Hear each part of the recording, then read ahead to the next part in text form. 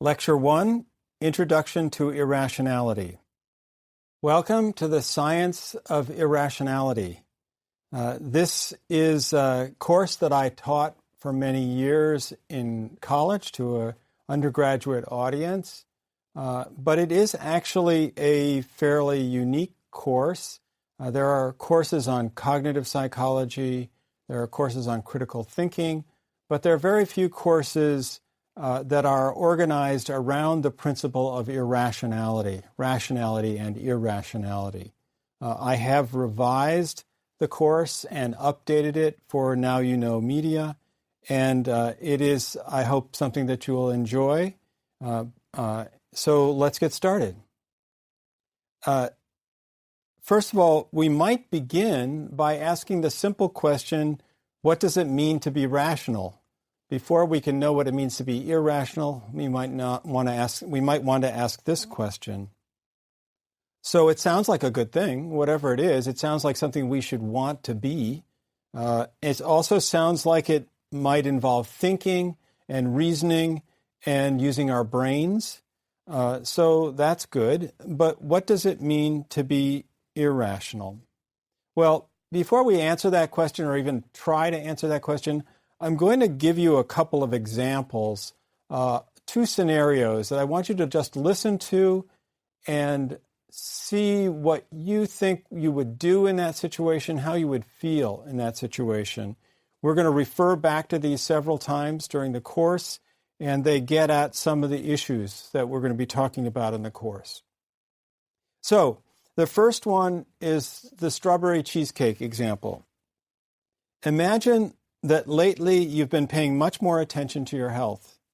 You've been exercising regularly and watching your food consumption. You've lost some weight and you are really feeling good about yourself.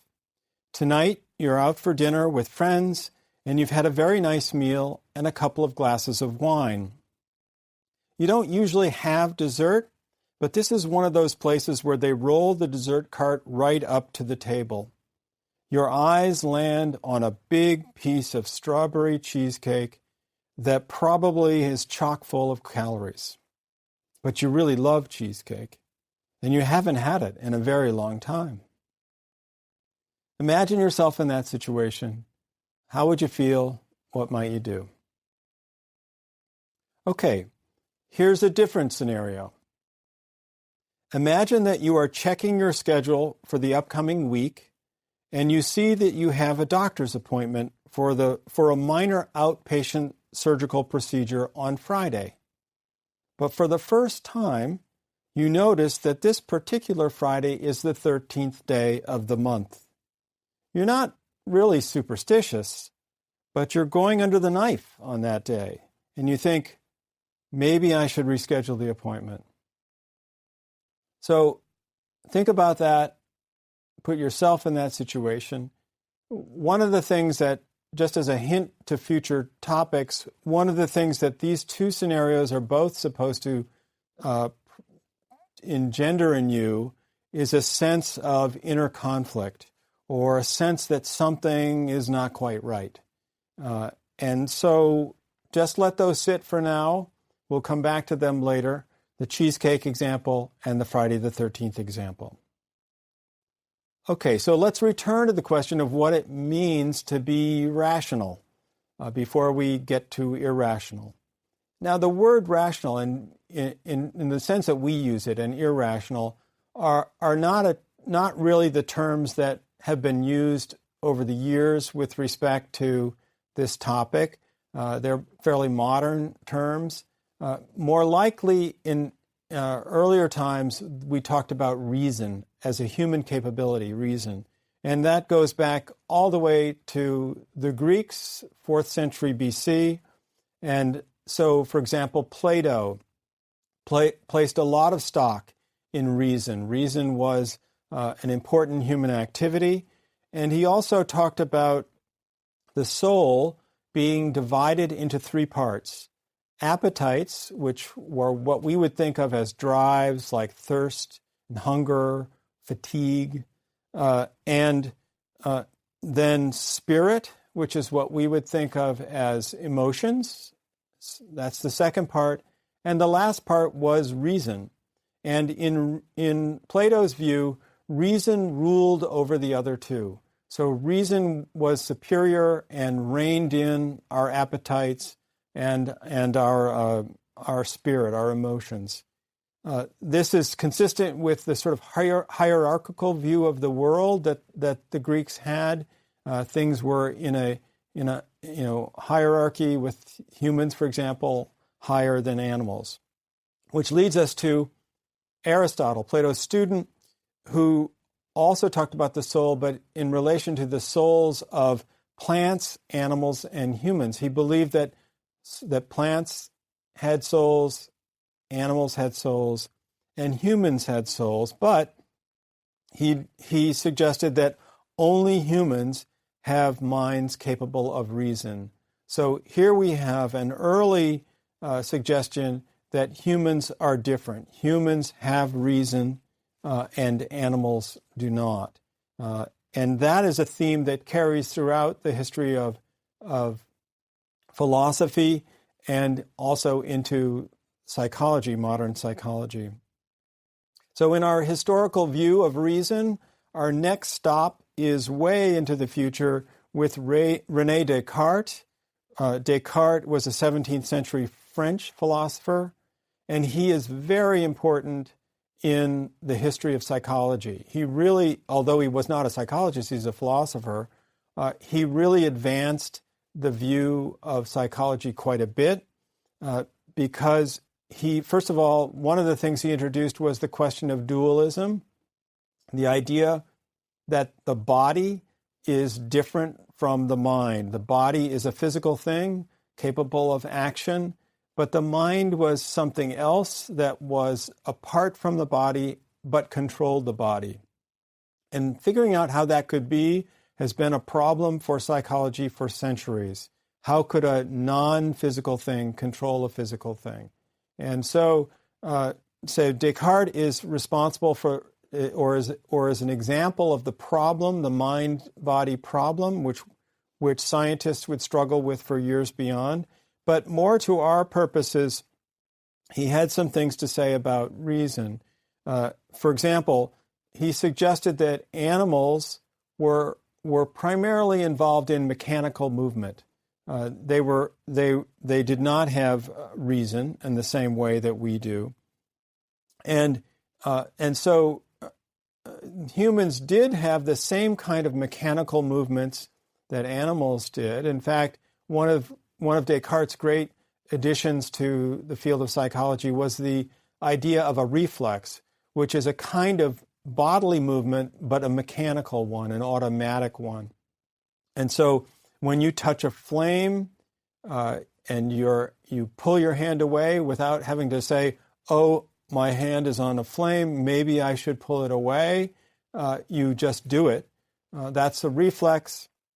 And Descartes identified that as a kind of mechanical movement that he thought animals had, that animals did exclusively.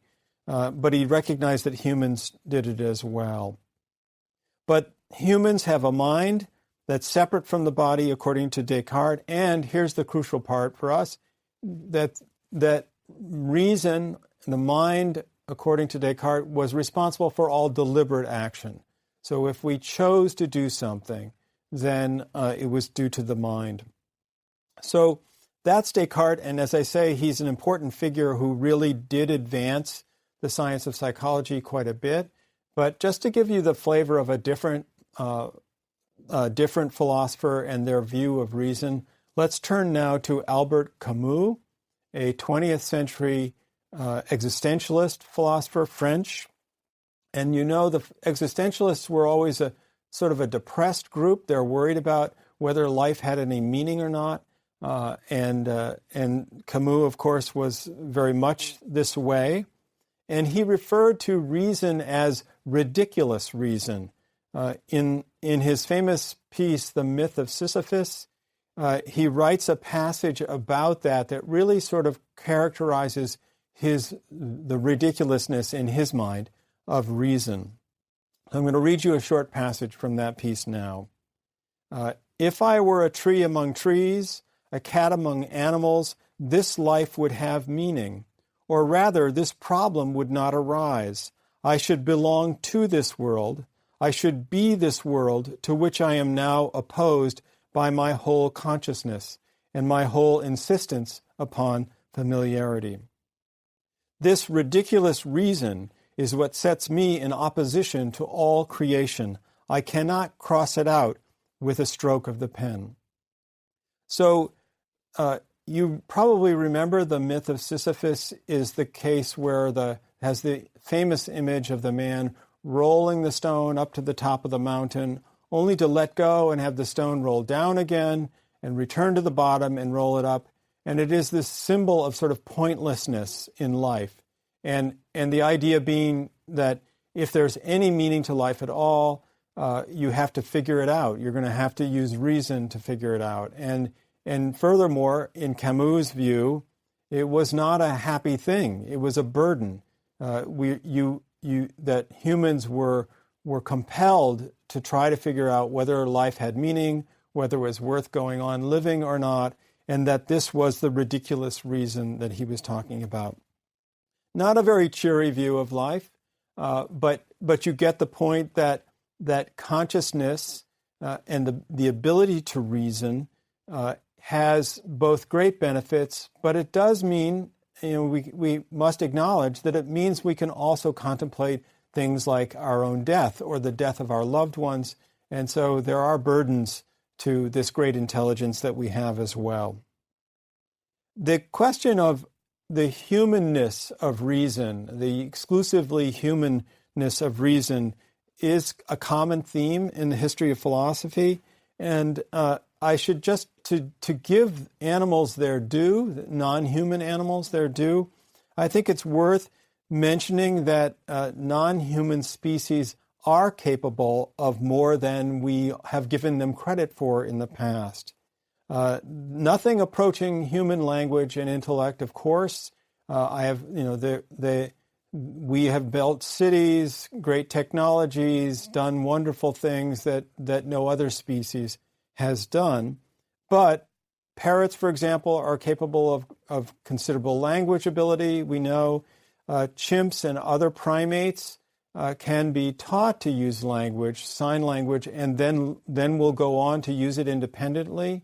And it's also the case that primates can be taught at a computer to do counting tasks, to do simple mathematical tasks, and even in the wild, primates use tools independently. Famously, they will take a stick, strip the leaves off of it, dip it into an anthill to try to pull ants out of it. That's considered to be tool use and something that is a sign of higher intelligence, to be able to recognize that an object could be fashioned into a tool. Classic view of intelligence. So I think the animals deserve a little bit more credit than they've been given in the past, but it is true that human reason is superior and is something fairly unique to us. Okay, I want to pause now on the philosophy part of the story and move on to some other views of reason and rationality. And where we really hit the sort of modern view of the term rationality is when we introduce the economic view, which is presented by or is characterized primarily by Adam Smith, the economist Adam Smith, who was a Scottish economist and philosopher. And he's responsible for the idea that all of our economic decisions are rational, that they are self-interested, that we always choose in a way that benefits us personally. And the interesting part is that view was standard view within economics for many years, and only in recent decades has it been shown, primarily by psychologists, that view is wrong in many instances. And so we'll get into that in much greater depth later in the course. But it is true that the standard view, and one that we'll use as a yardstick, is, does this action help me meet my goals? Is it in my self-interest? To do otherwise would be irrational. And we'll also look at, since this is a course on irrationality, we'll talk about the ways and look at the ways how individuals don't act as they should according to that model. Before we get much further into this, I want to point out that there are two versions of rationality, two categories of rationality, and these categories will actually divide the class somewhat in half. And so at the beginning of the class, we'll be talking primarily about epistemic rationality. Now, that word epistemic may be a confusion. The word stems from the word epistemology. And epistemology is a subsection of philosophy that deals with knowledge, how we acquire knowledge, whether various ways of acquiring knowledge are good or not, and so on. So how we deal with information and knowledge. And so epistemic rationality is about whether our knowledge is good knowledge or not. And what do we mean by good knowledge? Well, our understandings of the world should describe the world accurately. And our beliefs that we hold should also be based on a good and accurate description of the world. So epistemic rationality has to do with things like logical thinking and cognitive psychology. We will be talking in this class a lot about how to be logical, and also how sometimes our methods of thinking, our cognitions, go astray and are not logical when they should be. So that's epistemic rationality. And it also, finally, we need to recognize that having good beliefs, having good ideas about the world is a question also of evidence. So when we look at evidence, it should be sound evidence. We should value evidence. We should not dismiss it. And so good epistemic rationality involves all those things. It involves accurate descriptions of the world, seeking evidence, valuing evidence, and logical thinking. So that's one part.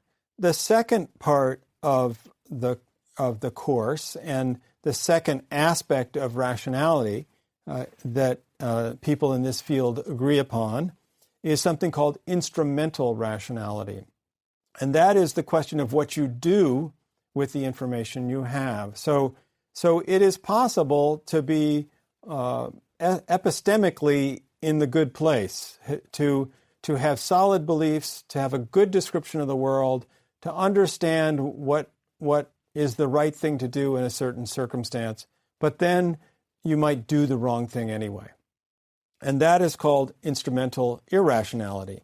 If you're going to be rational, you need to do it in both ways. You have to have good beliefs, but you also have to have the willpower or whatever it takes to do the right thing with those beliefs.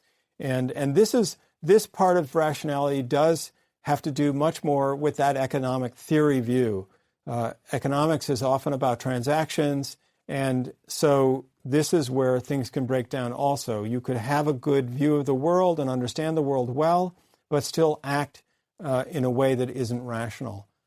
And so the course will be looking at both those kinds. We will spend a fair amount of time on the development of good beliefs and epistemic rationality. We'll also spend a fair amount of time on things that cause us to act irrationally and instrumental irrationality. So we can go back now and consider the two scenarios just for a moment. We're going to come back to them many times throughout the course, but let's just go back and think about those two scenarios, the cheesecake and the Friday the 13th that I mentioned to you at the beginning of this session. So in the cheesecake case, if you put yourself in the position of that person at the restaurant, it's probably true that their reason says maybe not. I should say no. And if they have an accurate view of the world and they still want to maintain their program of good health and weight loss, the reason would tell them that they shouldn't. But instinct or something or desire may still pull them. So this is a case where there might in fact be a conflict between epistemic rationality and instrumental. They may know what the right thing to do is, but they may do the wrong thing anyway. In the Friday the 13th case, the same kind of conflict can result. A person might very well know that, it's silly. Friday the 13th is not an unlucky day. There's no evidence of that. It's not consistent with reason and what we think we should know. And yet they might feel a tug and might want to change the appointment.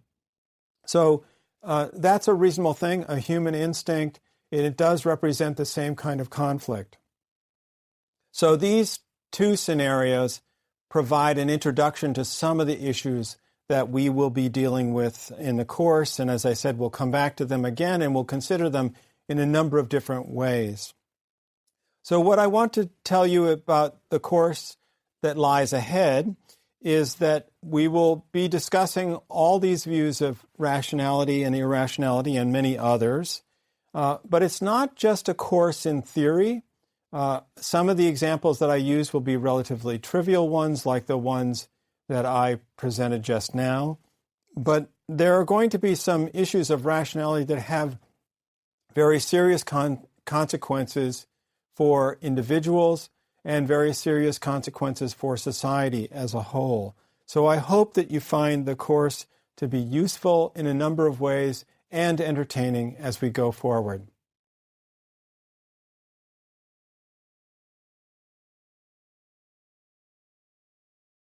Lecture 2, Rational Choice Theory and Logic. Welcome back to the Science of Irrationality. Today's lecture is going to be about rational thinking. This is still part of epistemic rationality, and so we are trying to figure out how to form good beliefs. And again, I've got an example for you to think about, and we will refer back to it. Actually, we're going to get into it in some depth in a later lecture. But today I want to just propose for you that there is a group of people who believe that the earth is flat. These are flat earth believers, and there's actually a flat earth society that has been around for quite a while. They have a website that you can go to, www.tfes.org. If you go to the website, it's a repository of information about their theories of the earth being flat. There's a discussion forum there, and you can get into discussions with them about their beliefs and why they believe it. There's also an annual 2-day Flat Earth International Conference. It turns out the Flat Earth Society is not related directly with the conference, but one assumes that the people who go might be of similar kind and some overlap. And of course, you may have heard that there are a number of celebrities who have publicly stated that they are flat earthers as well. So we're going to get into it in much greater depth in a later class, but for now, what do flat earthers believe? Well, they believe the earth is flat. They have maps. They believe that the continents that we are familiar with, they don't have any problem with that. They all exist, but they're arranged differently on a flat surface, and they have maps that show it. They also believe that there's a conspiracy, a big conspiracy out there to keep the truth from us, and that many people are involved in it. NASA has been lying to us for all these years. They question all of the photographic evidence. Any of the familiar photographs from space that you may have seen, they feel those are all photoshopped. And they also have a number of kind of interesting workarounds for simple problems that you might easily come up with. Like, for example, we know that at night the light goes away, and then in the morning the sun comes back, right? And our explanation for that is that we're on a globe and it's turning, and when the sun is on one side, it's sunny, and when it's not. They have a workaround for that, which is that the sun, in their view, is sort of like a flashlight that moves around the flat Earth. And so when you're in the beam, it's daytime, and when the beam moves away, it's darkness. So I'm just going to leave that there for now, and we will come back to that and evaluate the belief later on. But it will, as we acquire these tools in the class, we'll have other ways to sort of look at those kinds of beliefs and others that we'll encounter. Okay. I would like to introduce you to something called rational choice theory now. This is a common theory that is used often by psychologists and some philosophers to create a model for what would be a rational way to think and act. And you'll notice, again, there is this focus on two things, on beliefs, but then actions based on those beliefs. So according to rational choice theory, an action is rational if it's the best way to accomplish your goals. And this is the instrumental part of rationality. On the other hand, a belief is rational if it is grounded in the information that's available to you, and that requires that the person, in some cases, may need to search for information. They can't just sit on their laurels and go with their gut. Of course, there are going to be circumstances in which you can't search for information. So if you are a soldier on the battlefield and you're trying to figure out what the best thing to do in this particular moment is, you may not have time to search for more information to base your decision on. But given adequate time, then you should be able to search for enough information or whatever is available to you, and then base your actions on those beliefs. There's some really interesting things about this theory that might not be obvious to you. One is that according to this idea of rational choice, you don't have to be successful to be rational.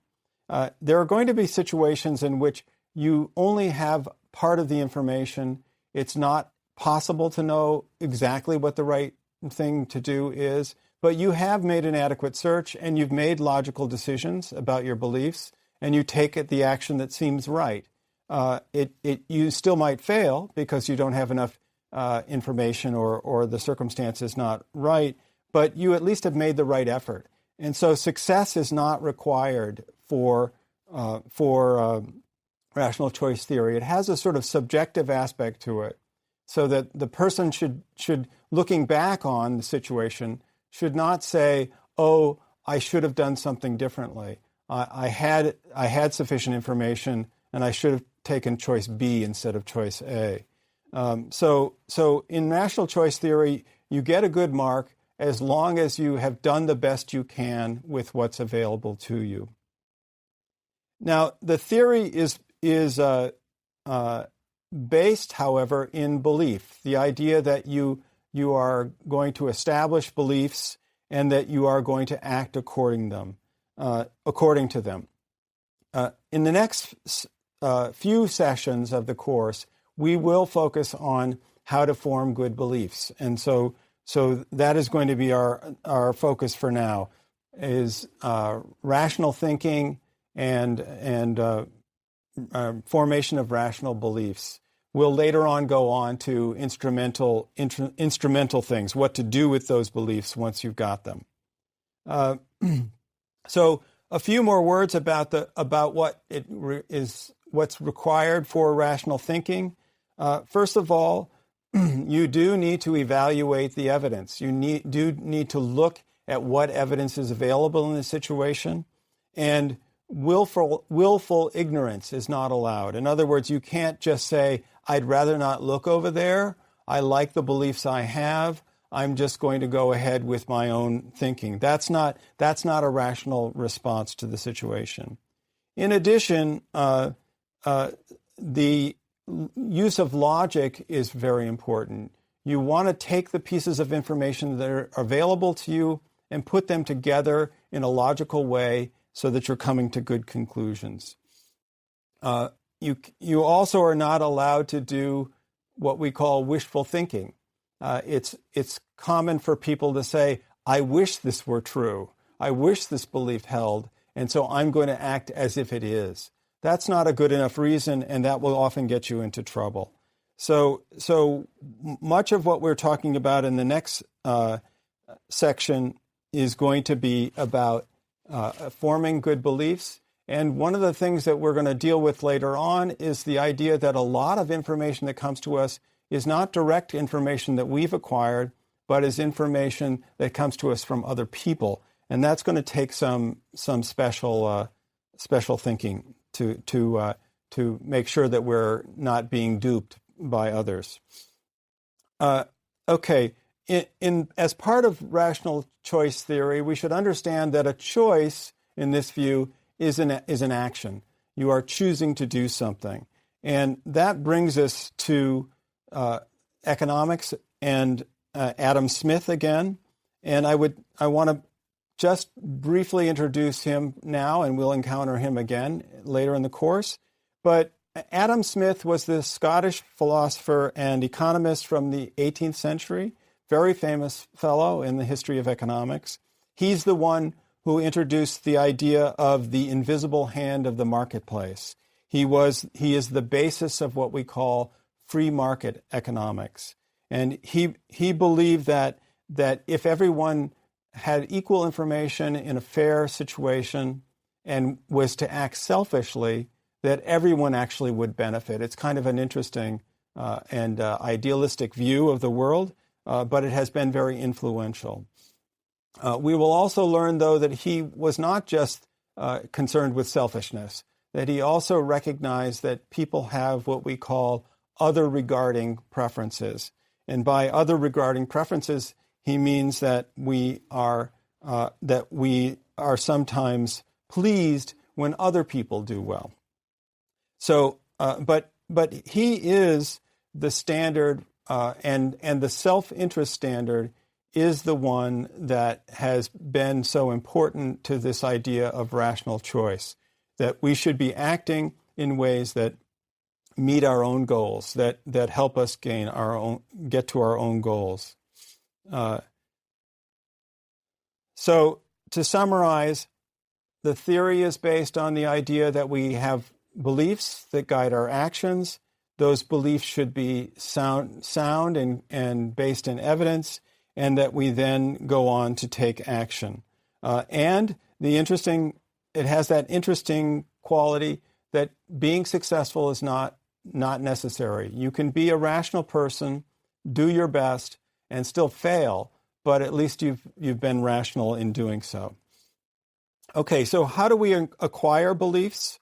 We can, of course, acquire them ourselves from direct experience of the world, and that's often good. We like to think that seeing is believing, that seeing things and having direct contact with them is a good way to acquire information about the world. However, it's also the case that our senses can lie to us. We can be fooled. There are hallucinations.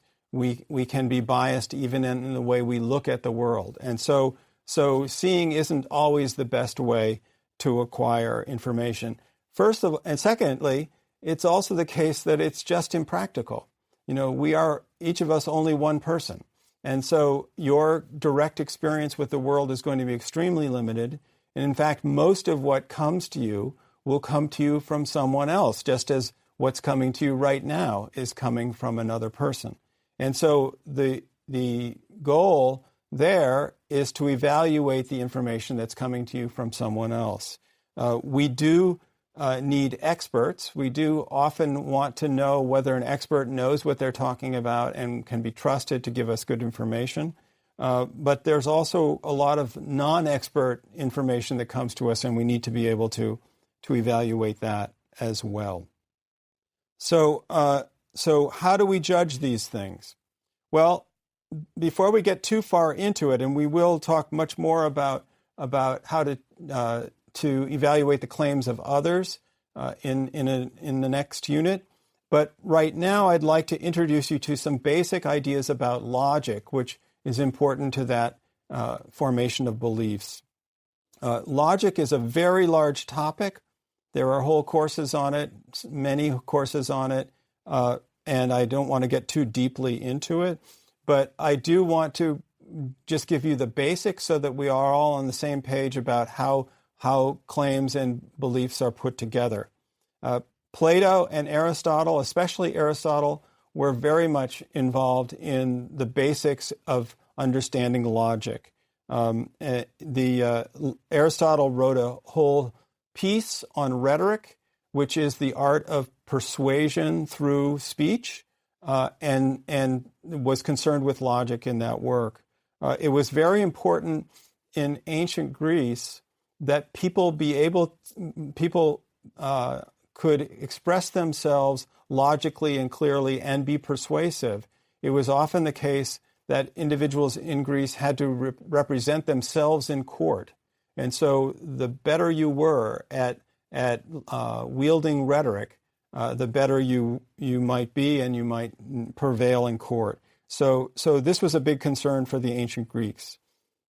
We could start by just on a very broad level by being concerned about what kind of logical issue we have. For example, some questions that we deal with are objective questions that can be answered with facts and evidence. Other kinds of claims are more subjective. So, for example, I might say to you something like this that I think everyone out there should agree with, and the statement is, Led Zeppelin is the best rock and roll band of all time. So I could say that to you. I suspect you might not be, some of you might be able to go along with that, but many of you would not be persuaded or immediately accept that. I might even offer factual information to back that up, to try to persuade you to my point of view. I might say, for example, that Jimmy Page, the guitarist for Led Zeppelin, is ranked number 3 in terms of the best guitarists of all time, according to Rolling Stone magazine. I might also say that Robert Plant has a unique and powerful voice. That's also a fact. And these things might have some impact, but you probably recognize that this is a subjective question. This is not a question that can be proven with factual information. It can be supported by factual information, but it cannot be proved. Another statement I could make might be that the Empire State Building is the second tallest building in New York City. That's a factual statement, and we can figure out whether that's true or not. So factual claims have that aspect of being testable. As it turns out, the Empire State Building is actually, at this point in time, only the 4th tallest building in New York City. So when we evaluate these claims, we are going to look at the arguments that are being made, and often an argument sounds like something that's bad, but in philosophy, arguments are just a thing. They are not. It's not something that is angry or conflict laden. An argument is simply a claim or conclusion that is supported by premises. And so our job in evaluating various conclusions is to see whether the premises are factual, whether they are true or not, and whether they're organized so that they support each other. So let's get into this a little bit more. Here's a question. I'm going to provide you with a little logical claim supported by premises, and your job is to determine whether it's valid or not. So here it is. All humans are mortal. Socrates is human. Therefore, Socrates is mortal. It's probably one of the most famous syllogisms there is. And it does make sense, right? You have the larger category of all humans are mortal. You fit Socrates into the category of being a human, and so therefore he must be mortal, if those statements, those premises are true. What about this one? Premise 1, all sandwiches are food.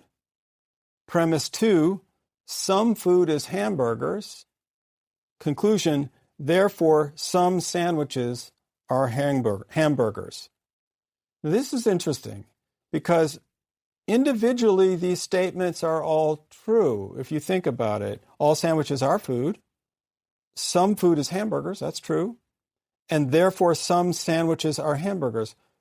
Well, everything's true about that except for the therefore.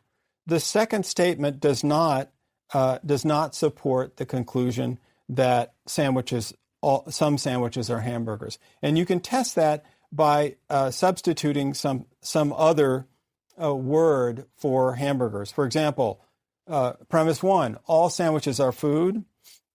Premise 2, some food is apples. True. Conclusion, therefore, some sandwiches are apples. No, that doesn't work. So we do need to, in evaluating the claims of other people, we do need to determine whether they fit together well, whether the claims that they're making fit together well. And obviously, in the case of the food example, they don't. In the Socrates case, they do.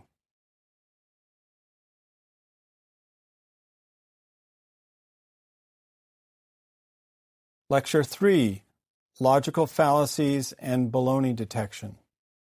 Welcome back to the Science of Irrationality.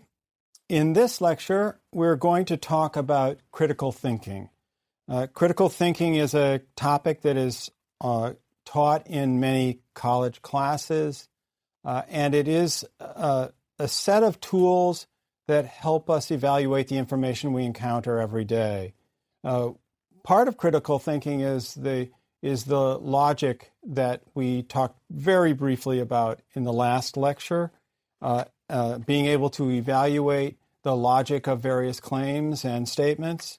And today we're going to go on and talk about what are known as the classical logical fallacies. Fallacies are, of course, errors in thinking, and there are some very clearly defined types of errors that have been identified, and we will talk about those, some of those today. The other topic for today will be what is known as Carl Sagan's baloney detection kit. Carl Sagan was a famous astronomer and an advocate for science, and he put together 9 points which he says are very useful, and they are, in fact, very useful for detecting baloney and for arriving at good ideas and good beliefs. So let's get into it. We're going to start with the classical fallacies. And as I said, these are very identifiable ways in which arguments are made badly. And there are lots of them that have been identified. So I encourage you, if you want to learn more about classical fallacies, to go online or to pick up a book about them. It is a fascinating topic, and it's very useful to know them and to be able to identify them when you see them, because they're rampant. The landscape that we live in, the world that we live in, is filled with the use of these bad arguments. Why? Because they can be very persuasive. Even though they are not logical and are not sound arguments, they are arguments that can persuade people, and that's why people continue to use them. So they are common types of reasoning errors, and as I said, there are many of them, and we're only going to talk about a few of them here today. So let's begin with probably the most common fallacy of all, and that is the ad hominem fallacy. Ad hominem is a Latin phrase that means against the person. And so the ad hominem fallacy is used as an attack when someone has proposed an idea or a claim or a theory, rather than attacking the substance of the theory, you attack the person who said it. And so you get statements like, Joe is an ignorant slob. Why would you believe him? And rather than dealing with Joe's idea or statement, you attack Joe.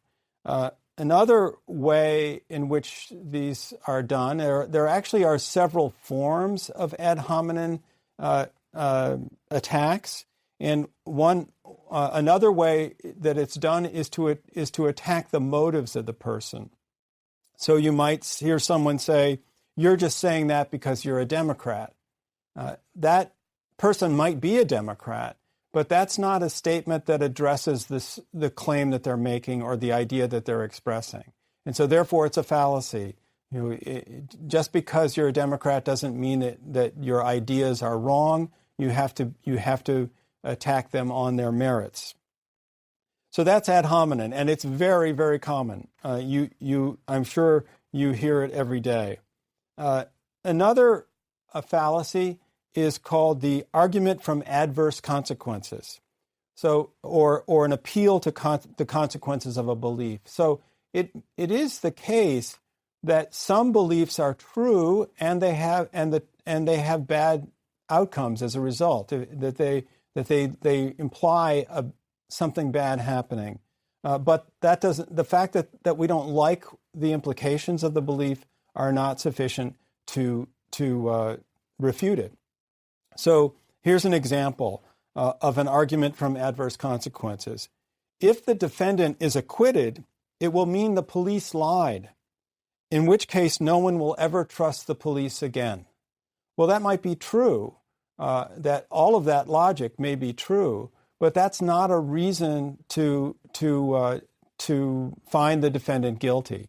The defendant should be guilty or innocent based on the evidence alone, not on the consequences of what will happen as a result. So it's not uncommon for people to be swayed by the implications of a belief into not believing it. They don't want to face those implications, and so that would be an argument from adverse consequences.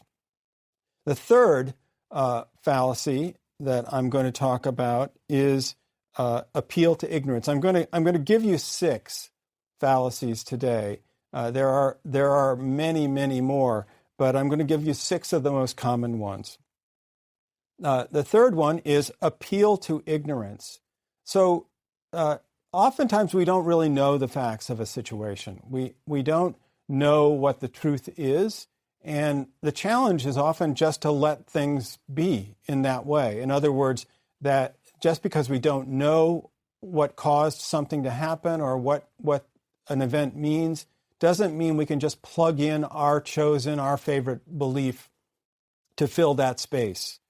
And often people who have a particular belief will use the lack of information as a way of defending their viewpoint. So, for example, in the belief that aliens might exist, which we will discuss more later on, it is not uncommon for someone to say, you can't prove that they don't exist, right? That in other words, there doesn't seem to be a lot of evidence that I can point to that proves they exist. I believe they exist, and you can't prove that they don't exist, so I'm justified in holding my belief. This is not true. This is bad reasoning. It suggests that I can plug any belief into a hole where there's no evidence to support it. The next fallacy is something called observational selection. And this is where you have a biased view of the evidence. You pick and choose those things that support your point of view. So observational selection might be exemplified this way. Everybody in my state is a liberal. There are way too many liberals in my state. I asked some people at my university if they were conservative or liberal, and most of them were liberals. So this is a real problem, a person might say. Well, they probably chose the wrong sample.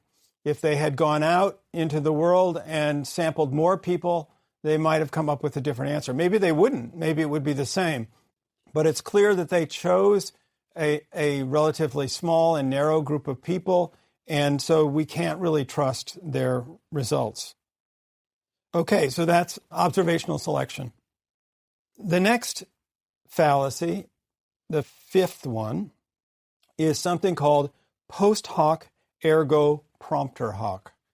This is another Latin phrase, and it means after this, therefore, because of this. So in the world, as you may have noticed, it's often the case, in fact, it's always the case, that a cause precedes its effect.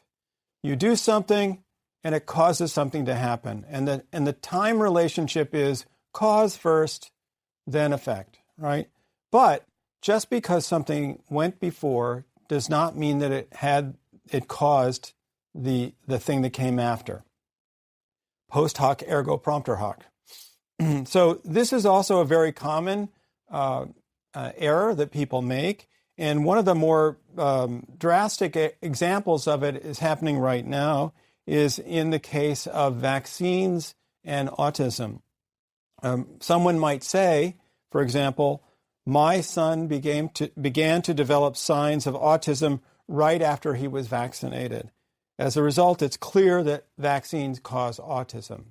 Well, the problem with that statement is that it's not an experiment. It is the case that you only have the one case, and we don't know what would have happened if you hadn't given the child vaccines. I'm not recommending that you not give the child vaccines, but you don't know what would have happened if you had failed to give the child vaccines. They most likely would have developed autism anyway. Another example of a post hoc ergo propter hoc would be for someone to say, mink oil is a good cold remedy. I had 3 teaspoons of mink oil the other day, and my cold went right away. Again, you know that the time order is correct, but we don't know whether it's a cause and effect relationship. And so people do this all the time. They think they know what caused them to get well or to get sick.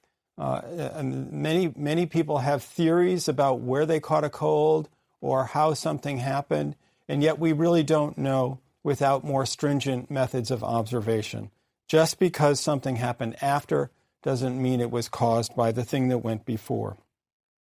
Okay, the last example of a fallacy that we're going to talk about is something called the straw person fallacy.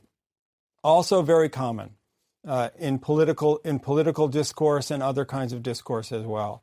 So this is an attack method in which you first create an exaggerated view or a distorted view of a person's point of view, and then you attack that distorted view. You haven't really attacked their true argument at all. You've only attacked the distorted one, but it gives the impression that you've vanquished them, that you have actually, dealt with their concern and their claim and have knocked them down. Not true at all. So for example, someone might say, "Oh, you just want to get rid of all banks and turn the country into a socialist society where no one has any property, and it would be a completely communist existence." Well, that's undoubtedly not what the person said. And by exaggerating the claim and then refuting it or denigrating it, you've actually not dealt with the question at all. So in a case like that, you would want to say to the person, no, that's not what I said. Can you respond to what I actually did say? So those are some examples, and there's so many. I really encourage you to go on and look at others, but this is all we have time for today. As I said, the reason why people use these fallacies, and you might be able to get the flavor of that from what I've said so far, is that they are effective, that people are able to persuade other people with them, and it's not uncommon that people will be fooled. But if you know better and know good logic and not fallacies, you'll do much better. Okay, let's move on now to Carl Sagan's 9 tools. So Sagan, as I said, was an astronomer and a great critical thinker, and also a popularizer of science, a wonderful guy.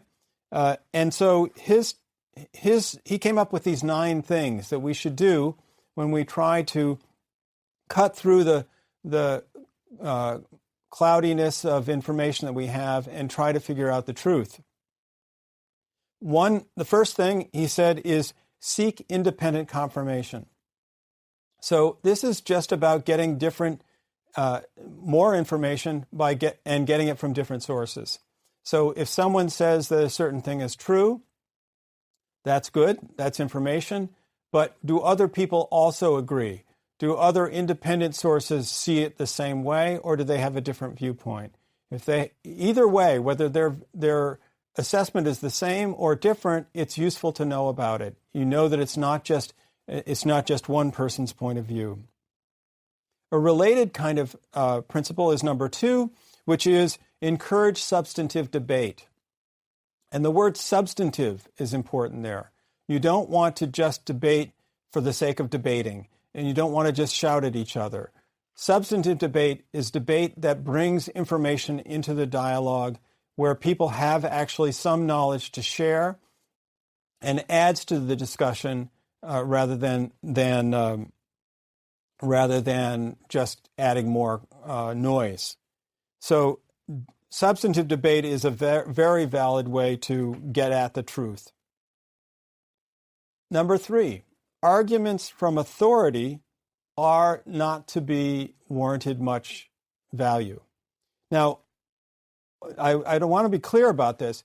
We need people who are authorities, or experts, who legitimately have knowledge that they have gathered through good and acceptable means. What I'm talking about here is an argument from authority is to say, well, I have a PhD and you don't, so my ideas are better than yours. That's an argument from authority, where the person only makes reference to their supposed higher status and standing, and therefore you should all lay down and believe what this person says. That's an argument from authority. You hear those quite often in everyday life, and you should give them absolutely no weight whatsoever. If the person has legitimate expert information or expert knowledge that they've acquired in a good way, that's another thing. Then we do give them some credit for that, and we want to hear what they have to say. But if they're only referring to their degrees or their experience, that's not an argument. That's not something that we should value. 4, spin more than one hypothesis. So when you're trying to figure out why something happened or what's going on in a situation, it's easy to seize on a simple answer, the one that comes to mind first. In Sagan's view, and in most people's view who are good critical thinkers, that's a mistake. You should always begin by trying to figure out what are all the various ways this might have happened. What are the hypotheses? What hypotheses can we generate to explain this event? I like to think about the person who has lost their keys, right? Or lost something else. I've often heard people say, someone stole my X, right? My thing, my missing thing. And if that's the only and first hypothesis that comes to mind, you will be wrong much of the time, because there are many other possibilities for why your thing is missing. And to seize on one would be a mistake. So it's important to generate as many possible explanations as you can come up with. A good thinker is able to come up with lots, and then look at them separately and say, okay, of these possible explanations, which one is most likely? Which one happens the most? Which one seems like it might be the most likely? Number 5, and this is very much related to the previous one, don't get too overly attached to one hypothesis. You're talking with a number of people about a situation and what might be going on in that situation, and you come up with a clever hypothesis of why that no one else has thought of it up to then.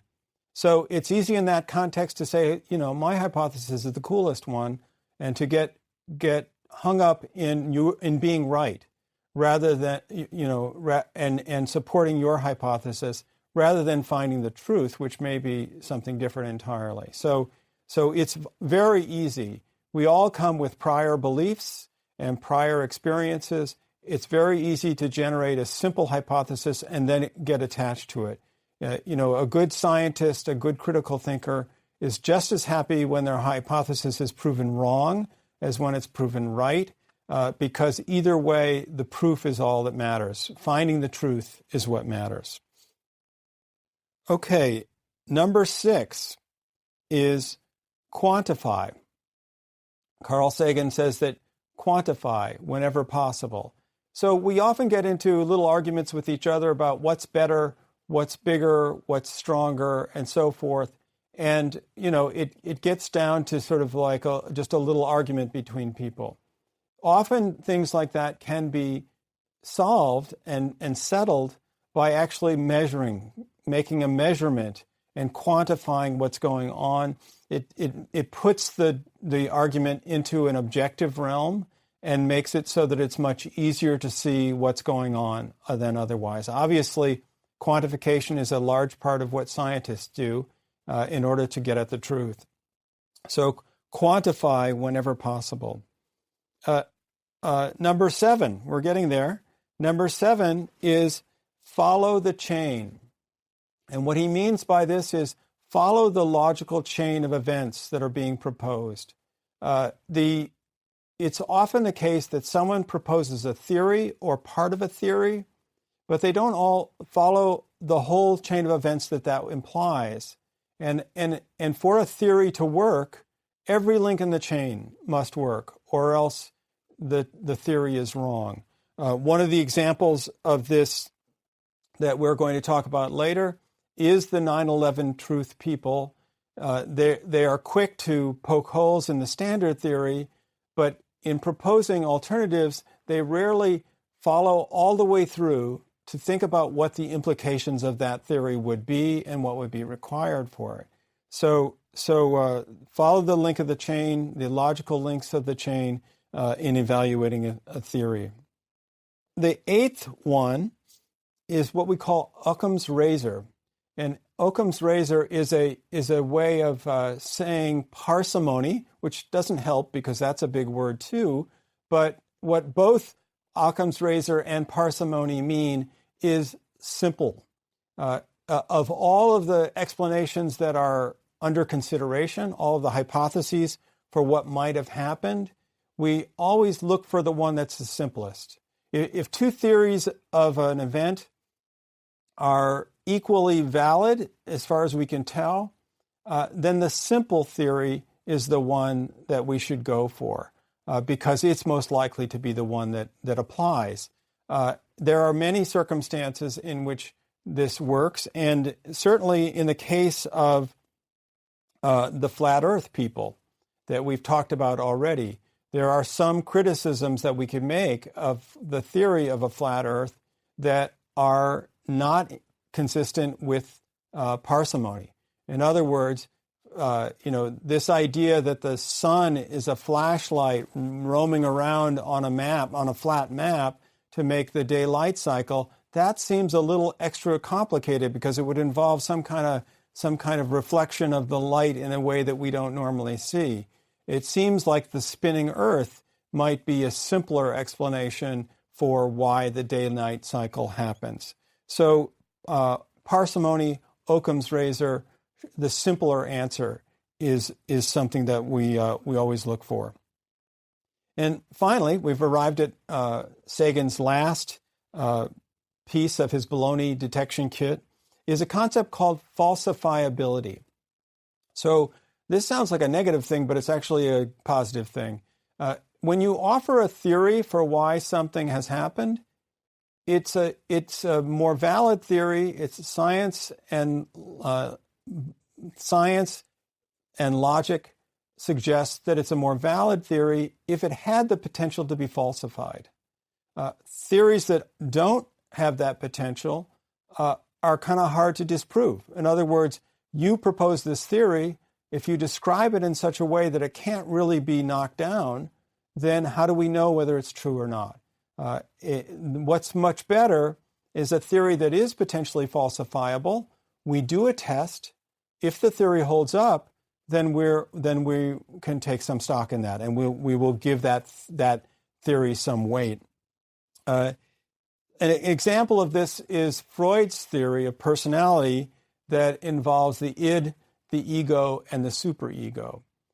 Freud made some important contributions to the field of psychology, but this theory of the three parts of the personality is not falsifiable. I mean, you can't point to the id or the superego. You can't measure it. You can't see it. We don't know where it is. And so it's very hard to prove it either true or false. And as a result, Freud's theory suffers from a scientific viewpoint because it can't be proven true or false. So any explanation that makes reference to something that we can't test in any way is a weaker explanation than one that can be tested.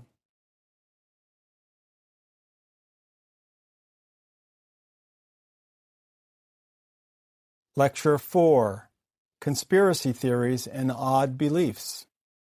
Welcome back to the Science of Irrationality. In this lecture, I'm going to take a pause in our process of learning about the methods of thinking, and I'm going to go into conspiracy theories and other odd beliefs. And so we're going to look in more depth at a number of strange beliefs that people have and evaluate them with what tools we have available so far from the course. And I think that each one of these has been briefly introduced to you, but we're going to go into much more depth today. There are four basic topic areas. The first is 9/11 conspiracy theories. The second is flat earth belief. The third is alien visitation or abduction. And the fourth is vaccines and autism. Now, not all of these sound like conspiracy beliefs maybe to you, but in fact, every one of them involves some manner of conspiracy, as well as other interesting ideas. So let's get started. Let's begin with the tragedy of September 11th. And as you, I'm sure, are aware, there are people who do not believe the standard view of how it happened. And it probably is worth saying before we get much further that there are real conspiracies. There are many real conspiracies. So having a belief that something was caused by a conspiracy is not in itself irrational. In fact, the standard view of 9/11 was a conspiracy. It is a conspiracy that is quite a bit different than the one that's being proposed by the 9/11 truth movement and those who doubt the standard view of 9/11. But it was a conspiracy. So we're not against conspiracies as theories altogether. It's just when they're not valid theories. So the most common view of September 11th conspiracy is that it was, quote, an inside job, and that the government either orchestrated the tragedy or allowed it to happen. And the motivation for doing this, which would be a very horrible thought to consider, the motivation was as a justification for the war in Afghanistan and the war in Iraq. Hard to imagine that that would be the case, but that is what is being proposed by the believers. One of the other things that is proposed as evidence for the alternative view is questioning the way in which the Twin Towers collapsed. There's a lot of sort of architectural and engineering argument that suggests that they couldn't have collapsed merely the way they are said to have collapsed by the airplanes smashing into them, igniting jet fuel, creating a fire, and then the buildings coming down. So there are lots of questions about the physics of the collapse of the Twin Towers. There's also a particular side issue involving Building 7. Building 7 is a shorter building on the same in the same area as the Twin Towers that was not hit by an airplane, and yet it collapsed. And the standard interpretation of that is that some of the debris from the Twin Towers, which was itself on fire, caused a fire in Building 7, which caught fire and eventually collapsed. So the Building 7 is often pointed to as evidence that it didn't happen the way it did, that there was instead explosives that were planted by the conspirators and that the buildings were blown up rather than collapsing. So this theory, this movement or questioning of September 11th, I don't want to be against questioning. That's definitely questioning is an important part of critical thinking. But what's interesting about this particular set of questioners is that they tend to poke holes in the standard view, but they don't often propose a full-fledged alternative theory. And if they do, then I think, in my view at least, they get into trouble. So for example, in this theory of the government being behind it would require that a certain number of people would know about this plot to bring the towers down, kill 3,000 people in order to provide justification for a war. It would require, according to the view, it would have required a lot of explosives to be brought into the buildings and set and somehow wired so that they would go off. And of course, people would be required to do that. And it's, suddenly the plot is getting much more elaborate. People who would be willing to do that would be required. Many technicians. And so it seems likely that the alternative theory, if it existed, would require more people to accomplish than the standard theory required. And what we would say about these alternative theories or these questions about how the collapse would have happened is that they violate a number of our principles of critical thinking. For example, Occam's razor, parsimony. It seems as though the standard account is, in a sense, more efficient. It required fewer people and was done more easily in a way than would be the case in the alternative theory. Also, the alternative theory requires this big cover-up, that there would be secrecy and that people would not have come forward to explain it, and that strains credulity too, in the sense that that conspiracies often break down or are revealed when someone comes forward to confess that they were a part of it. This theory would require quite a few people, and yet no one has come forward to say, "Come to think of it, I was a part of it. I feel guilty," and so on. That seems very unlikely. And so, again, it doesn't seem plausible to believe that that's the case. Conspiracies and secrets are very hard to keep, as we probably know. Woodward and Bernstein were able to keep the secret of Deep Throat from All the President's Men for 31 years until Mark Felt came forward and revealed that he was he was the person who played the role of Deep Throat in the Nixon saga. But there were only 3 people involved in that, and they were under oath, and it was not, their secret was not a bad thing to keep. They were not hiding some horrible event. They were just keeping a source quiet.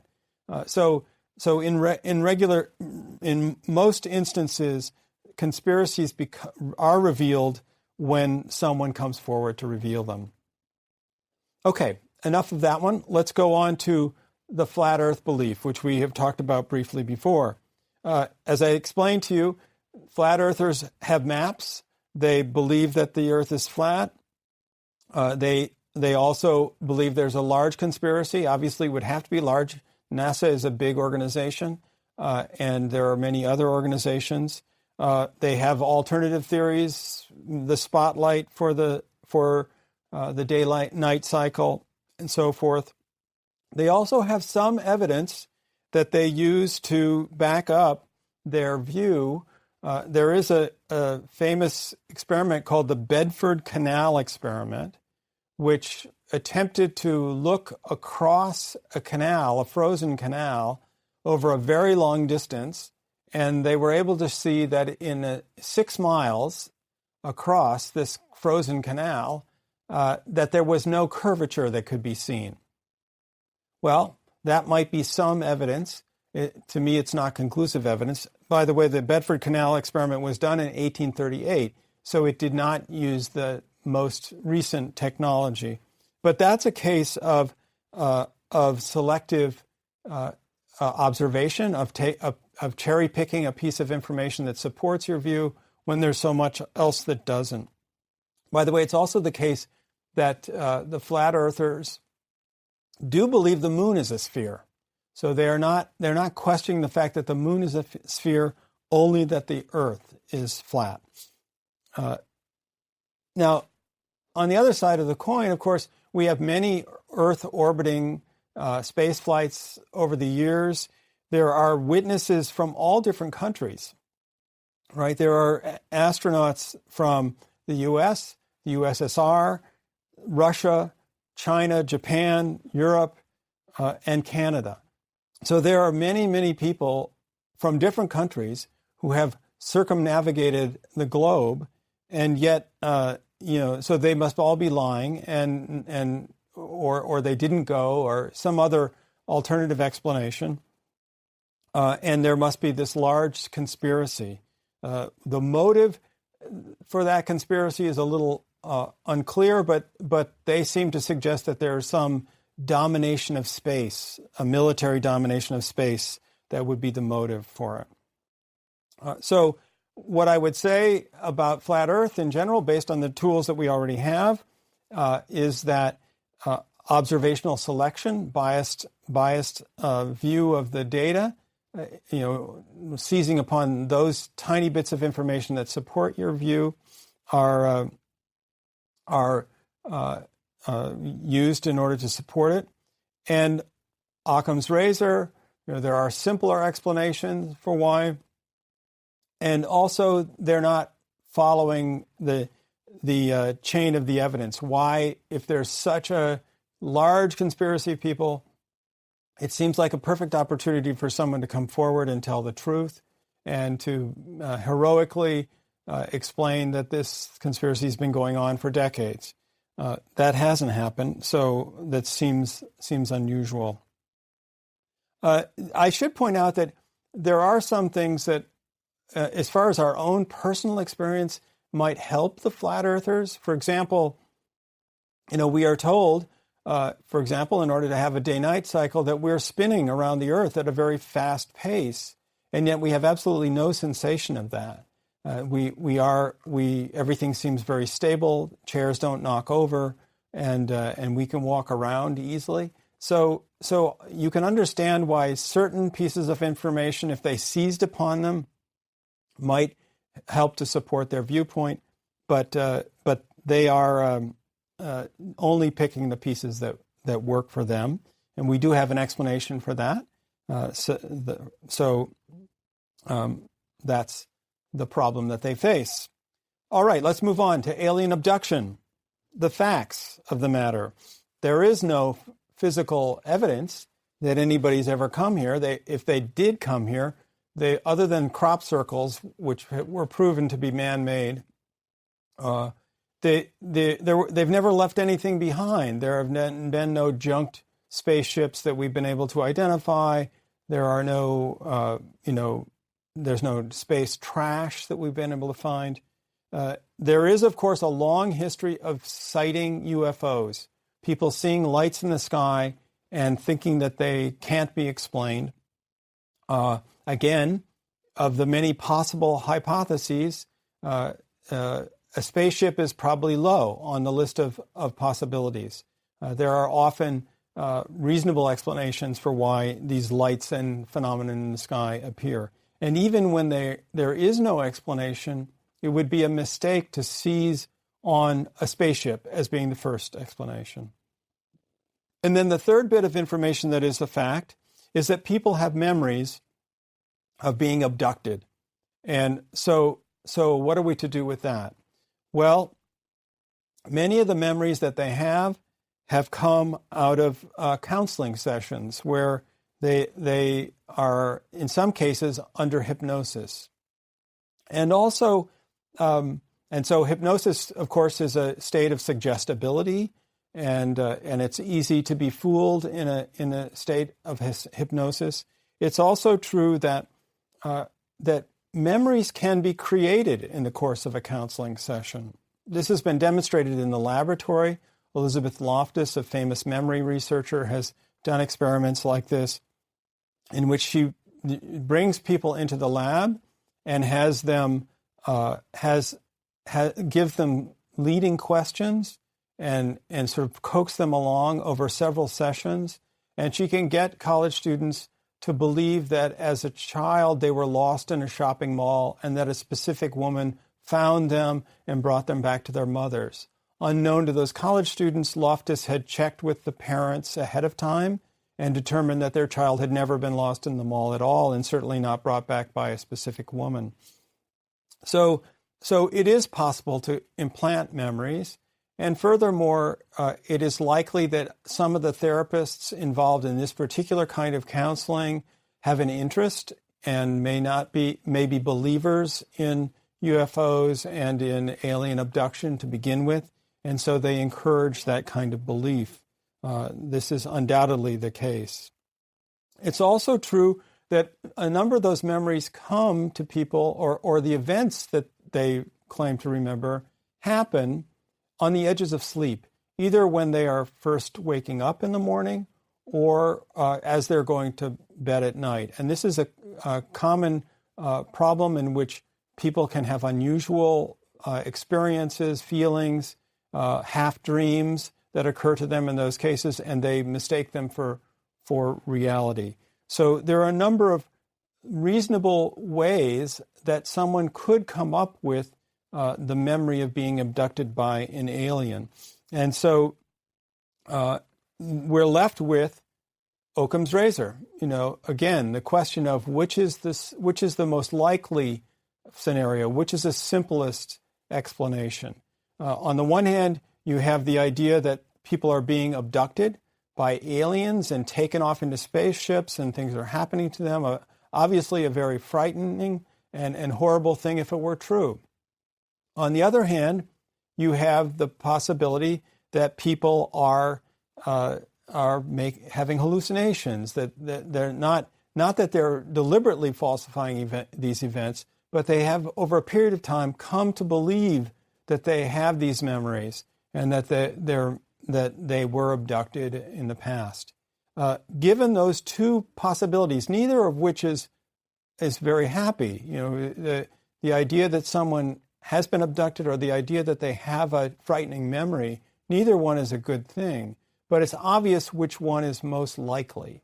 We have many hallucinations under a number of circumstances that we know about, that we've heard and have evidence for, that people can be fooled, can have hallucinations.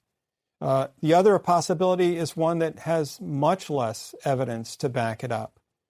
We don't have any evidence of spaceships coming to Earth. We don't have any hard evidence of people being abducted. Nowadays, you might imagine that someone would bring their iPhone with them and make a video of it, but that hasn't happened yet, or at least not convincingly. So it's clear which view should be the one that we accept as critical thinkers, that they have not been abducted, that we have no evidence that this has happened. Okay, finally, we'll turn to a much more pressing one at the moment, and that is vaccines and autism. There was a study done in 1998, which sort of started the whole thing. It was done by Andrew Wakefield, a British physician. It was published in Lancet, a very well-respected medical journal, and it appeared to show a connection between childhood vaccination and the later development of autism. It started a real panic. Parents who had autistic children became convinced that the vaccines had caused it. The study was later completely discredited. It was found that Wakefield had falsified his data, that he had made many other false statements, and the journal went to the extent of completely retracting the article, pulling it out of the journal, and Wakefield actually lost his medical practice. He lost his medical license in England as a result of this study. But it got the belief going, and it started parents worrying about this. So if you have a child with autism, it is a devastating experience. You have all this expectation that your child will be this wonderful thing, and then you find out that the child has this condition which has profound effects on their ability to learn and function in society. Obviously, it would be, any parent would want to know why this happened and what explanation. And so it's not uncommon for parents to adopt the view that vaccines are the cause of autism, despite the fact that subsequent to Wakefield's study, many much more sound studies have been done, none of which have shown any connection to vaccines. But the scare was underway and got started. One of the things that was pointed to as a problem was a preservative that was used in the vaccines that had a small amount of lead in it. And so parents were concerned that this preservative could be the cause of the presumed ill effects of the vaccines. Well, the preservative was removed, and there was no no stopping or diminution in the amount of autism that was seen. So that concern is gone, and yet the parents are still believing that vaccines cause autism.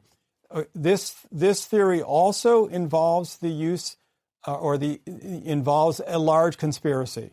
The motivation behind this whole, quote, cover-up of vaccines is thought to be that big pharma, the pharmaceutical companies, are making lots of money, and that they are in cahoots with the government and the CDC. So there's an anti-pharmaceutical company aspect and an anti-government aspect to this conspiracy, and that parents have been lied to for decades. So how do we evaluate this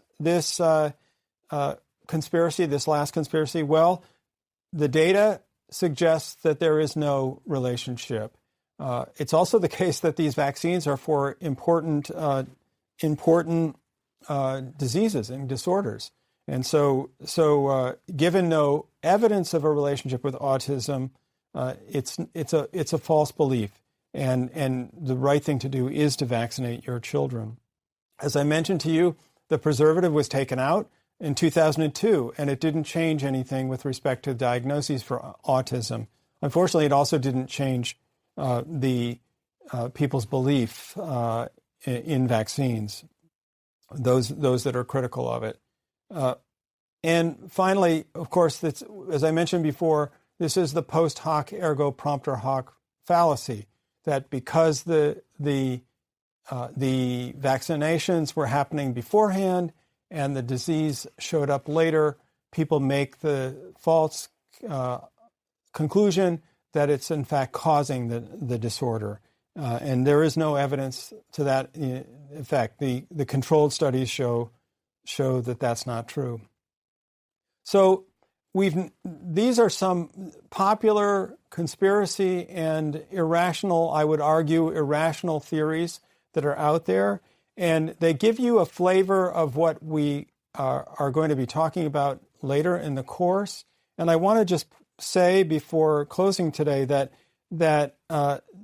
it may seem as though some of the topics we're talking about don't have very serious implications. For example, if you happen to be a 9/11 truther, or if you believe in flat Earth, for the most part, you might suffer some ridicule from people for having those unusual beliefs, but there's no problem in your life caused by those beliefs.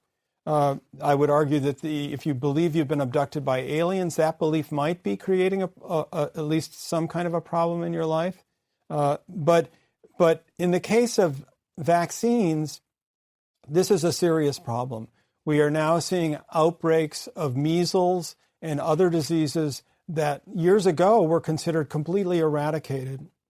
And these outbreaks are being caused by parents who refuse to vaccinate their children based on the unfounded fear that their children will be harmed by the vaccines. And there's just absolutely no evidence to back up that view. It's now considered one of the top 10 health problems worldwide is vaccine refusal. And so there are very serious problems that result from irrational beliefs. And as we go forward in this course, we will alternate between sort of the fun ones and some of the more serious issues that can come from irrational beliefs and irrational choices.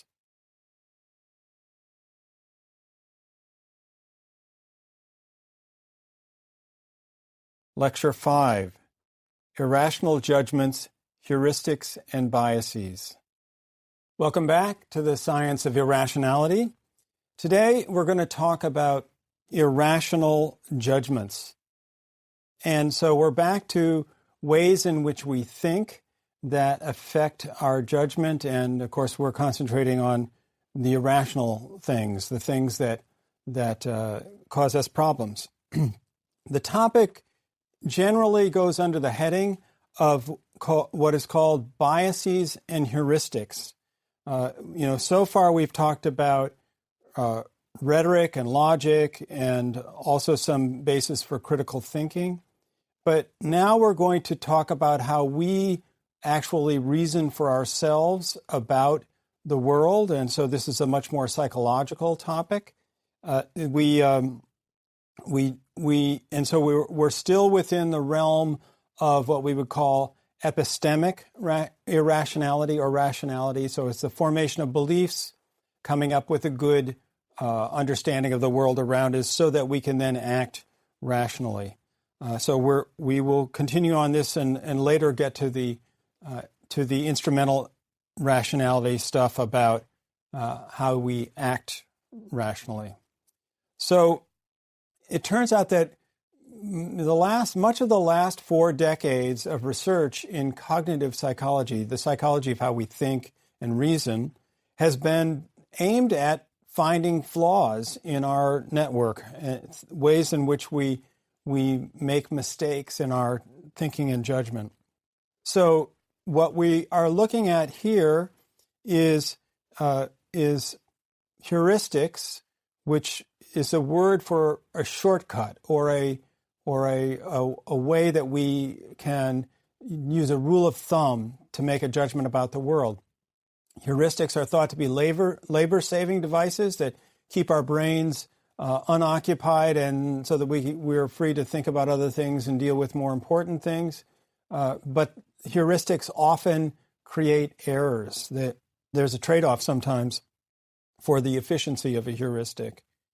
We also are going to be concerned with biases. Now, a bias is a systematic way in which we see the world wrong, leading to one side or the other, not unlike the way we think of biases in other cases. But either way, heuristics and biases can lead to problems with making errors and bad judgments. So I'm going to start with an example that comes from that's mathematical. Many of the things that we deal with in the world involve making judgments about how likely something is to happen, the probability of an event. We may not think of it that way, but often it is, and sometimes it does involve actual numbers, and this example will, but I think it'll be simple enough that we can all follow along. Okay, so here's a famous example. Imagine that there is a disease which has the clever name of the XYZ disease. And so here's the factual information I'm going to give you, and we'll solve a problem together afterwards. First of all, we know for a fact that approximately 1 in 1,000 people has this disease. So that we know. Now, we've developed a test for the disease, and everything hinges on this test. This is a problem about that test, to try to identify the people that have the disease. Here are the things we know about the test that's available. First of all, if you have the disease, then the test always finds that. So in that sense, the test is always very accurate. But the test also has a 5% false positive rate. So 5% of the people who get the test will get a positive test indicating that they have the disease when in fact they don't. It's a false positive. Here's the crucial question for that problem. You have the information. The crucial question is, if Joe has a positive test, what is the probability that Joe actually has the XYZ virus? The answer is 2%. Most people say it's 95%. Most people think it's a much higher number. So 2% chance that he actually has the test. Follow along with me, and you'll see why that's the case. Remember that the base rate, we know that the disease occurs in 1 out of 1,000 people. So if we give the test to 1,000 people, we're going to get one true positive result. One person who actually has the disease will get a positive result. But given that there's 1,000 people getting the test and a 5% false positive rate, there will be 50 people for whom there's a positive test and they don't have the disease. So 50 out of 100, roughly 2%. And so the chances that Joe actually has the disease is approximately 2%. 1 person out of 50 or 51 who will get positive tests. So this is a case where the base rate of the disease being so rare, and yet there's this false positive rate of 5%, really blows the situation off kilter. And it can be changed by changing the base rate. If we understand that if the disease were much more likely, then our accuracy of the same test would be much higher. So let's change the problem slightly, and let's say that instead of 1 out of 1,000 people, it's now 100 out of 1,000 people who carry the XYZ virus. If that's the case, when we now give the test, we're still going to have the 50 false positives, right? Because 5% of 1,000 is 50 false positive tests. But remember that it always gets a positive test if the person has the disease. So we've just decided that out of 1,000, now there would be 100 people who actually have the disease. So that's 100 more positive tests. So we have 100 genuinely positive tests, 50 false positive tests. Now for any given person who gets a positive test, their probability of actually having the disease has gone way up to 2/3, to 67%. So when we're thinking about things in life, this is a mathematical example involving a disease, testing a disease, and it seems, when you hear the first version of it, it seems very counterintuitive that there's only a 2% chance that the person actually has the virus. But this is an example of the way in which sometimes we neglect to look at the base rate, the average likelihood of an event, and take that into account. This is a fallacy, by the way. It's called the base rate fallacy, and we will run into it again in other forms that are perhaps less mathematical, less medical in nature. So let me move on to another example that shows the way in which we reason badly using these heuristics and biases. This is a much more clear example, I think, for you. It will be easier than very few numbers involved. But I want to stop and say that this whole line of research, this area that I'm getting into now, heuristics and biases, is associated with two very famous psychologists. One is Daniel Kahneman, who wrote the best-selling book Thinking Fast and Slow, which was about this research, and his longtime partner and collaborator, Amos Tversky. Kahneman and Tversky are credited with having established this area as an area that shows how we, in fact, reason inaccurately. And they are also responsible in a large degree for the launching of the new field of behavioral economics, which looks at our individual psychology and how it affects our economic decisions. So they are important figures in this area. So let's move on now, and I have a different example for you. Listen to this little portrait of a person, and then I'll ask you a few questions about that person. This is Linda, and Linda is 31 years old. She's single, outspoken, and very bright. She majored in philosophy, and as a student, she was deeply concerned with issues of discrimination and social justice. And she also participated in anti-nuclear demonstrations. Okay, so that's our portrait of Linda. Now, the people who were in this study, where this example was used, were then asked a number of questions about Linda, and were asked how likely they thought it was that Linda fit this description. So the first question, one of the questions was, Linda is active in the feminist movement. So people would rate that. How likely is that? Another question was, Linda is a bank teller. Again, people would rate that. And finally, one of the questions was, Linda is a bank teller and active in the feminist movement. Okay, so those last two questions were the crucial questions. Some of the others are less important, but the crucial questions were, Linda's a bank teller, and Linda is a bank teller and active in the feminist movement. When Kahneman and Tversky first used this example in a study, they found that 85% of their participants said that Linda being a bank teller and a feminist was more likely than Linda being a bank teller. Now, if you pause for a minute and think about that, you'll realize that can't be true. That is absolutely impossible. In fact, it's something we call the conjunction fallacy. So why is it false? Why is it untrue? Why is it not possible? Because if you think about those Venn diagrams you used to do in school, and you think about the Venn diagram for bank tellers, one circle, and the Venn diagram for people active in the feminist movement, another circle, well, there would be some overlap between the two, but the overlap cannot be bigger than either of the circles.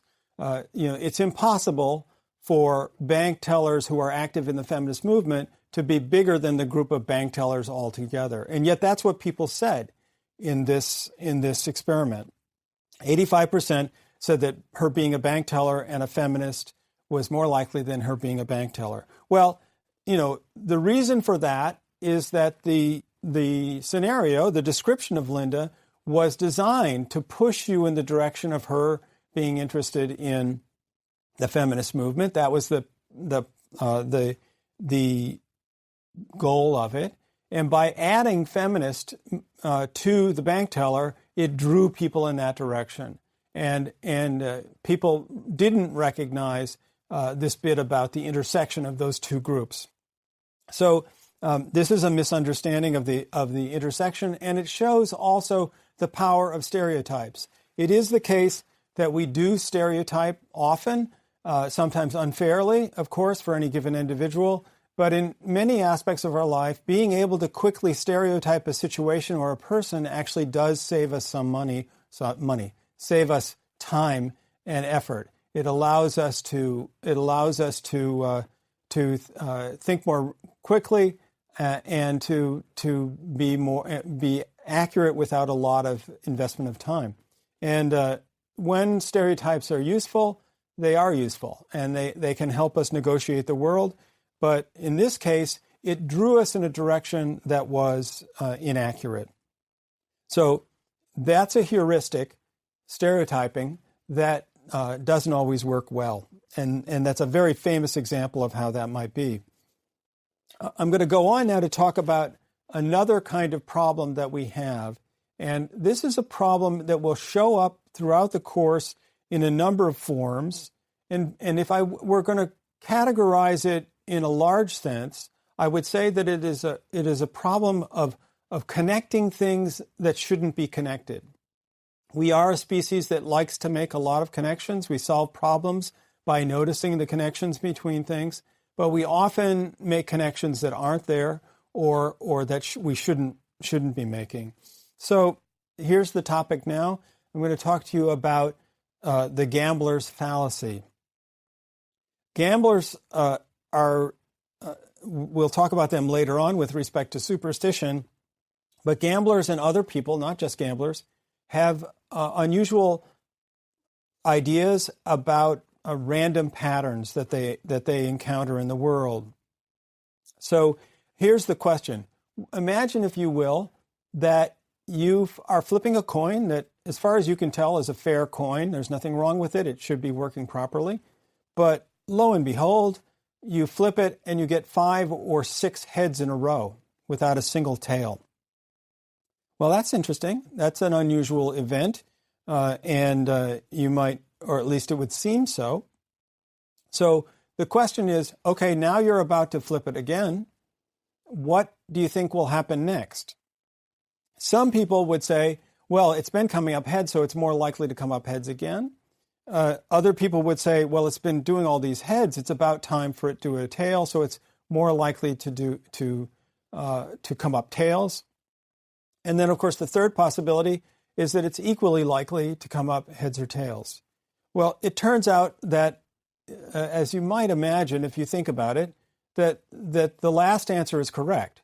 That it's equally as likely to come up heads or tails. There's no bias in any direction. There's no pull in any direction. In fact, if you think about it, the coin doesn't know what it's been doing all along. It has no memory of those events. It just knows it's flipping, if it knows anything at all. I've anthropomorphized a little bit there, but you understand what I'm saying. So it is true that we tend to think that things should even out, and that it is true, as you can imagine, that in the long run, if you were to do 100 or 1,000 or 10,000 coin flips, we would expect that they would more or less even out to approximately 50%. And if they don't, then it means there's something wrong with the coin or the way we're flipping it. So yes, but in any given individual flip, the probability is just the same as you would expect. So gamblers, unfortunately, don't always buy into that. They think that their number is due to come up because it hasn't for a while. And they make a false connection between the past events and the current one. It also shows up in other parts of life too. It's a very, if any of you are baseball fans, you probably know it's very common for a sports announcer to say, Mookie Betts is due for a hit. You know, he hasn't had a hit yet today, and he's a good hitter. He's due for a hit. Well, he's no more due for a hit than any other time he comes to bat. The past events do not have any effect on the current event. So this is an error of independence, of not recognizing that each of these events is independent of the other and does not alter the probability of the event. So just because your roll of the dice has not come up in many, many rolls, it doesn't mean that it's more likely to come up in the next one. There's an interesting phenomenon that actually has a little bit of controversy associated with it that is relevant to this topic, and that is the principle of the hot hand. In basketball, and this has been a long line of research, believe it or not. Psychologists find unusual things to study, and one of them has been the hot hand. So what is the hot hand? If you play basketball, you may know that there's a belief that at various times certain players, quote, get hot. They got very hot, and there have been some famous players over the years who are known to be streaky players who would get hot, and what that means is that it seems as though no matter what they do, the ball goes in the net. They can't miss. And according to basketball lore, when that happens, the correct response to that situation is to give the ball to that person every time and give it to them. They're hot. Let's take advantage of that and drill as many baskets as possible.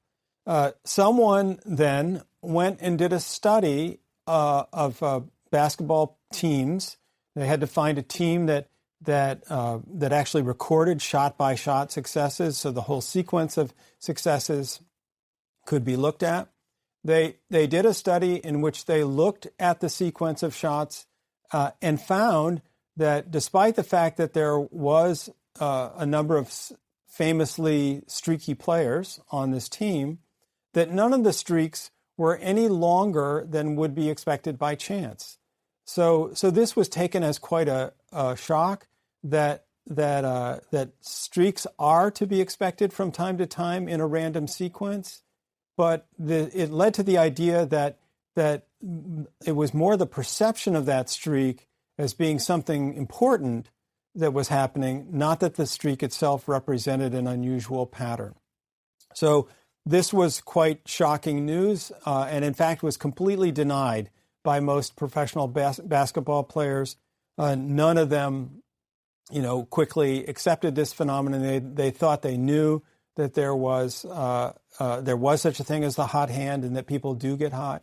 And so once again, psychologists were poo-pooed and disrespected, sadly.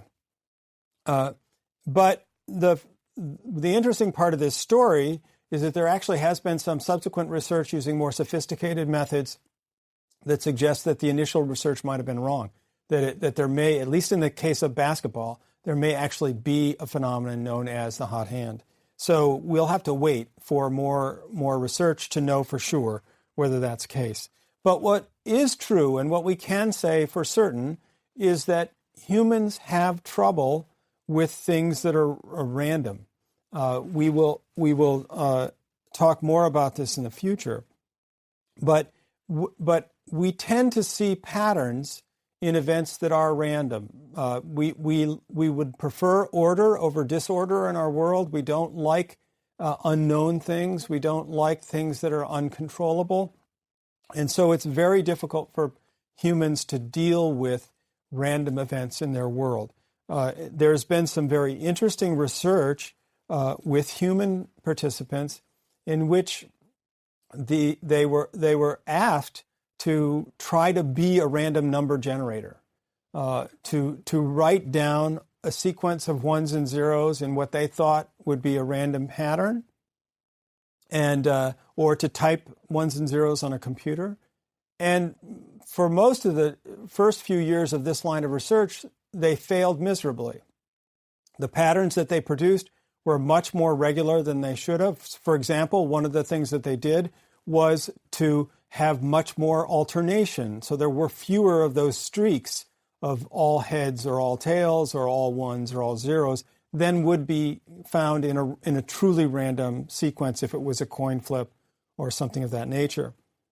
So humans find it very difficult not only to deal with randomness, but to be random, like a coin. It was eventually discovered, a researcher named Alan Nuringer discovered that if you put people down at a computer and actually gave them direct feedback in the moment while they were working as to how random the sequence was that they were producing by typing ones and zeros, people could, after a long period of training, learn to be indistinguishable from a random number generator. So it is possible, but it doesn't come easily for us. And so our dealing with randomness is difficult. We see things in random patterns that aren't there, and it can lead us in all sorts of odd directions.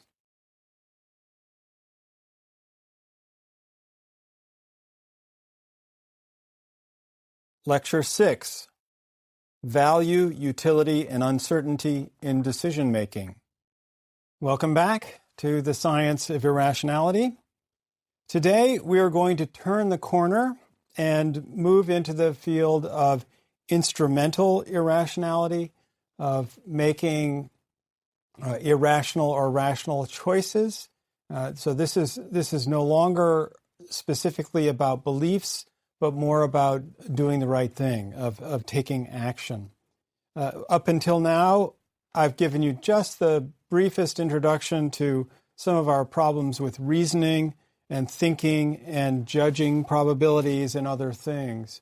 And I would recommend any of you want to learn more about that you pick up Daniel Kahneman's book, Thinking Fast and Slow, which covers much of this territory in a very readable fashion. So for now, we're going to put aside the epistemic irrationality and move on to deciding, choosing, and acting, or instrumental, moving beyond beliefs. We did kind of cross the line a little bit. We have from time to time, in our talk of gamblers and batters and so forth. But of course, the line is kind of fuzzy. Sometimes the beliefs and actions are one and the same.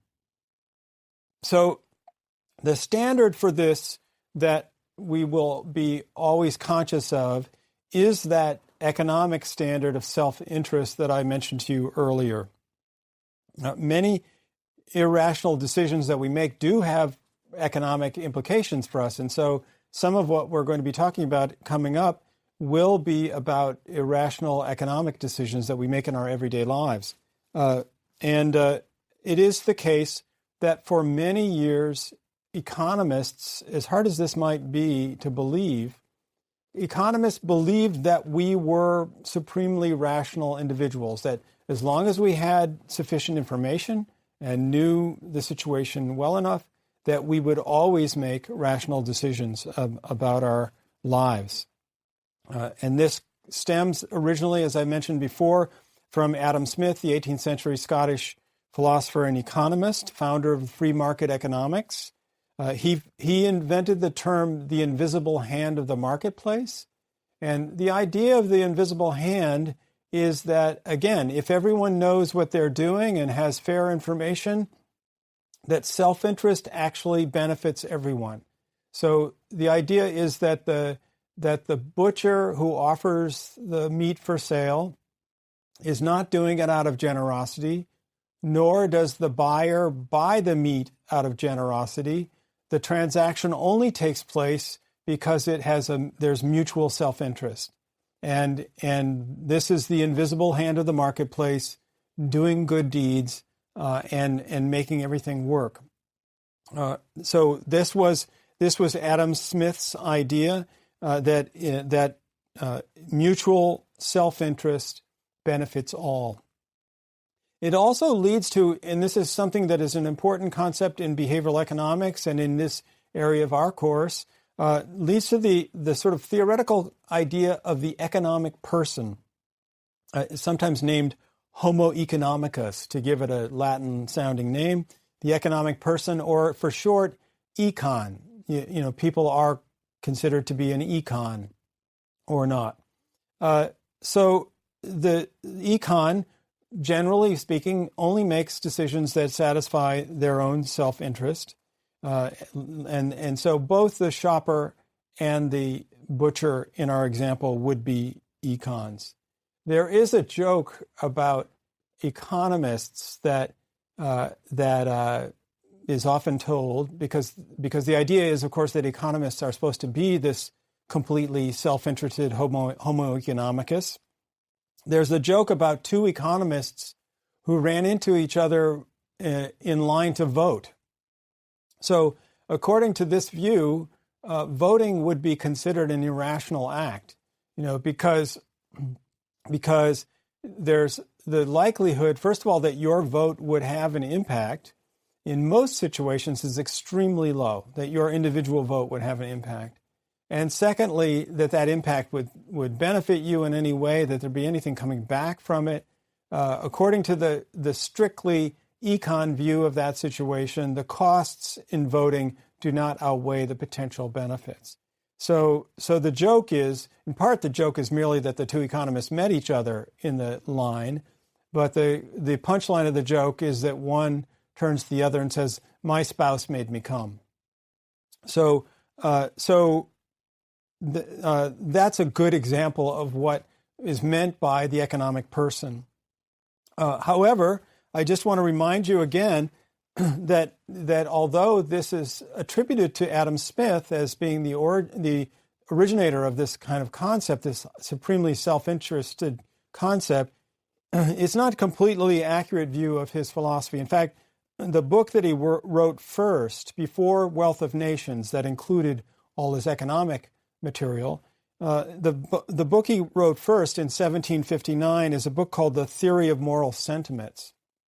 And the Theory of Moral Sentiments opens up the very first sentence with is the following: "How selfish soever man may be supposed, there are evidently some principles in his nature which interest him in the fortune of others, and render their happiness necessary to him, though he derives nothing from it except the pleasure of seeing it." So this is really an important concept to keep in mind, that of course the self-interest standard may be important for economics, but there are many times in life when people care about others and their own satisfaction comes from seeing others succeed, even when it has no direct effect on them. I mean, the obvious example of this, of course, is parents and their children. Parents, who of course want their children to succeed, but you could argue that there are tangible benefits for the parent in that circumstance, so it's not so surprising. But it's also the case that many people, many of us, care about total strangers, people we will never meet, and so we make donations or we do other things to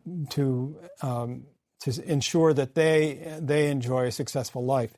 So I think Adam Smith was right about that, and it is not always mentioned that he had this other part of his philosophy as well. So many of the problems that we have in making good decisions, economic decisions, involve uncertainty or risk, where we don't know what the outcome will be for certain. We might be able to judge the likelihood of various outcomes, but they're not certain. And there are a number of problems that we encounter in these probabilistic circumstances. Other times, of course, and we should mention that many times the outcome is certain.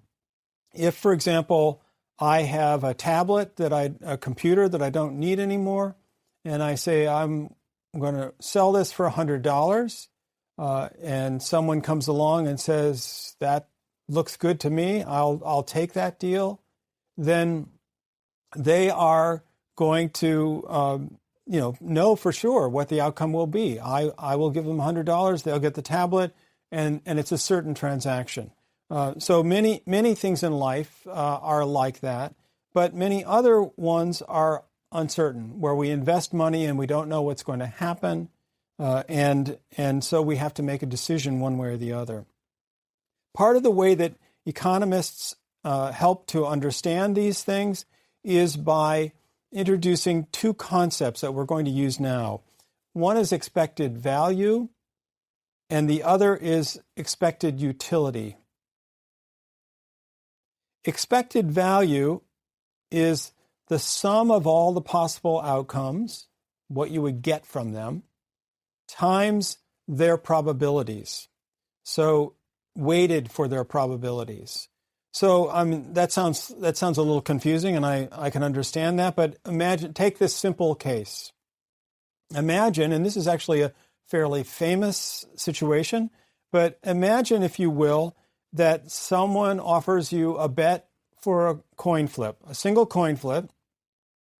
If the coin comes up heads, you get $200. If the coin comes up tails, you pay $100. Well, the numbers are in the right direction there. That it seems like it's something you should consider. Turns out, I wonder whether you would take that bet or not. It turns out that many people would not take that bet, even though it seems like it's tipped in your favor. Well, one way that we can evaluate whether it's tipped in your favor or not is to conceptualize that bet in terms of its expected value. So what we do is take the probability of each outcome and multiply it times the value of that outcome, and then add up all of them. So it would be 0.5 times $200, because it's half a chance that it's going to come up heads. 0.5 times $200, that's $100. The other option is 0.5 times negative $100. That's what you would have to pay. So that's a negative $50. And you end up with the idea that the expected value of the whole gamble is a positive $50. So that sounds good. That sounds like something you should do. But it turns out that a lot of people won't do that. And one of the reasons why that's true, we can learn one of the explanations for that reluctance is based on the idea of expected utility. So let's move on to that now. But before we do, I have one other story I want to tell you about that wager. So it turns out that $200, win $200, lose $100 wager was proposed by Paul Samuelson, who was a Nobel Prize-winning economist. And so he asked the question, would you take that wager? He said, would you take a heads you get $200, tails you lose $100 wager? And the person he asked was another economist. So he proposed that question to this guy, and the other economist said, no, I wouldn't take that bet, which, by the way, lots of people are in his camp. It's the second part of his answer that is the interesting part. He said, no, I wouldn't take that bet, but, he said, I would take 100 of those bets. And he said, especially if you didn't make me watch while the coin flipping was taking place. So this is a really interesting story that gets at a psychological problem that we will talk about more soon. But the idea here is that the loss of $100, somehow the person is reluctant to do that, even when there's a chance of winning $200. The loss is something that people are reluctant to do. But the clever economists said, well, if I do the coin flip 100 times, the likelihood of my losing overall is extremely low, right? that in 100 coin flips, even if there are some streaks and the coin flips are not entirely even, that $200 win each time the heads came up would probably keep me in the good condition. And my chances of ending up with a loss are low. It's not impossible. It's definitely not impossible. He could be in a situation where it came up tails 75 times or 80 times, and he'd be in trouble. But the likelihood of that is very low, and so he said he was willing to take the bet. Well, we will come back to that. That reluctance to take that bet is something that has been looked at by other psychologists later on, and it is something that we need to understand better if we're going to be rational in our decisions about money and wins and losses. So before we get there, I'm going to talk to you now about the topic of expected utility. And utility is a different concept than value. Value is just the face value of a transaction. That's why we figured out that coin flip was worth an expected value of a positive $50. But this is more about what that bet means to you personally. The utility or satisfaction or happiness that you would get from that gamble. And this is the next stage of what really matters in economics. More than value, it's utility. How much is a change or a purchase or a bet going to mean to you in terms of life satisfaction or happiness? So to illustrate this concept, I'm going to tell you another little story. Imagine that you play the lottery this Wednesday. So you go, you play the lottery, and lo and behold, you win $1 million. Okay? You like this story? You win $1 million, and you are ecstatic. Now, I'm assuming that you're not already a millionaire or a billionaire, but assuming that you're just a regular person, winning $1 million would make your day, right? You'd be very happy. You would run to the bank with the check, deposit it, and be a very happy person, right? Okay, now the scenario is not over. Imagine that you go along, and Wednesday comes up again, and you say, well, gosh, I won $1 million last week. Maybe I should play the lottery again. So you buy a lottery ticket, you play the lottery, and lo and behold, you win another $1 million. And you're just like so excited. And you're like, I can't believe this. I now have $2 million. And so you go to the bank and you put the money away and so forth. Now, this is a very unlikely scenario, of course, but imagine that it goes on for a couple of weeks. And each week, whatever the circumstance, people probably would be getting angry with you at some point. But let's assume that, 4 or 5 weeks into it, you're still winning $1 million each Wednesday. I would argue that by the time the 4th or 5th Wednesday came along, you might be a little bit more casual about that. It's like, yeah, I'll get to the bank when I get a chance. I'm already a multimillionaire. It's nice to have another million, but it was that first million. You know how they say the first million is the most satisfying. This is the concept of what we call diminishing marginal utility. The idea is that the change from 0 to 1 million created tremendous utility for you, was a great satisfaction for you. The change from 1 million to 2 million, still really good, but clearly not as good as going from 0 to 1 million. And each additional million, while a happy event, no question about it, does not add an equal amount of satisfaction or utility to you.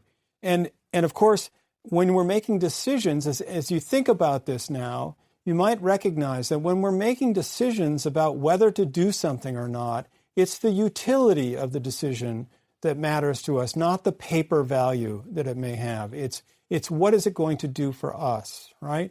And so I mean, just as gaining $1 million, if you start from 0, is a huge thing, you can also imagine that for a multimillionaire, losing $1 million would not be that big a deal, or at least not, certainly not as big a deal as for someone who only has $1 million, right? Going back to zero would be horrible. So all of this is about the marginal utility curve and the fact that as we go on, the additional utility of an additional gain is smaller. You may be getting tired of some of these money examples, but this concept also plays out in a number of other areas of life. For example, that first bite of ice cream is tremendous, right? Or if you prefer, that first bite of strawberry cheesecake is tremendous.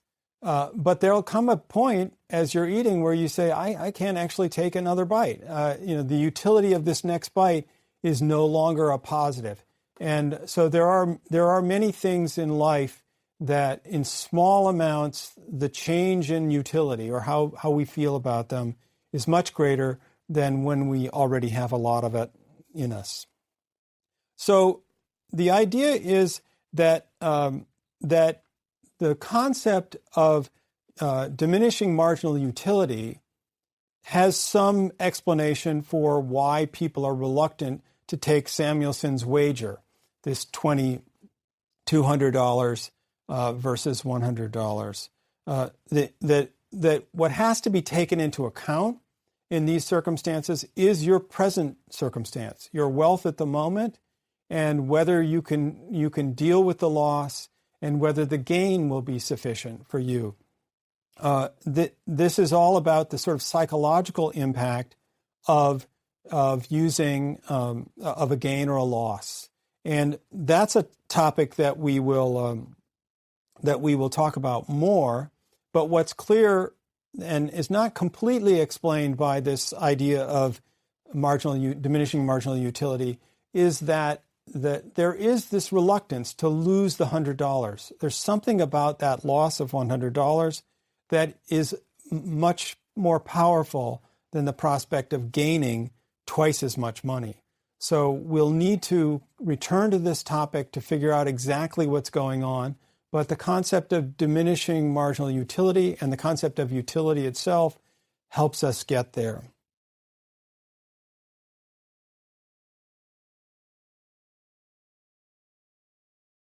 Lecture 7, Irrational Decisions, Anchoring, Framing, and Loss Aversion. Welcome back to the Science of Irrationality. We're going to go on in this lecture to discuss irrational decisions. This is still part of the instrumental part of irrationality. And so I'm going to start off today by talking more about these kinds of bad connections that we make, situations in which we connect things that shouldn't be connected, and sometimes those are very sticky connections. We can't disconnect them when we should.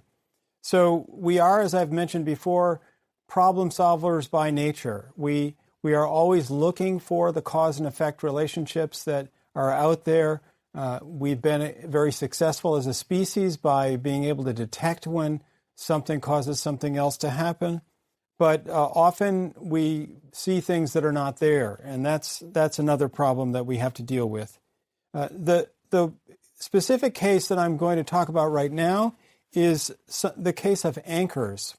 And anchors are where an example of where the power of a suggestion, a specific sort of starting point, gets us stuck on it. We cannot disconnect ourselves from it when we should. This is a concept that was introduced again by Kahneman and Tversky, the two psychologists who are so important to behavioral economics. And so one of the classic examples of this was a little experiment they did that was quite simple. They set up a roulette wheel, but unknown to the people in this experiment, the roulette wheel was rigged. And it was rigged so that it only stopped on one of two numbers. It either stopped on 10 or on 65. It had a total, circle of 0 to 100, but whenever it was spun, It only stopped on either 65 or 1 and that 10, and that was random. You got one or the other. Obviously, they didn't let people spin it multiple times, or they might have figured it out. So the idea was that a subject would come into the experiment, would spin the wheel, and then they were asked to write down whatever number resulted. And then here's the part that was interesting. Having been essentially assigned a random number of 10 or 65, they were asked the following question: is the percentage of African nations among UN members larger or smaller than the number you just wrote? Okay, so the number they just wrote was random, and they knew it was random. It should not have affected the way they answered the question about the percentage of African nations in the UN membership. But it did. It turned out that when then also asked the question, what's your best guess of the actual percentage of African nations in the UN membership, the people who saw who got the number 10 on the roulette wheel said the number was 25, and the people who got the number 65 on the roulette wheel said 45. So there was a 20% difference in their average responses to this simple question of how many nations there were.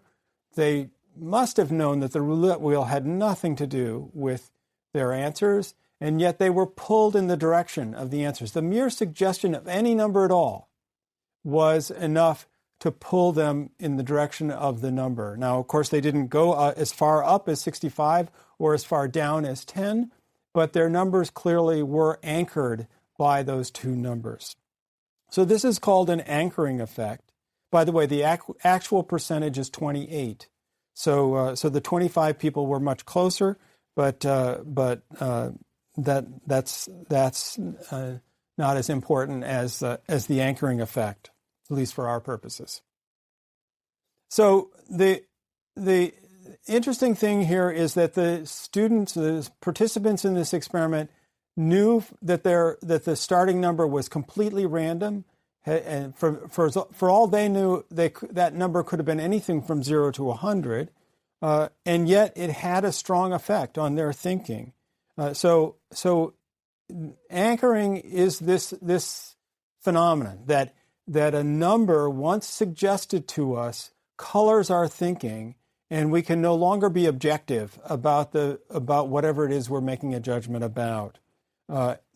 The idea of the anchor is the number that's suggested, and the process of trying to move away from it is called adjustment.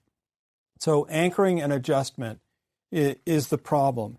And in both these cases, in the African nations case, the movement was towards the middle, towards a center point, but it was very much affected by the initial anchor that was given.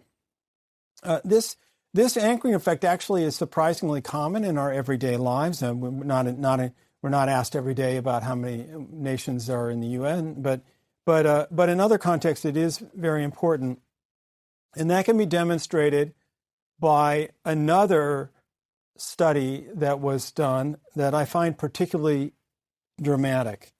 So a group of researchers set up a real-life situation in which they asked experienced real estate agents to judge the value of a home. It was a set-up situation. They had control over it, and so everyone was given quite a bit of information. The real estate agents got a 20-page packet of information about the home. They went to the home, and they got a chance to walk around and inspect the home. All of the agents had that information available to them. The crucial manipulation was that half of the agents also saw the current listing price, not the appraised value, but the price that the house was being the asking price for the house.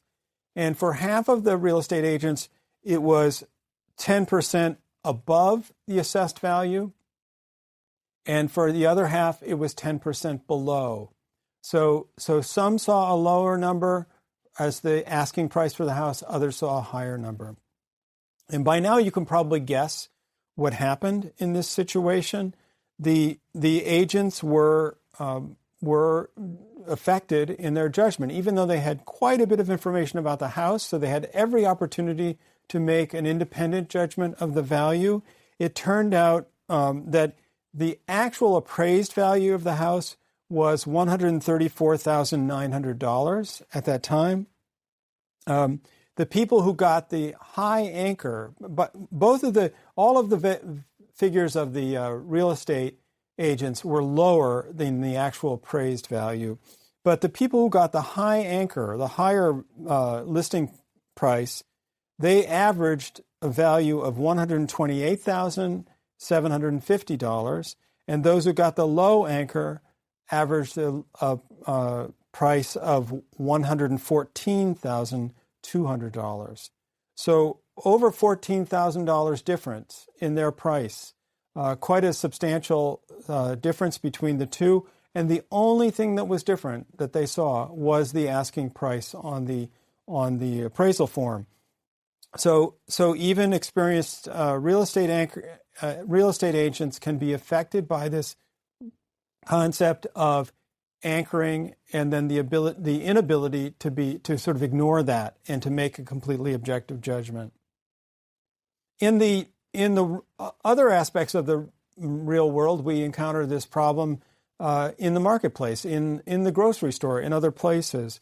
You I'm sure have noticed that in many grocery stores, items are offered in quantity pricing, where someone will say that you can get it, 3 for $5. Sometimes in those situations, there's a volume discount, where if you buy more than one item, the cost is lower. And in those cases, it may make sense to be encouraged to buy more if what you are trying to do is to get more for your money. But oftentimes that's not the case. In fact, I would argue that the majority of times that we encounter this quantity pricings where they say 3 for $5 or 4 for 20, whatever, there is no discount being offered. It's merely a suggestion in the way the price is given. It's a little bit harder for people to figure out what an individual item would be, and so there is a pull by the anchor to get us to buy more than we actually set out to buy when we first went. This effect is quite. It's been studied, as you can imagine. There's a lot of research that goes on in grocery stores, and so this has been studied, and it is proven to have an effect. It's even totally irrelevant kinds of anchors have been shown to work. For example, there was once one study in which there was some item that was offered in the store for sale, and the sign next to it said, in one condition of the experiment, the sign next to it said, "Ship to the store in boxes of 12." That's all it said. And other times there was no such message. Well, who cares how many it was shipped to the store in? It doesn't matter to us. That's like a whole other story that we don't care about. But it turned out that the mere mention of 12 was enough to get people to buy a few more of those items on average than they would without that message. So it was a small effect. It wasn't like they were buying 12, but it did affect them. And so these anchors are a real thing, and they do affect our behavior in ways that isn't rational. You should probably recognize, I think most of you probably know, that in most states, unless they also advertise that buying just one item is going to cost you more, that if they say 3 for $5, they have to give it to you for that average price of $1.67. So this is clearly a marketing ploy that makes use of anchors.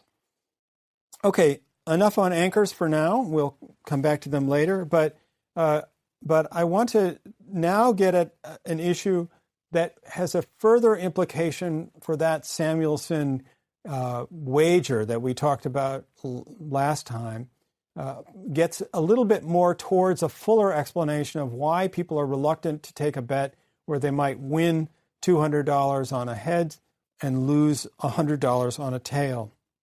And this is a famous problem, again, from Kahneman and Tversky.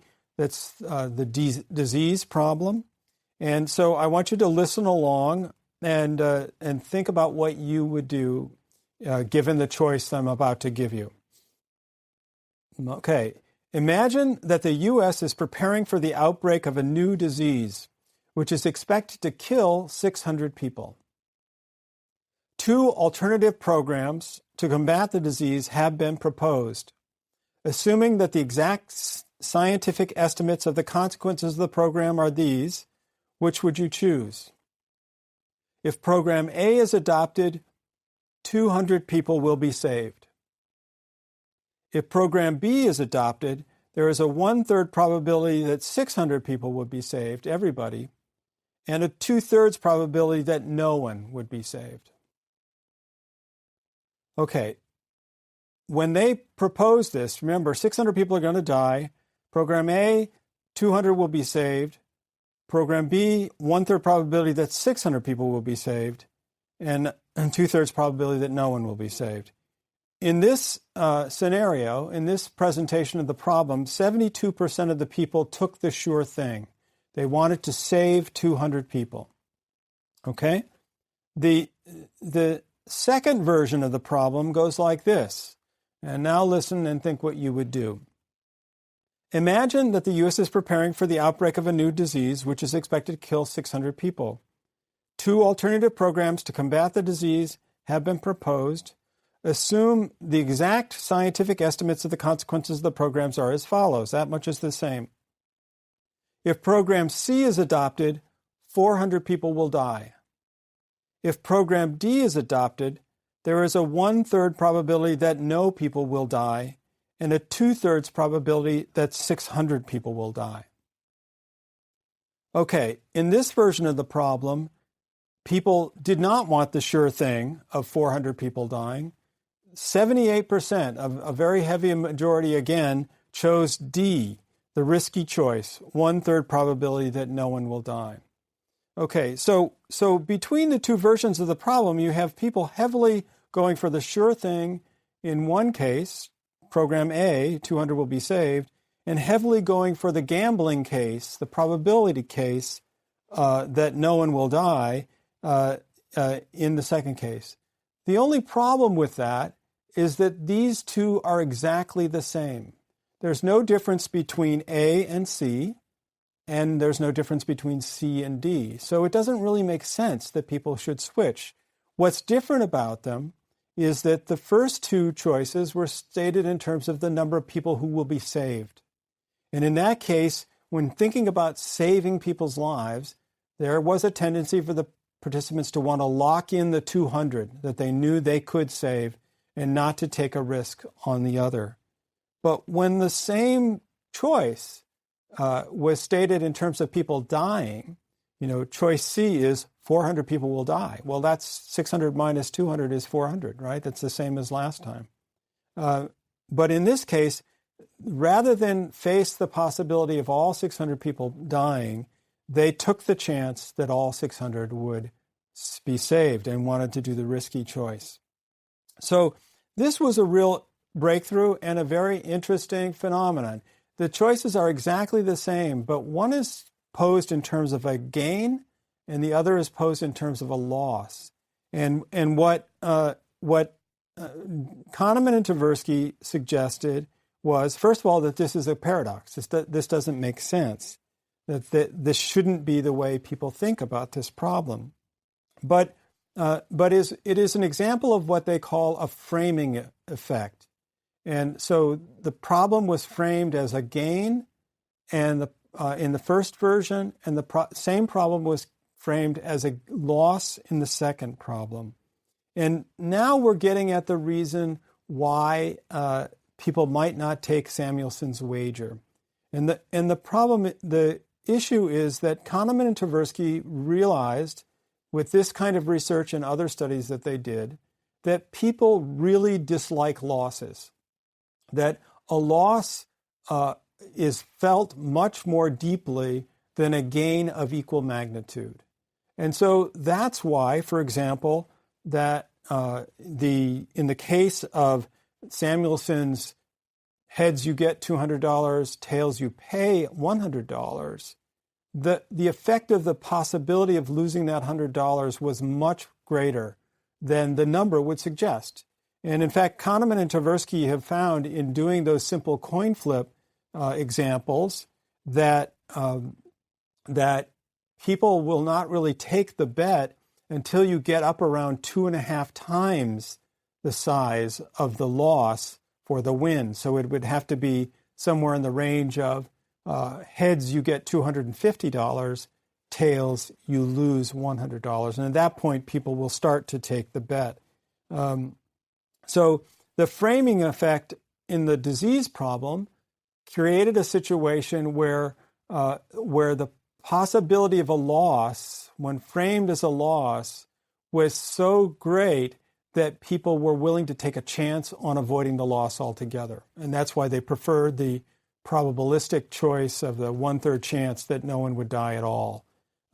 When framed in terms of a gain, people wanted to lock in their gains and not have to worry about them. And this turns out to be an extremely powerful effect in our lives. It is called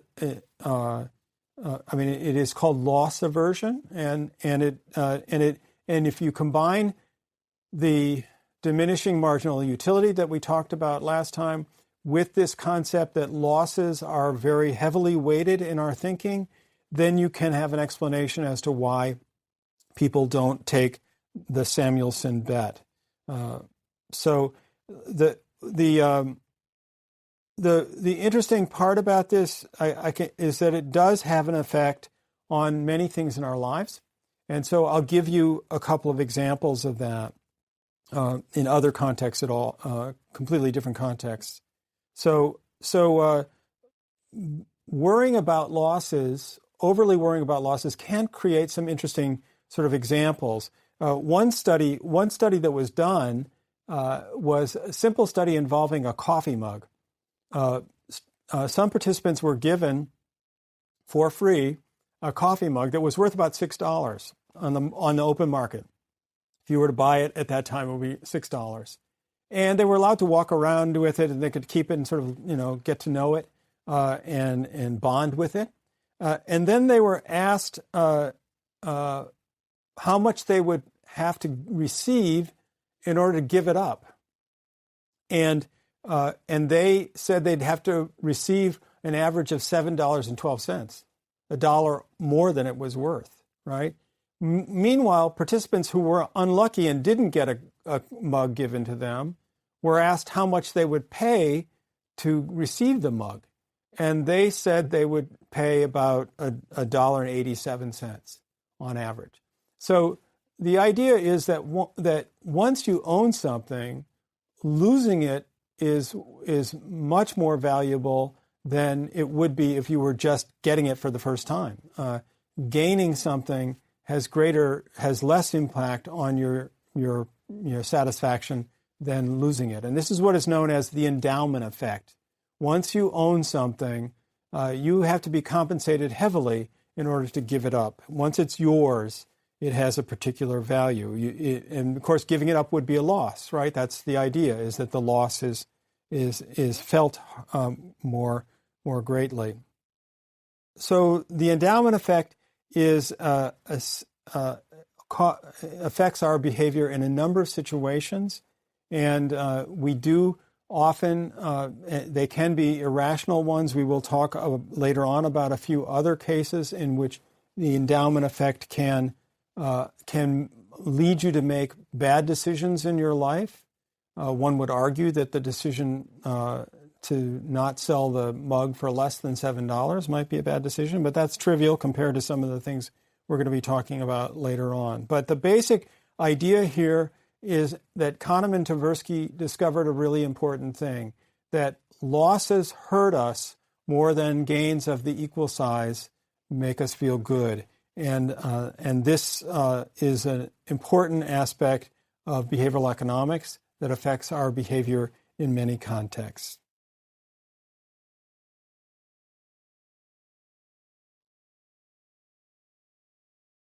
Lecture 8, Two Brains, Dual Process Theory. Welcome back to the Science of Irrationality. Today, we're going to talk about a way of thinking about all these errors, these cognitive errors that we are realizing that we make from time to time. And so I'm going to give you an overview of something that is itself a heuristic. It's a metaphor for something that seems to be happening in our reasoning. And it's called a dual processing theory. And it comes under the label of System 1 and System 2. Very clever names, aren't they? System 1 and System 2. Basically, this theory, this dual processing theory, suggests that we are at all times of two minds. And keep in mind, this is just a metaphor. It's just a way of thinking about this, but it helps a little bit in understanding. So we have two minds, both operating simultaneously. System 1 deals with certain kinds of problems. It is a quick-acting, intuitive system, emotional, and when it's engaged, we have no real sense of effort involved or concentration. It just goes on its own. System 2, on the other hand, deals with problems more deliberately. We have a sense of effort involved. It's what we use when we do mental calculations or try to figure something out. So it is effortful, requires attention, concentration. And one of the things that particularly interesting for us in this course is that at times, first of all, it's true that System 1 in particular is prone to making mistakes, as we will see, but also that the two systems, System 1 and System 2, can be in conflict with each other and have to sort of fight it out. And those are particularly interesting cases. And we'll talk about those as we go on. So, System 1 activities, just so that you get a sense of what how this framework works. System 1 would be involved in some of the following activities, such as if you meet some people you've never met before, and you want to determine who appears to be the friendliest of the group. It would be System 1 that does that. If you're reading words on a billboard, as they're going by, something that is almost automatic, it is pretty much automatic for most of us. It's almost impossible not to read them if you're looking in that direction. If you're solving a problem like 2 plus 2, right? It doesn't take any figuring to come up with the right answer. Generally, we all know the answer is 5. No, I'm just kidding, 4. Driving also, this is a common example, is driving down a familiar road when there's no traffic. Again, it's almost automatic. It does not require mental effort. Sometimes we forget we've even done it when we arrive at work. And then simple perceptual things like judging which line is longer than another line and so on. So all of those things would be System 1 activities, and you can see that some of them have an emotional component, some of them are just automatic, but they don't require a lot of effort. In contrast, System 2 activities would be things like, if I were to ask you, instead of 2 plus 2 equals, if I were to ask you, what is 24 times 17? Now, that's probably not something that's been memorized and would require some calculation. The answer is 408. But it is something that requires that System 2 part of our brain. I don't want to say brain, actually, part of us. We don't know exactly where it is. It's probably in the brain somewhere, but I don't want to give it a physical location, really. Other System 2 activities might be things like searching your memory for a person's name, something that I have to do more often these days. Counting the number of people in a photograph. Counting is a sort of deliberate task that involves memory and so forth. And then a driving example that isn't automatic, parking a car in a tight space. You would be required to think about what the next thing to do would be and how that would work out. So this is the basic framework of this dual processing model or theory, and we're going to be now able to look back on some of the things we've talked about in this course and see how they fit into this framework and have a sort of understanding of them. And we will use it for some new things going forward too. So it is a useful heuristic. I don't want to give it the status of a physical object, but it is a useful way to think about these things that we do. According to the theory, the goal for System 1 is to save labor. One of the things that is often thought in cognitive psychology is that we have sort of limited capacity, and by that, limited capacities of concentration and effort and being able to do things. And so therefore, if some things can be put on the back burner and be automatic, then that allows the rest of the brain to be free to do the tougher stuff and saves energy. So System 1 activities are quick and relatively easy, and they do employ heuristics. They do employ shortcuts and rules of thumb that may not work in every circumstance, but work often enough to be useful. System 2 includes all of the great powers of human reason and rationality. Everything that we've ever accomplished as an engineering or artistic achievement has required some input from System 2, in some cases tremendous input of System 2. But System 1, we have to watch out for. System 1, for all of its benefits, is capable of errors and mistakes. And so we keep our eyes out for that. Now, looking back, we can point to Linda the bank teller, that problem from the 5th lecture. Here's a case where stereotyping was used as a heuristic, and with the clever wording of a question and a problem, we were moved to make a poor judgment. If System 2 had been engaged more fully from the beginning, we might have caught the inconsistency of our answers in that case, that the bank teller category has to be larger by definition than the bank teller who is also a feminist category. That one by definition must be much smaller, and yet we miss that. That circumstance is called a representativeness heuristic. Kahneman and Tversky gave it a name. The Linda is the bank teller problem is a case where we felt as though she was that being a feminist was more representative of someone with that description that she was given. And so we do make judgments of specific cases on whether or not they are representative of what we think the whole should be, and that can get us into trouble. One way of thinking about the 5 or 6 heads flipped in a row problem is that we know what is supposed to be representative of a random coin flip. And what we know about it is simply that it's supposed to be even 50-50, right? Equally likely.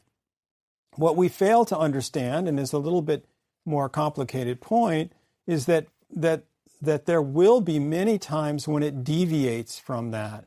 It's unrealistic to expect that a short sequence of coin flips will be representative of what we know the whole of many, many coin flips to be. That's a mistake. And I don't think that humans normally, most of us have enough experience with the long sequences of truly random events to be able to recognize that there are fluctuations, there are long sequences of tails and heads in any random process.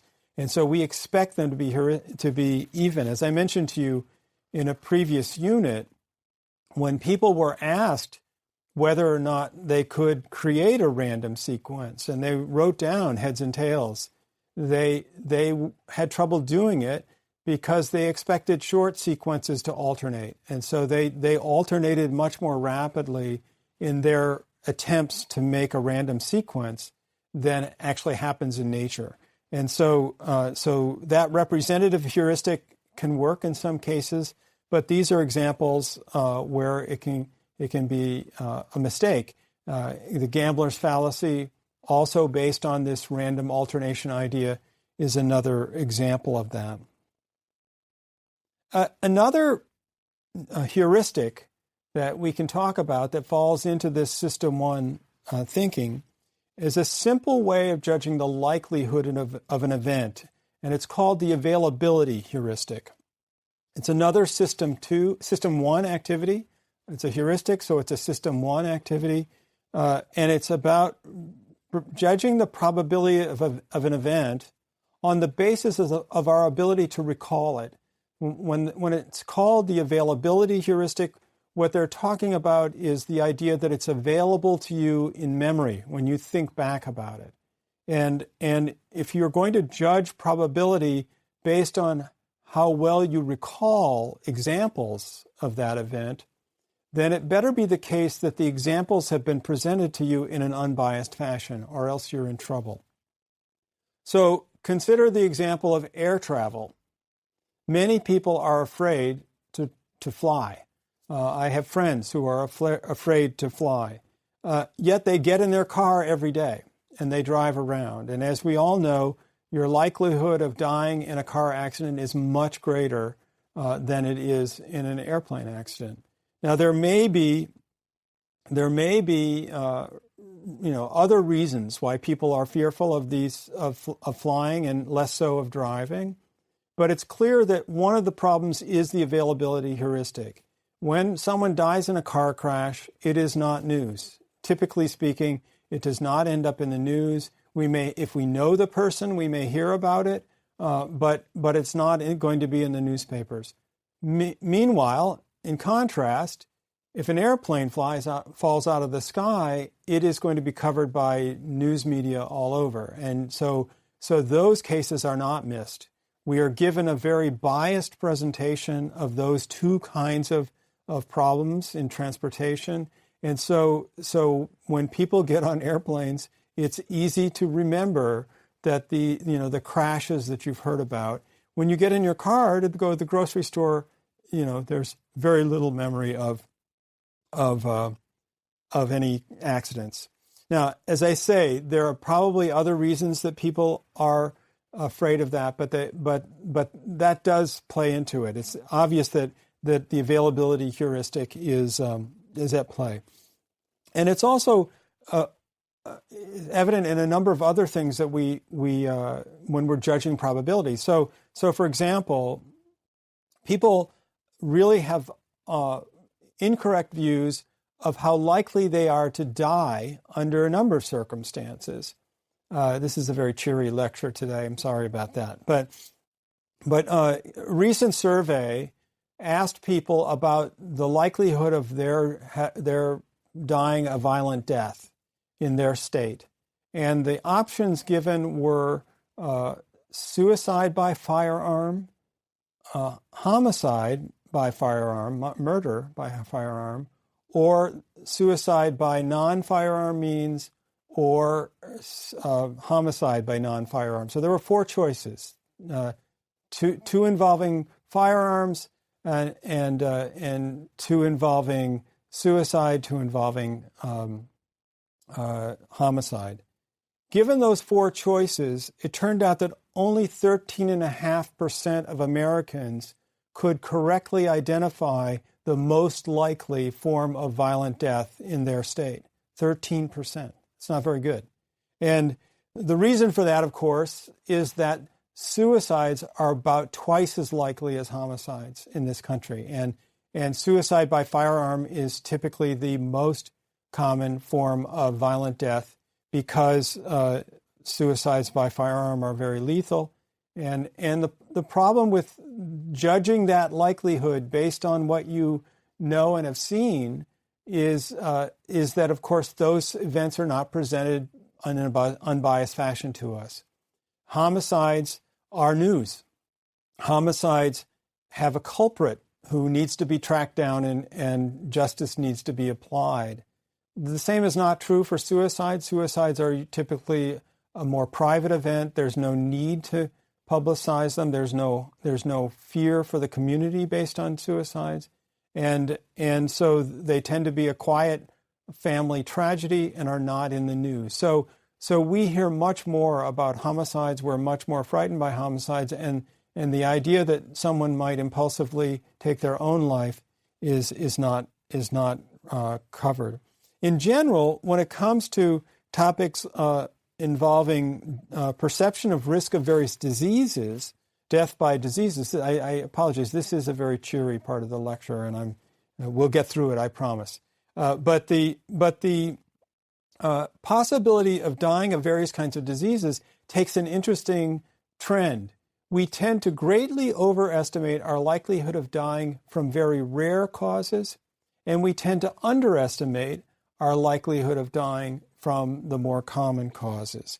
So for example, we underestimate the frequency of deaths by cancer and heart disease, some of the most common methods of death, where we greatly overestimate the rare cases of things like dying of a tornado or a flood or of botulism.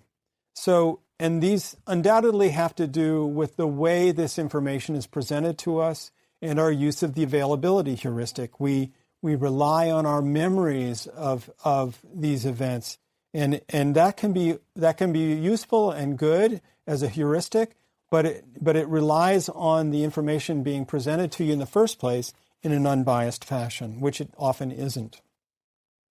Okay, so System 1 can create problems for us, the heuristics that we use. We have errors in judgment. Sometimes it works well. Often it works well, and that's why we continue to use it. But it does rely on certain things, such as availability relies on unbiased exposure to the data. System 2, of course, would prefer to have the actual base rates of events and know the numbers and do the calculations in order to be able to solve the problem. I want to point out that anchoring systems also are a kind of System 1 activity. Many of the tasks involved are System 2, in the sense that we're deliberately trying to adjust away from it, but the placing of the initial anchor is a System 1 kind of problem. And it takes a lot of work to work against it. So this is the case of the real estate assessment, where a number was given and the realtors had trouble adjusting away from it, and things of that nature. I'm going to talk about another kind of problem that we have, a heuristic or bias that we have, which involves money. And this is one actually well known to economists, and it's called the sunk cost problem. And this is, again, a kind of a mental accounting problem. And the same kind of problem of connecting things that probably shouldn't be connected to each other, and being affected by things that we should put aside. So the idea of sunk cost can be illustrated with this classic case. I want to have you listen to the problem, and then you can answer what you would do in this situation. Problem 1. As you are going, by the way, the setup is that you're going to the theater, you're going to see some show, and here's the crucial part of the question right here. As you enter the theater, you discover that you've lost a $20 bill. in this case, you haven't bought the ticket ahead of time, would you still buy the $20 ticket to see the show? So you haven't purchased a ticket yet. It's going to cost $20. As you're going, you look in your wallet and you realize that you're missing $20. You've lost it. Would you still buy a ticket? I think that in that case, in a situation like this, about 90% of people say yes, they still go ahead and buy the ticket. The two are not connected. It's a shame. It's too bad, and it's an equal amount to the ticket cost. But that's not going to change my thinking. In the second version of the problem, you have purchased your ticket in advance. You arrive, as you enter the theater, you discover that you've lost your ticket. There are still seats available. Would you now go ahead and spend $20 to buy a second ticket to replace the lost one and go to the movie or whatever it is, the theater? In this case, many fewer people said they would buy the ticket. 46% in one version of this story said they would buy the second ticket. You should recognize that now that you've heard the two, that from a financial point of view, they're exactly the same situation. You're out $40 no matter what, but the problem is the reason why people were reluctant to go to the theater that they probably would very much enjoy just as much is that suddenly the loss of the ticket is connected with the purchase of the new ticket. And so it is as if the ticket costs $40. Clearly, the person in the first version of the scenario doesn't have any sense that the ticket costs $40. They have correctly not connected it. And the principle of sunk costs suggests that neither person should connect the two. Once you've spent $20, whether it's on a ticket or in losing it, that money is gone. And so it's not relevant to your decision going forward. The only thing that should affect your decision going forward is whether you want to make that transaction or not. And so the very fact that there would be a shift in the percentage of people who would go forward based on these two scenarios indicates that there's a problem, that the people who said no in the lost ticket case were worrying about sunk costs. So this is a common problem, and it does cause a difficulty in real life. I will give you examples of this, but it has long been thought that by economists long ago, as well as behavioral economists more recently, that you should not allow costs that are gone and can't be returned to affect your decision making in the future. It's a tough thing to do in certain circumstances. We're all human, and we can understand. We make connections, sometimes connections that we shouldn't, but it is true. So these are some examples of things that come from our dual processing makeup, and so this will help us going forward because I think you can recognize that that there are errors that System 1 makes, and that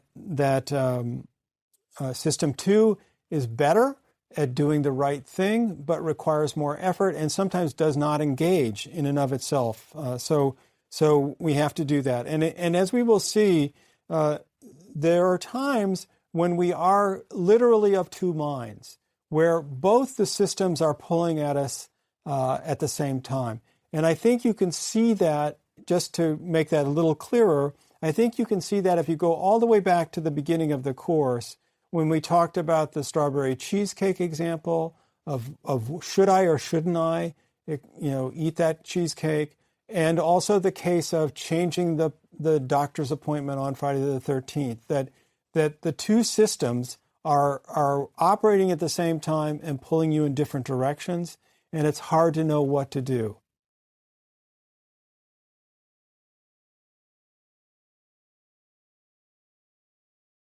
Lecture 9, Delay Discounting and Self-Control. Welcome back to the Science of Irrationality. Today, I'm going to be talking about economic irrationality, and so we are into the instrumental rationalities section. We're now beyond belief and into actions that are irrational. So I'm going to start by having you think about a little choice that I'm going to offer you. This is imaginary. I'm sorry to say there's no real money involved. But imagine, if you will, that I'm holding two envelopes. And one of them contains $20, and the other one contains $25. And I'm going to give you the choice. You can choose which envelope you want. It's too bad that this can only be imaginary, but I'm guessing that unless I'm mistaken, you will want the envelope with $25 in it. In fact, if you don't want the envelope with $25 in it, I'm a little concerned about you. But that's not where the problem ends. So I'm now going to change the question and ask you again, what if I have two envelopes, one has $20 and the other $25, but if you choose the envelope with $25 in it, you won't get it until next week. You can have the $20 now, but if you want the $25, you have to wait until next week. And the way I normally do this is to gradually extend out the time, 1 week, 2 weeks, 3 weeks. And at some point, usually around the 2-week mark, people who are asked this question say, what the heck, just give me the $20 now. I don't want to wait for the $25 2 weeks from now. So having established that crossover point, I then go on and say, well, what if they're both out in the future? What if you now have to wait 2 weeks for the $20 and 4 weeks for the $25, holding that distance between them constant? Or, for example, 10 weeks for the $20 and 12 weeks for the $25. At some point, people usually cross over again.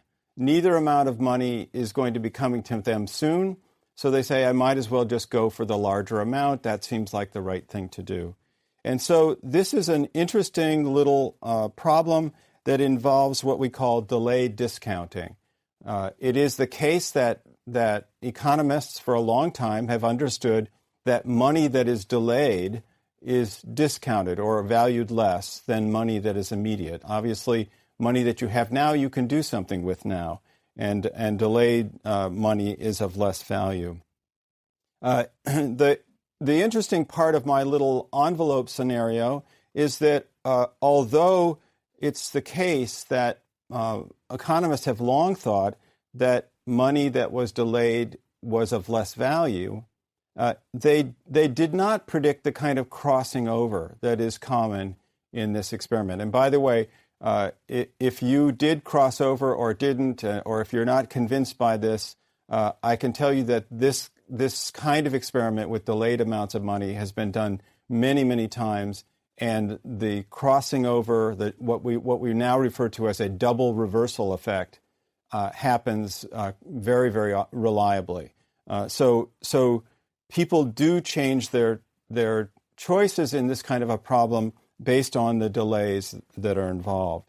And the interesting thing is that according to standard economic theory, that shouldn't happen. Even though they recognize that delays do discount money, the standard view for many years did not predict that people would switch their preferences in the way that I described in this problem. But obviously they do. The reason for this has to do with the function or the curve involved in that discounting operation. So it was believed initially by economists that the curve was an exponential curve. And I'm not going to get into a lot of mathematics here so you don't have to worry about that.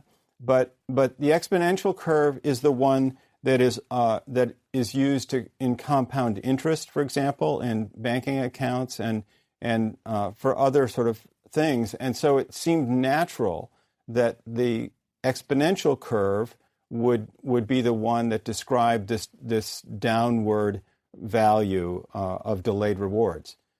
And one of the wonderful things, at least for the economists, was that exponential curves don't cross over. So if you prefer the $25 initially, you should also prefer it when it's delayed over the $20. But when it was discovered that these crossings over happened, it was hard for economists to explain. I should point out that my example involved money and delays, but this also happens in many other contexts, that you get this kind of crossing over. One example that has been used by the psychologist Howard Rachlin is the example of Archie Goodwin's alarm clock. So Archie Goodwin, in case you don't know, is a character from the Rex Stout Nero Wolfe mystery series, a series of mystery books. And so Archie Goodwin was his sidekick and sort of a rough character. And he had a philosophy about alarm clocks in which he said, the trouble with an alarm clock is that it seems sensible when you set it, and it seems absurd when it goes off. So that sort of characterizes this problem of things at a distance look different than they do close up. And so when you're setting the alarm clock and the act of getting up is off in the distance, it seems reasonable, and it seems like you would value getting up more than continuing to sleep at that point. But when the time comes for the alarm clock to go off, that preference switches for many people. I know it does for me from time to time. And so the idea of getting up has changed. The value, the immediacy of sleep is very powerful in that context. And by the way, that causes problems with snooze buttons that end up being punched quite often. Another example that is more like the money example is one that I have often used with my students, and it goes like this. Imagine that when you graduate from college, you're very fortunate, and your parents are going to give you a brand new car. And you have a choice between a Lexus, a brand new luxury car Lexus, or a more practical Toyota Corolla. Both cars are new. Which would you choose? In most of the time, the students who are posed this question say they want a Lexus. I mean, why not? It's a nice car, and that would be great. So then I say, okay, but now I'm going to change the choice. What if the Lexus is used and the Toyota Corolla is new? You see the similarity now between this and the money problem. So, and I sort of age the Lexus. It takes a while, but I eventually age the Lexus. When it gets to be about 10 years old and the Corolla is brand new, many people will switch over and say, come to think of it, I'd rather have a brand new Corolla than an older Lexus. And then, of course, as you can anticipate from the other problem, I start to age both cars. So that now you eventually get to the point where both cars are old and not new, and many students in that case will switch over and say, I'll take the old Lexus rather than the old Corolla, even though the Lexus is older. So it is quite common. There are many other examples where this sort of double reversal effect happens, and it created a problem, as I said, for economics. The standard economic theory was that once you make a set of preferences, you order the things that you like the most and then the next most and the next most, that ordering normally should remain the same because that seems rational, right? Not to switch. And for us to be switching back and forth is a little odd. I mean, I think even in the envelope problem, you have the sense that, there's something off here. Why am I switching back and forth? It seems like the $25 choice is the right one all the time. If you imagine, for example, someone posing this question to you every week, right, it would be a mistake, it would seem, to always be choosing the immediate smaller reward over the delayed larger one. So this posed a problem, and it did, in fact, create sort of a conundrum about the shape of that delaying curve, the way in which the value of a delayed reward or a delayed amount changed over time. So this, as I said, the standard view was an exponential curve, and it did create a sort of more gradual decrease in value over time. But in the 1950s, an economist named Robert Strauss first questioned the exponential curve and said, maybe that's not right. He didn't propose what the actual curve might be, and he didn't do any experiments that would determine that. But he was the first one to sort of open the door and say, maybe this isn't the right way to think about delayed rewards. And then the way in which the correct curve was identified is kind of an interesting story. A guy named George Ainsley was he started when he was an undergraduate at Yale. He was interested in learning, and he did a little experiment with rats, and he was interested in delayed rewards with rats. And he did some research, but he wanted to go on to medical school and become a doctor. And so he had to interrupt his interest in this delayed reward thing. So years passed, he went to medical school, and he found himself in Boston, Massachusetts, and he was in a residency there. And he went over and knocked on the door at the psychology department at Harvard University. And there's a pigeon laboratory there at the time that had originally been run by the psychologist B.F. Skinner and was at the time being run by his student, Richard Herrnstein. And Ainsley said, look, I'm kind of interested in this delay stuff still, and how rewards are diminished by delays. Could I borrow some pigeons and do some research? And Herrnstein said yes. And so this medical student came over, crossed to Harvard and Cambridge, and began to do research. And what he discovered was that the true curve for the effect of delay on a reward is hyperbolic.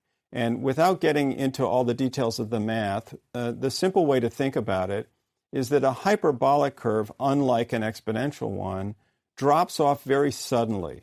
There's a much more sudden drop, even with short delays, than would be the case with an exponential curve. And sort of the hyperbolic curve is sort of squarish looking. It goes down rapidly and then flattens out. And what's also interesting about the hyperbolic curve is that when you have these choices between two rewards, one close and one far away, you do get the crossing over of preferences. So this was a big discovery.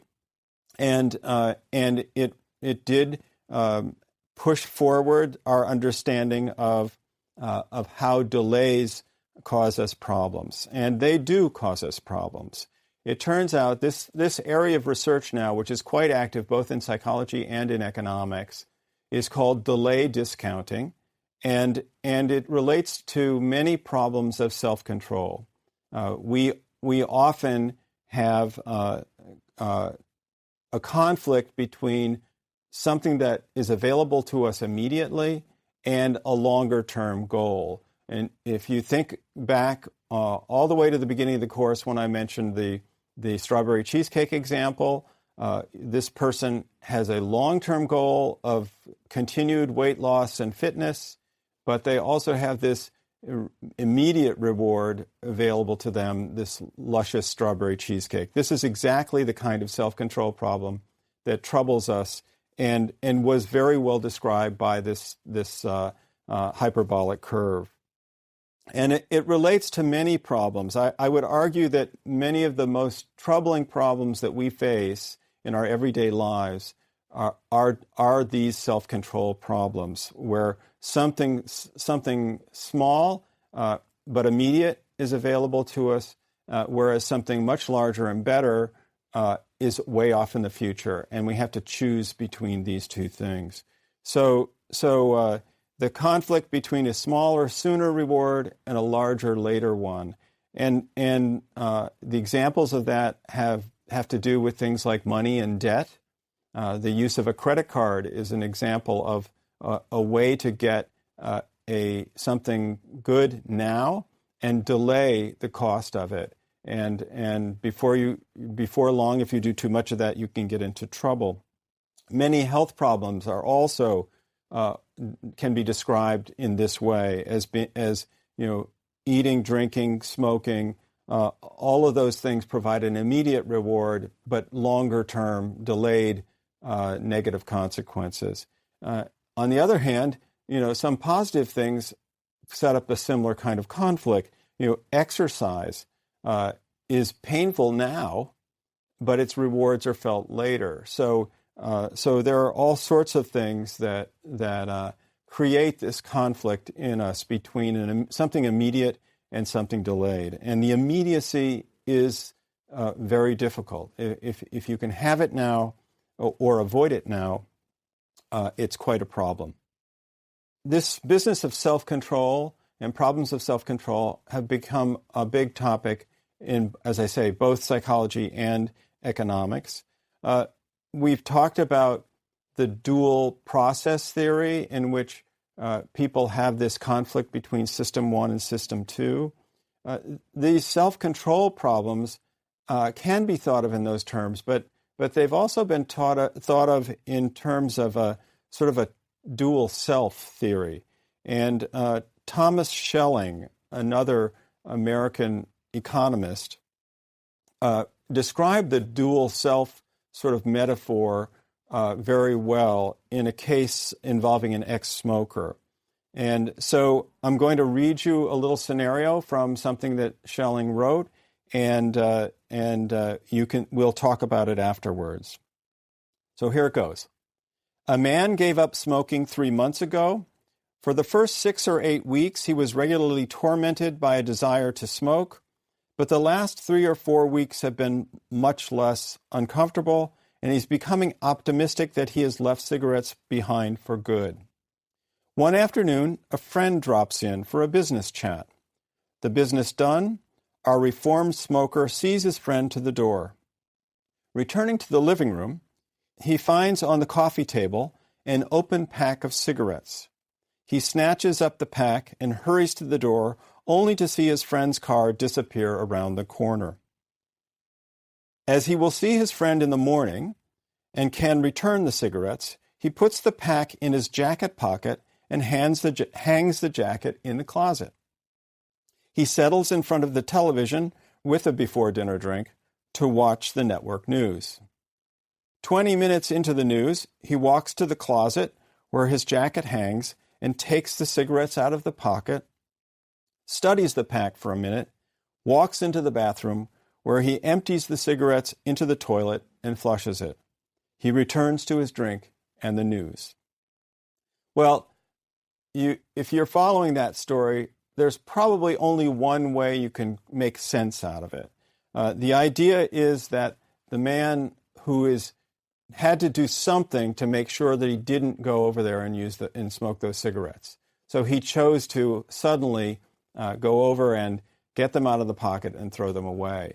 The way Schelling describes this is that it's as if there are two people. The man who's sitting there having his drink and watching the news knows that he doesn't want to smoke.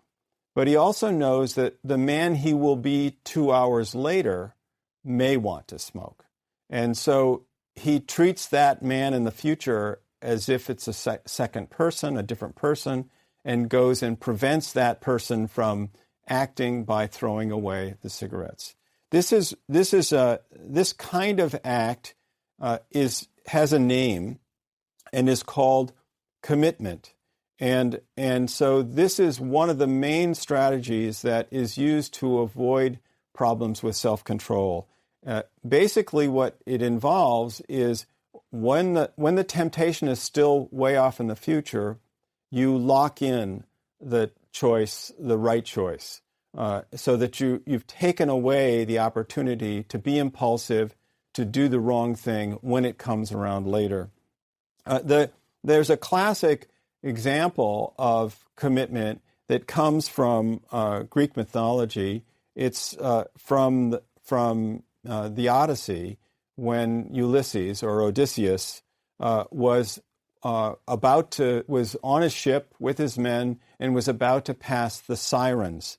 The Sirens are, if you recall, these women. They're sort of bird-like women, and they have a very appealing song that they sing, and it's so appealing that in the past, sailors who have heard the song have crashed their boats on the rocks and died.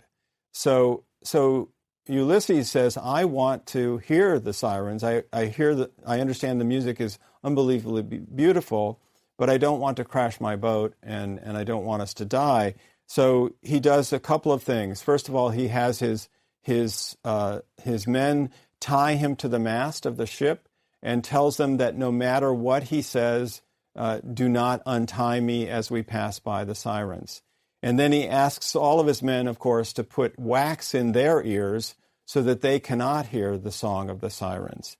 And so this is a commitment device, something done well in advance of the crucial moment that takes away the opportunity to be weak and to go towards the sirens. So commitment is a strategy that is a good hedge against self-control, and there are many things in our lives that we use that are like that. So, for example, there used to be the case that there were Christmas and Hanukkah clubs for saving money towards holiday gifts, and by forcing yourself to go in each week and follow the club rules, you were able to save money. So it's a commitment early on to a pattern of behavior that will get you to the right point.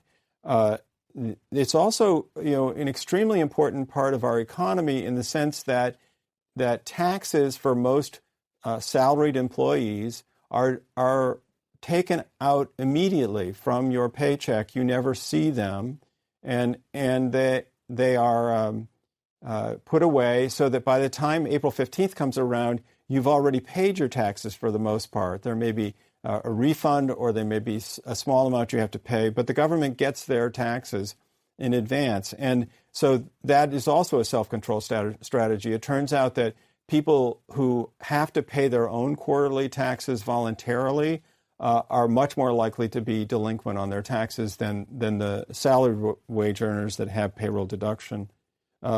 Other commitment strategies involve things like public declarations that I will love, honor, and obey in marriage, and so forth, so that when you are tempted later on, you have this sense that people are watching, and that you will not be. It will be a hedge against that temptation.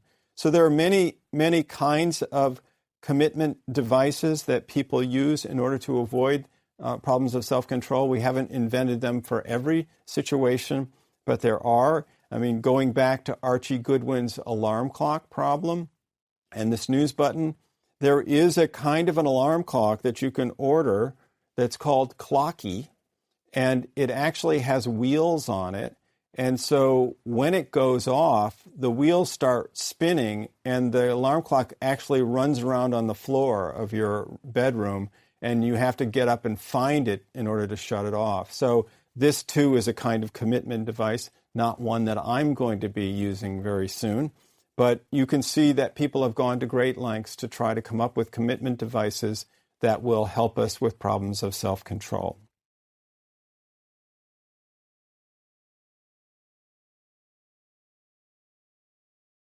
Lecture 10, Practical Implications of Irrationality. Welcome back to the Science of Irrationality. This time I'm going to be talking about the practical implications of irrationality, primarily some of the practical problems that we have as a result of economic irrationality. And I'm going to start with the concept that we talked about earlier, which is sunk costs. And this is actually a fairly well-known phenomenon in both standard economics and behavioral economics, but it can be a problem for us in our everyday lives as well. So it's the idea, just to review, that money spent in the past that is gone should not affect our decision-making going forward.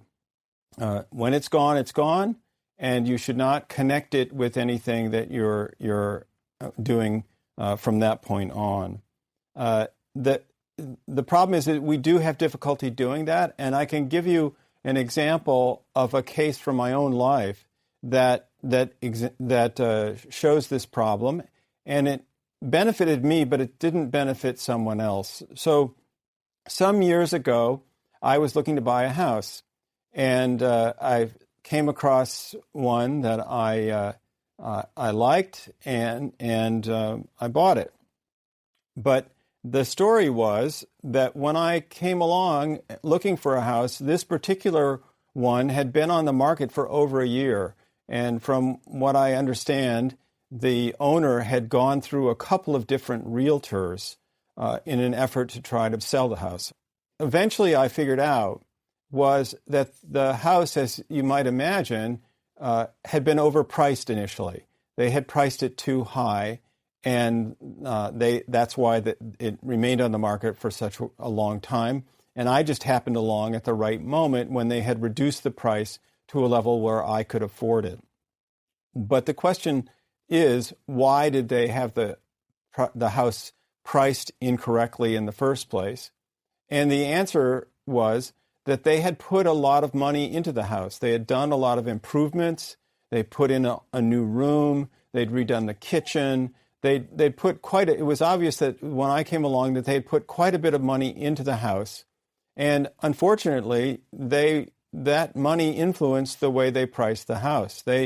I'm sure their thinking was that we need to get some of that money back in the sale of the house.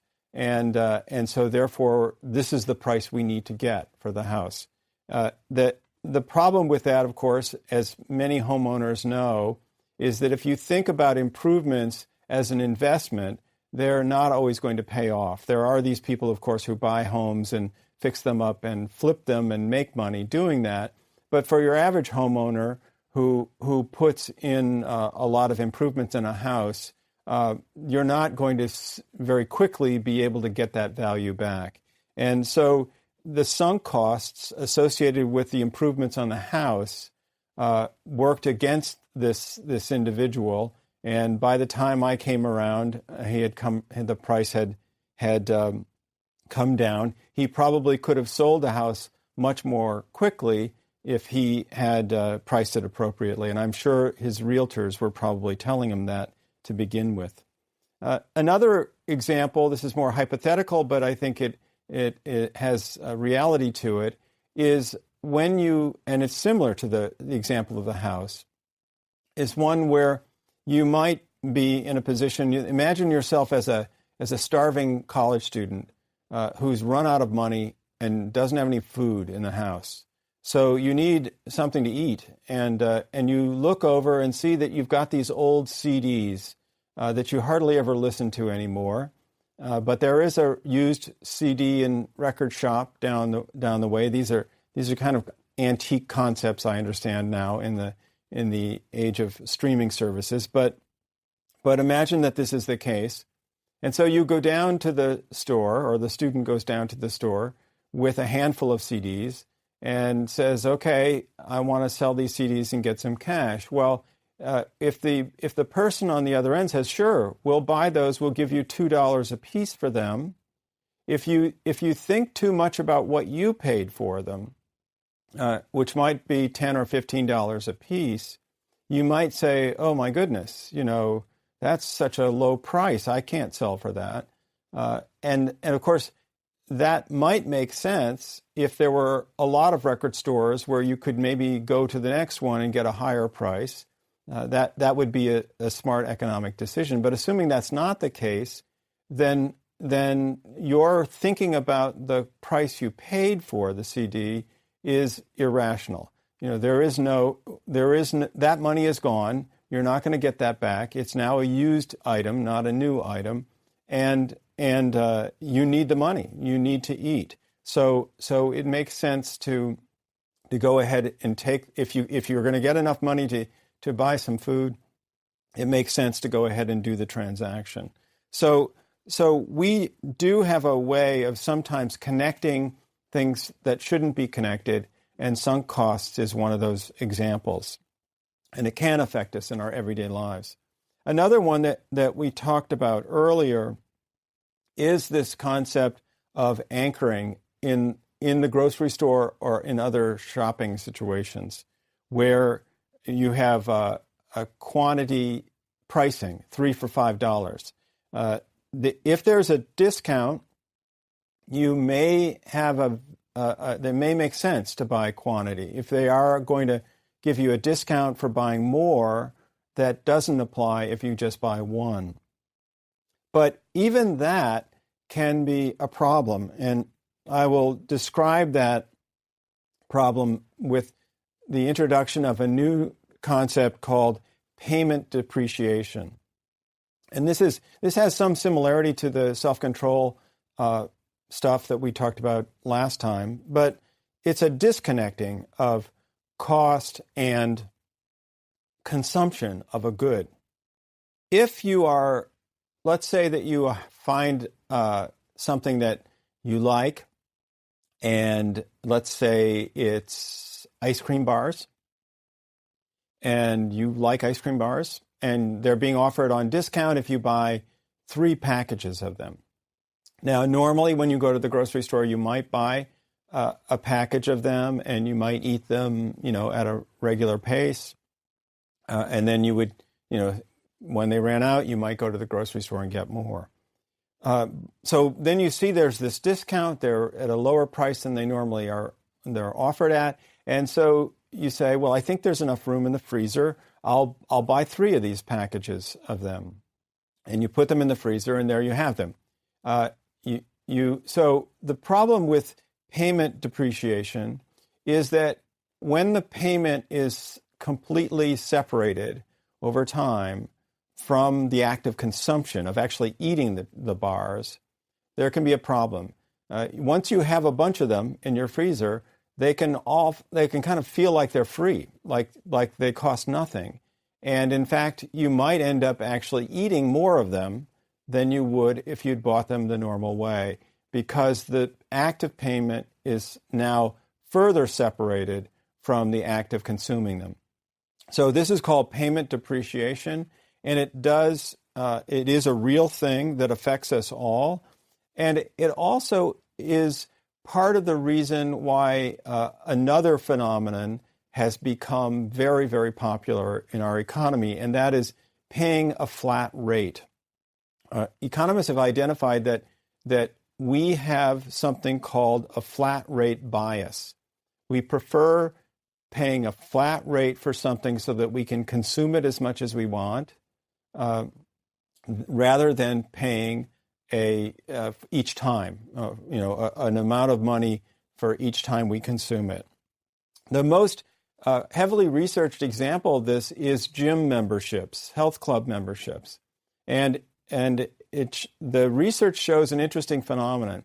Most people prefer to pay their health club on a monthly or annual basis and then have as many visits there as they want. And that's the way I think most people do it now. But there have been some studies that show that when clubs offer both a flat rate payment schedule as well as the option of paying per visit, that many people who opt for the flat rate and pay monthly or annually actually pay more than in terms of the number of visits that they make than if they had opted to pay each time they go. And so they're paying a premium for that freedom of not having the coupling of the payment with the visit to the gym. And, let's face it, it's hard enough to get yourself to the gym unless you're one of these people who loves to be in the gym, and there are those people, but it's hard enough to get yourself to the gym normally it might be an added disincentive to go to the gym if you had to shell out $10 or $15 each time you went. So payment depreciation and the uncoupling of payment with consumption is something that we very much like. It is the case that gym memberships, but it's not just that. We also prefer flat rates when it comes to cell phone plans. Some of you may be old enough to remember when cell phone plans had minutes, and every time you made a call, you were aware of the fact that you were using up your minutes, and you might be charged an exorbitant fee if you went beyond your limit.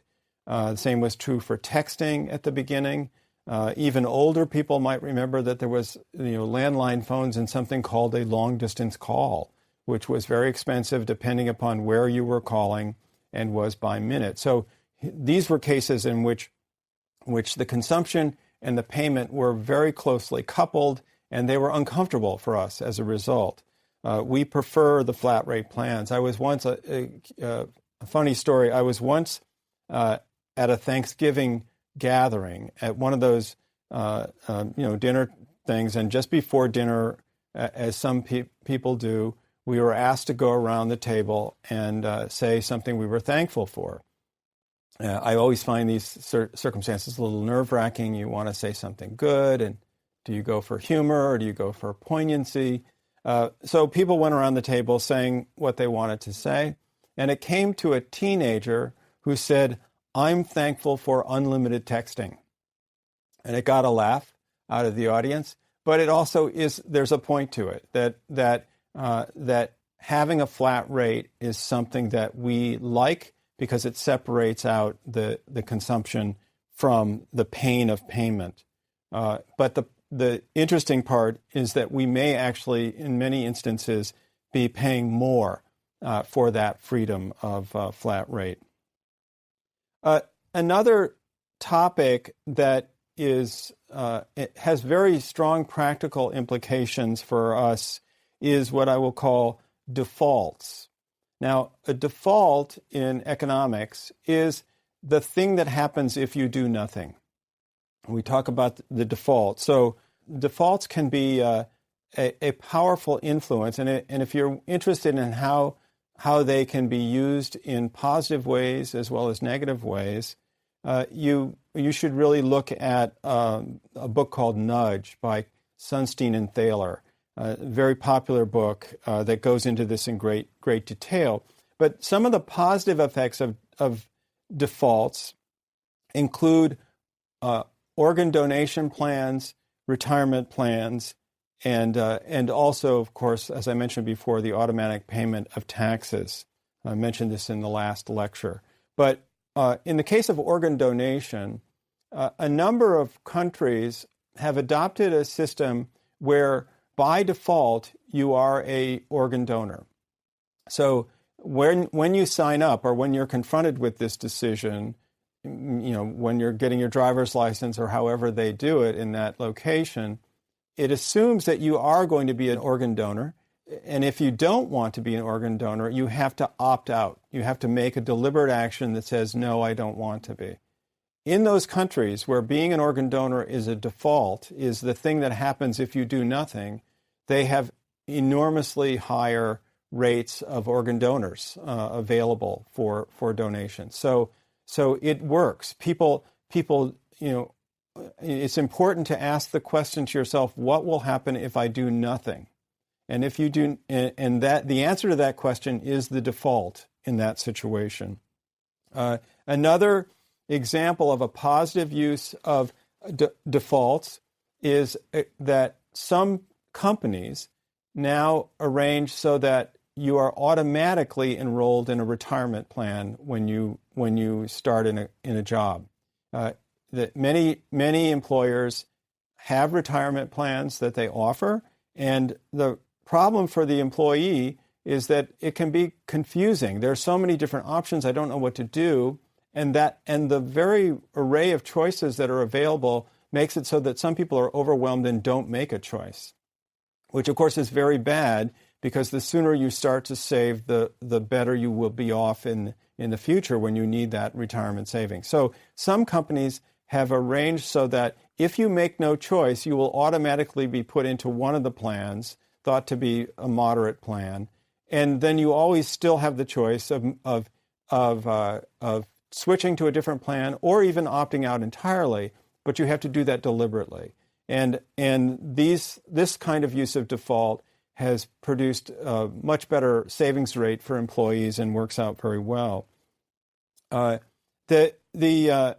mentioned, of course, the automatic withdrawal of taxes from your pay. That's also a default. If I do nothing, my taxes are still going to be paid, and that works out well for the government and for us in accumulating our taxes.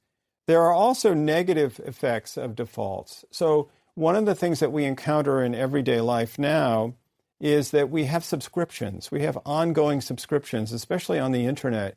You subscribe for a newspaper or some other service that costs you $5 a month or $6 a month or $7 a month, and you forget about it. And so this money is being withdrawn somewhere from your credit card or someplace month after month, and you may or may not actually be using the service anymore. So here's a case where the default can be a problem in that you're paying for things that you're no longer using. Another area of negative effects of defaults, and this is something that you can do something about as a consumer, is paying of bills, the deliberate paying of bills in the kind that you get in the mail. Many of us pay our bills online, which helps. But if you have a lot of credit cards or other kinds of ongoing bills that have to be paid, you might ask yourself the question, what happens if I do nothing?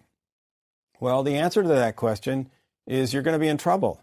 You're going to get behind on your bills. You'll have delinquency fees and so forth. So one of the things I advise people in this regard is to try to keep the number of bills that you have to deliberately pay to a minimum. If you're going to use a credit card, use just one.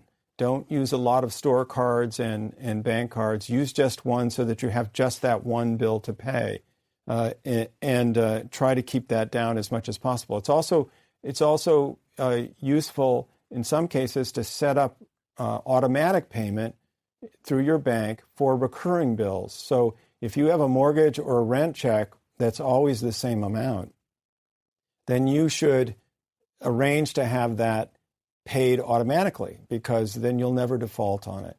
And so defaults are an important thing to keep in mind. It also is helpful to have savings be automatic, right? Because, again, what happens if I do nothing? If you have to deliberately move money into a savings account, then it's going to be easy not to do that. As I mentioned before, I believe that some of our most important problems in life stem from problems of self-control. I mentioned health problems and financial problems. In this case, I would argue that self-control is not an issue of willpower. It's not, trying to force yourself to do the right thing, but it's the way that our environment is set up that creates these conflicts between immediate things and distant things. So one of the biggest problems that we have right now is debt, household debt for individuals. And it has been a problem for quite a while, but certain aspects of it are changing now.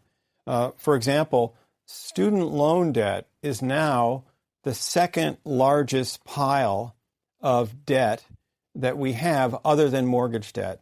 Mortgage debt is always the largest, but of course mortgages are backed up by an asset that theoretically can be sold to relieve the debt. The same is not true for student loans. Student loans cannot be, there's nothing you can sell to get out of the debt. And we have a very big problem with student loan debt at the moment. Household debt also includes things like credit card debt and auto loan debt. Auto loans at the moment are also quite high. We have We have $1.46 trillion total altogether in student loan debt, and we have $1.27 trillion, as I'm saying this now, in auto loans. And part of the problem with auto loans also is that they're going through a transformation where 6 and 7 year long loans are not unusual anymore. In order to be able to buy bigger and bigger cars, people are extending the payment process even longer. And of course, credit cards are also a problem. We right now have about $870 billion total in credit card debt. And credit card debt has remained very steady, even in the recession of 2008. It maintained a high level and did not dip that much. So we do have a problem with debt, and we learned that during the Great Recession. It turns out that there are about 40% of Americans who say they could not come up with $400 for an emergency. They would have to either borrow the money or sell something. So that's what they call a measure of financial fragility, and it shows that for many people, they are living paycheck to paycheck, and that any bump in the road will cause them a problem. We learned that in a serious way in the Great Recession of 2008. Most analyses of the recession say that the primary vulnerability that brought the recession on was high levels of household debt. Many people had taken out home equity loans against their homes, sometimes in order to pay off credit cards and other obligations. And by the time the dip came, there were many people who were vulnerable to financial problems. And so many of these problems are an issue of an immediate thing versus a distant thing. For example, I mentioned student loan debt. We are now in a time period where 18-year-olds who have never paid rent before, who have never held a full-time job before, and who are too young to drink a beer legally are making one of the most important financial decisions of their lives. And they're making that decision when college is right there, just a couple of months down the road, and the payment for that college will extend, for many years after graduation. So there is this conflict between something that you want right now and paying for it later. It's just too easy. And of course, in our modern consumer world, these delay discounting problems happen every day. We can click away money, buy things online very quickly, and the payment for them is delayed. We can buy things even when we don't have the money, and we get them very quickly and pay later. And that's a setup that is likely to cause problems in many situations. And once you are carrying a lot of debt, then it only takes a little bump in the road. Somebody loses a job. There's a downturn in the economy, and suddenly many people are in trouble. So how do you avoid this? The best ways for avoiding the debt problem are make savings a default. Use a default so that you are saving money all the time, so that you have money when the $400 emergency comes along and you don't have to borrow it. Minimize the use of credit, of course, especially revolving credit. I would also argue that we may be at a time when we need to rethink some aspects of the American dream. The home ownership, for example, may not be something that we should all strive for. There are risks involved. When you need to sell the house, you may not be able to sell the house, and so forth. And also college. There has been this sense that students should just go to the best college they get into, and there's been little regard for how much that's going to cost and the regret that might be felt afterwards when the loans have to be paid. There are many options, including state universities and local colleges that are much less expensive, and it may be important to have discussions with children about finances when they're young. And of course, it's important to live within your means and live a simple life if you can, and not be attracted by the glittery consumer world that surrounds us.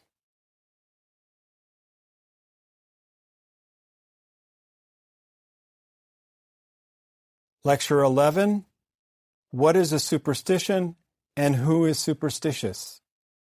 Welcome back to the Science of Irrationality. This time I'm going to change the topic considerably, and actually for the next few lectures we're going to talk about superstition, a specific kind of irrational behavior, and I hope that you enjoy it. It's a specialty area of mine. So historically, the word superstition has meant something like bad religion. The original version of the word was a Greek word, desidaimonia, which, when it was first introduced, actually had a positive connotation. It meant scrupulously pious, or sort of very religious. Not extremely so, but just, appropriately scrupulous about religion. But very soon after that, it changed its meaning. It was changed to mean initially overly religious and fearful of the gods. And in the Greek world and the Roman world that followed, the gods were not thought to be something that you had to be particularly fearful of.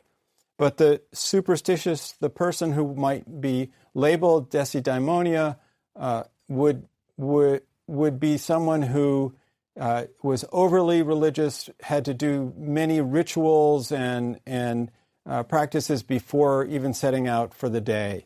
And this was not a good thing. In the Greek world, of course, moderation was always valued, and it seemed like this was a bad thing, to be that fearful of the gods, overly fearful. The Romans adopted the same concept. The word that they used was superstitio, but their initial meaning of it was the same, was overly fearful of the gods. But obviously superstitio is the word that later became our superstition. So it meant bad religion in the sense of overly fearful of the gods and overly concerned with bad things that might happen. But it eventually was used to attack people of different religions. So it became bad religion in the sense of your religion is bad, mine is good. For example, in the early years of Christianity, the Romans, who of course had their panoply of gods, called the Christians superstitious because their beliefs and practices were strange. Now, of course, later Christianity took over the Roman world and converted. And so what was interesting was that the term superstition was then pointed back in the opposite direction. After the Roman Empire became a Christian empire, anyone who clinged to the old pagan gods, they would now call them pagan gods, was considered superstitious. So it has gone back and forth, being used to mean bad religion, until, of course, the Enlightenment, when science and reason became much more important, where philosophy was separated out from religion, or thought it could be for the first time. And at that point, science became the standard, not religion. And so starting in the Enlightenment and later, 17th, 18th, 19th centuries, superstition meant bad science, something that was inconsistent with science, and that is the general meaning that persists to this day. So let's see if we can define superstition. I have proposed a a definition that is fairly broad but useful. And so the first characteristic of something that must be met in order to be superstition is that it's unsupported by science. And so the assumption is that you should know that what is scientific and what is not, and that if this belief is not consistent with our understanding of science, then it's likely to be a superstition. In addition to that, though, typically superstitions have an instrumental aspect to them. So it's not just a belief that's inconsistent with science. It's a belief that you hope will bring you good luck or avoid bad luck. And so those are the two primary characteristics of a superstition. But there are some limitations that I think are fair to place on use of it. It is, let's be clear, from almost the very beginning until today, it does have a pejorative aspect to it. It is not, people don't brag about being superstitious. It's not something we strive for typically. It's something we admit to. And so it's probably not a good idea, for example, to apply it to children. Young children have not yet been indoctrinated into the ways of what's scientific and what is not. And there's a lot of magic and so forth in children's literature and films. So it's not something we should ascribe to children. It's also true that traditional societies that have not adopted Western science, it's not fair to call them superstitious either. They are doing what they can with what they have. With limits for children and people from traditional cultures, we have a basic definition of superstition. We would say that it is typically irrational in the epistemic sense, in the sense that your beliefs are not rational. They're not grounded in evidence the way we like them to be if you're going to be epistemically rational. And as a result, superstition is not typically the best way to get your goals, although we'll talk about that a little bit more later on. It's also, the definition that I'm proposing is also broad, and so it's going to include some things that that you may not initially think of as being superstitions, but I would say they are. And those include astrology, homeopathy, and also psychics, going to psychics. It is the case that if you simply believe in something like ghosts, or that there is such a thing as psychic ability, but you don't do anything about those, then they're not really superstitions, they're just paranormal beliefs. And so paranormal beliefs I would consider to be a larger category, and superstition falls within that as the pragmatic beliefs that you might have, things that you do to try to bring around good luck or bad, or avoid bad.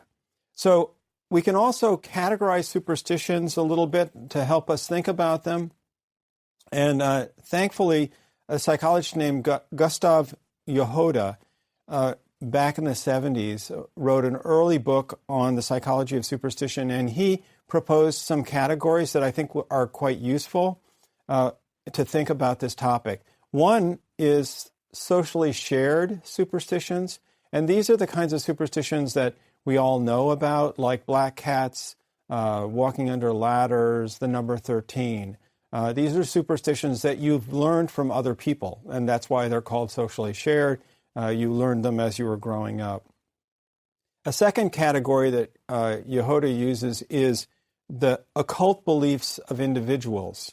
So this is things like believing that there is extrasensory perception, for example, or other paranormal things. We're probably not going to consider those superstitions unless they have that pragmatic aspect to them. And then finally, an important third category that he uses is personal superstitions. So quite apart from black cats and the number 7 and all those common superstitions, are personal superstitions, like the idea that you have a lucky tie or you have a lucky coin that you keep in your pocket. These are superstitions that you have established on your own. It might be the case that you had to be brought up in a superstitious household or somehow have the door open to superstitious belief in order to have even these kind. But these are unique superstitions to you that you wouldn't necessarily suggest to other people use, but they are nonetheless your superstitions. And those are quite common, of course, and we'll talk about them more.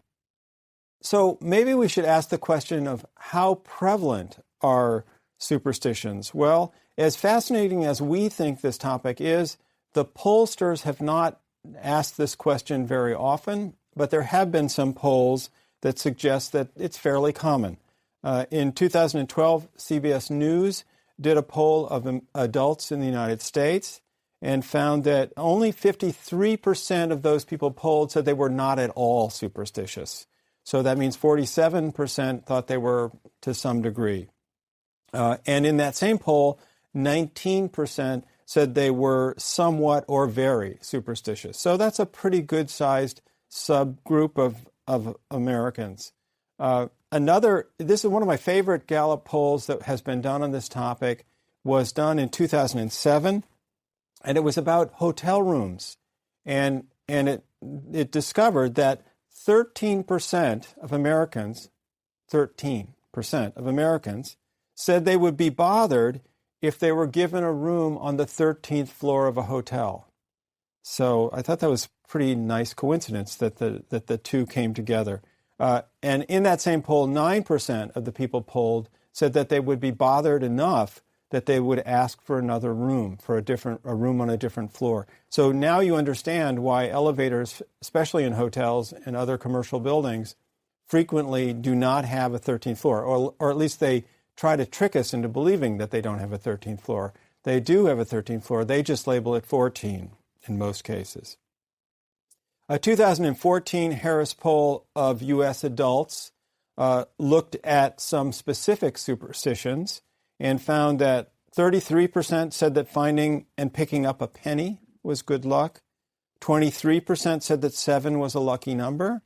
21% said that knocking on wood prevents bad luck. And 14% said Friday the 13th was an unlucky day. So good-sized, not over half for any of them, but good-sized percentages for all of those.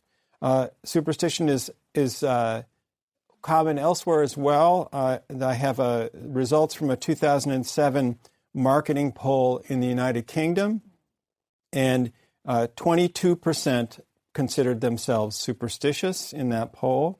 They also asked about some specific superstitions that are kind of interesting. One of the more common ones involved seeing a magpie.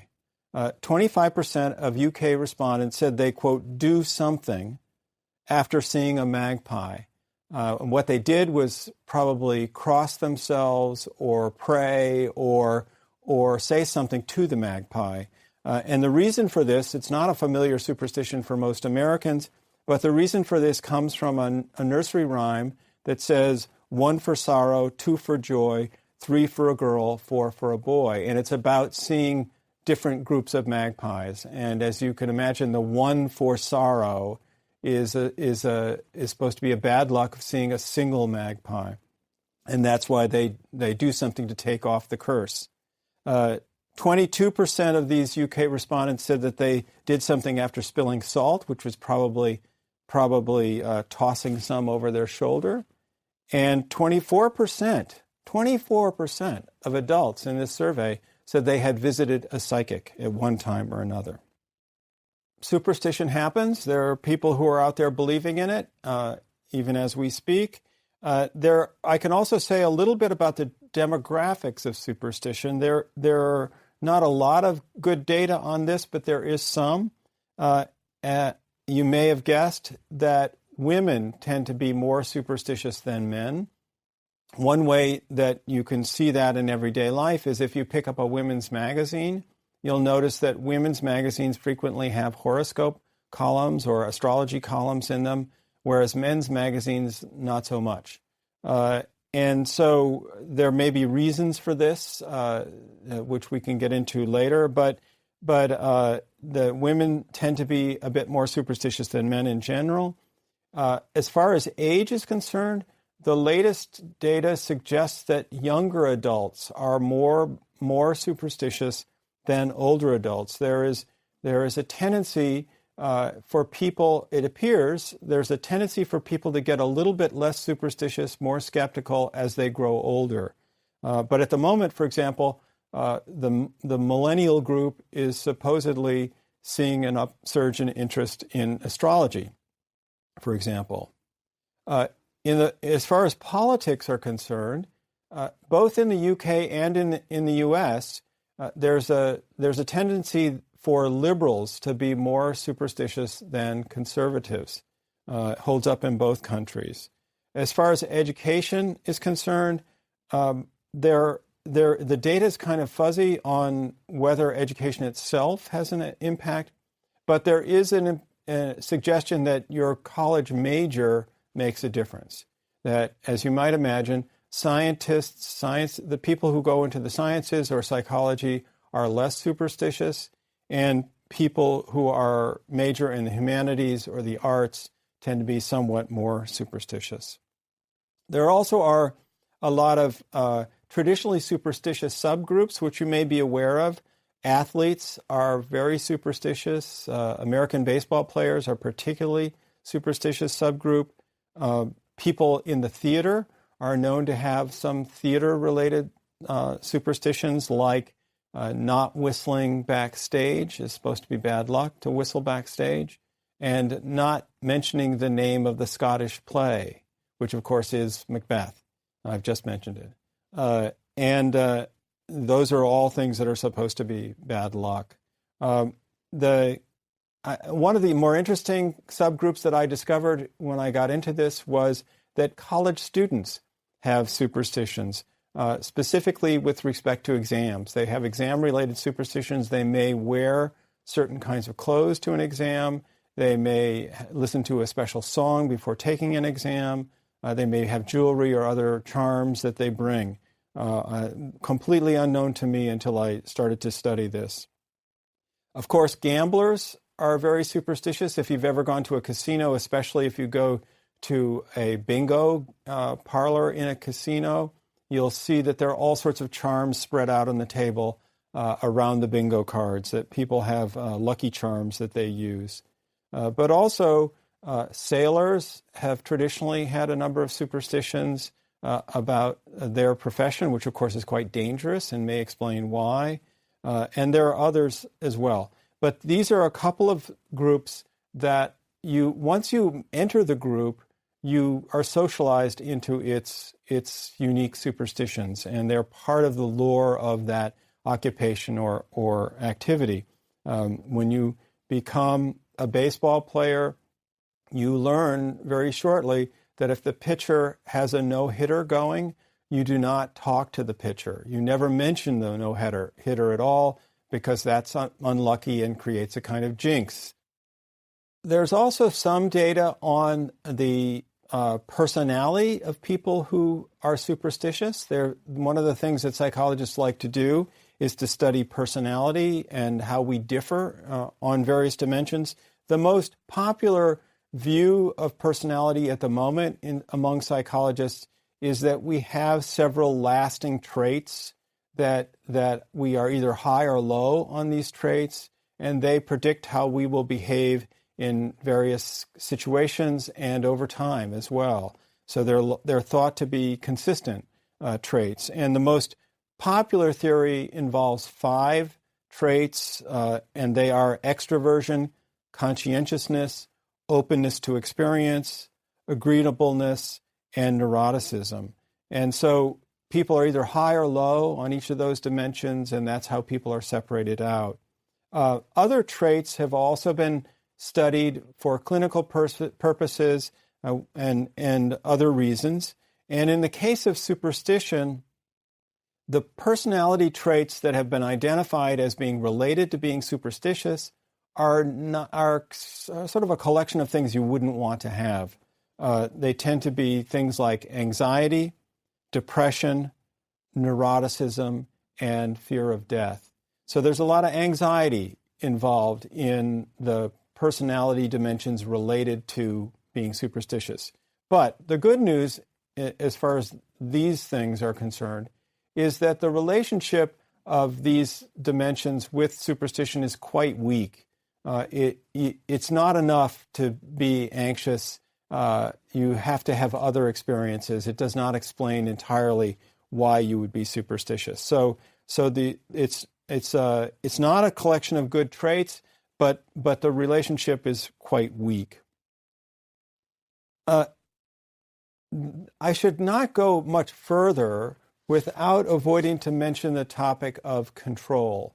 So the purpose of being superstitious or having a superstition is, in most cases, to gain control. If we had complete control over our lives and our worlds, we wouldn't have any need for superstition. And I can illustrate this point most obviously in the case of baseball and athletes' superstitions. It is the case that athletes, baseball players, are very superstitious. Part of that is because the game is so slow that there is time for them to be doing other things to fill the time, and sometimes that's a superstitious ritual. But the most interesting part of this for us is that there are many superstitions about batting, the activity of trying to get a hit, and there are very few about fielding. There are very few superstitions about catching the ball in the field. The reason for that is that when a ball is hit to a player in the field, the likelihood of them getting the ball is quite high. There are very few mistakes in the field. If you watch a game, you'll notice that.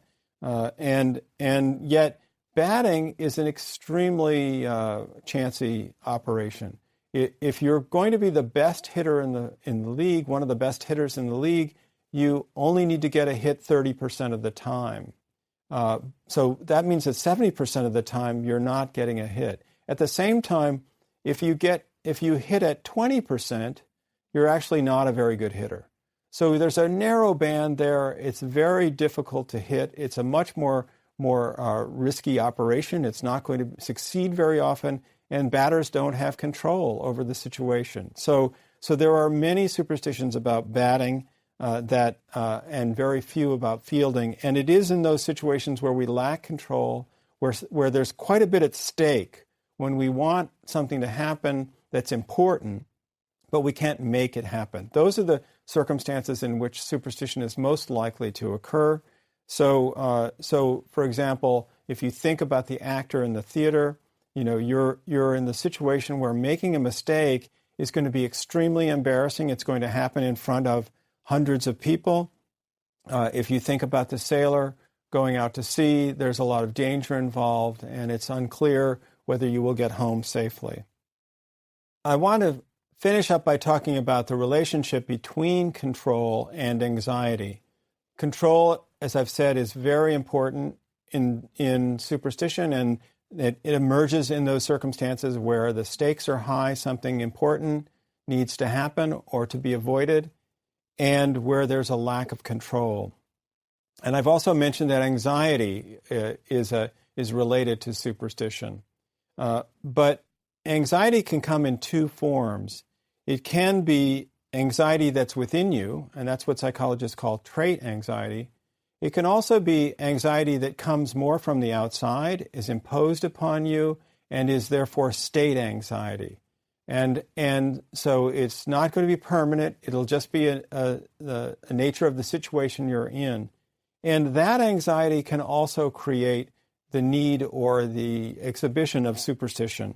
So I can illustrate this with an interesting study that was conducted by a psychologist named Giora Keenan, who conducted a study during the first Gulf War when Iraq was sending missiles into Israel.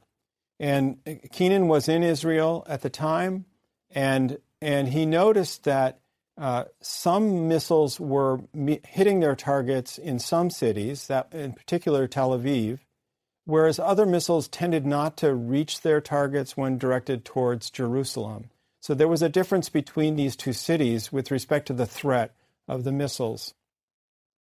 In addition, he noticed that there were some interesting superstitions that cropped up during this period. During that time, you may recall that there was a fear that the missiles would have poison gas in them. So people created within their homes a sealed room that was all sealed off, and during a strike, they would run into their sealed room and stay there, just to be sure that the gas would not get to them. Well, a number of superstitions cropped up with respect to these sealed rooms, and Keenan jumped on that situation and did a study on the spot. And what he discovered was he went door to door asking people about their sealed rooms and about their superstitions. Some of the superstitions that people had were that, for example, you should always step into your sealed room with your right foot first. And another one was that if someone's house had been hit by a missile, then it would be unlucky to let them come into your sealed room in your house, as if they might bring that bad luck with them. And these were very common superstitions that were talked about on television and people knew about. And so he went door to door asking people about their superstitions and also measuring their level of anxiety. And he did it in Tel Aviv and in Jerusalem. And what he discovered, as you might imagine, is that anxiety levels were higher in Tel Aviv, and they also were doing more superstitions about their sealed rooms. So the two went together. And in Jerusalem, it was the opposite, less superstitions and lower levels of anxiety. So uncertainty and anxiety are major parts of superstition, and when the stakes are high, that's when it's most likely to occur.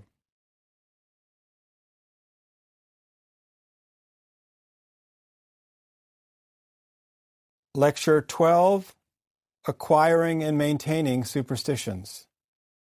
Welcome back to the Science of Irrationality.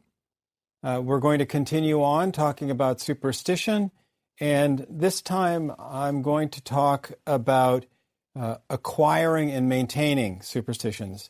We don't know everything about this, but we do know some things about how people acquire a superstition, adopt one or more, and how we maintain them. So in the case of socially shared superstitions like black cats and lucky pennies and magpies, we get those superstitions from other people. Typically our families or others around us teach them to us, maybe when we were children, and we carry on that way.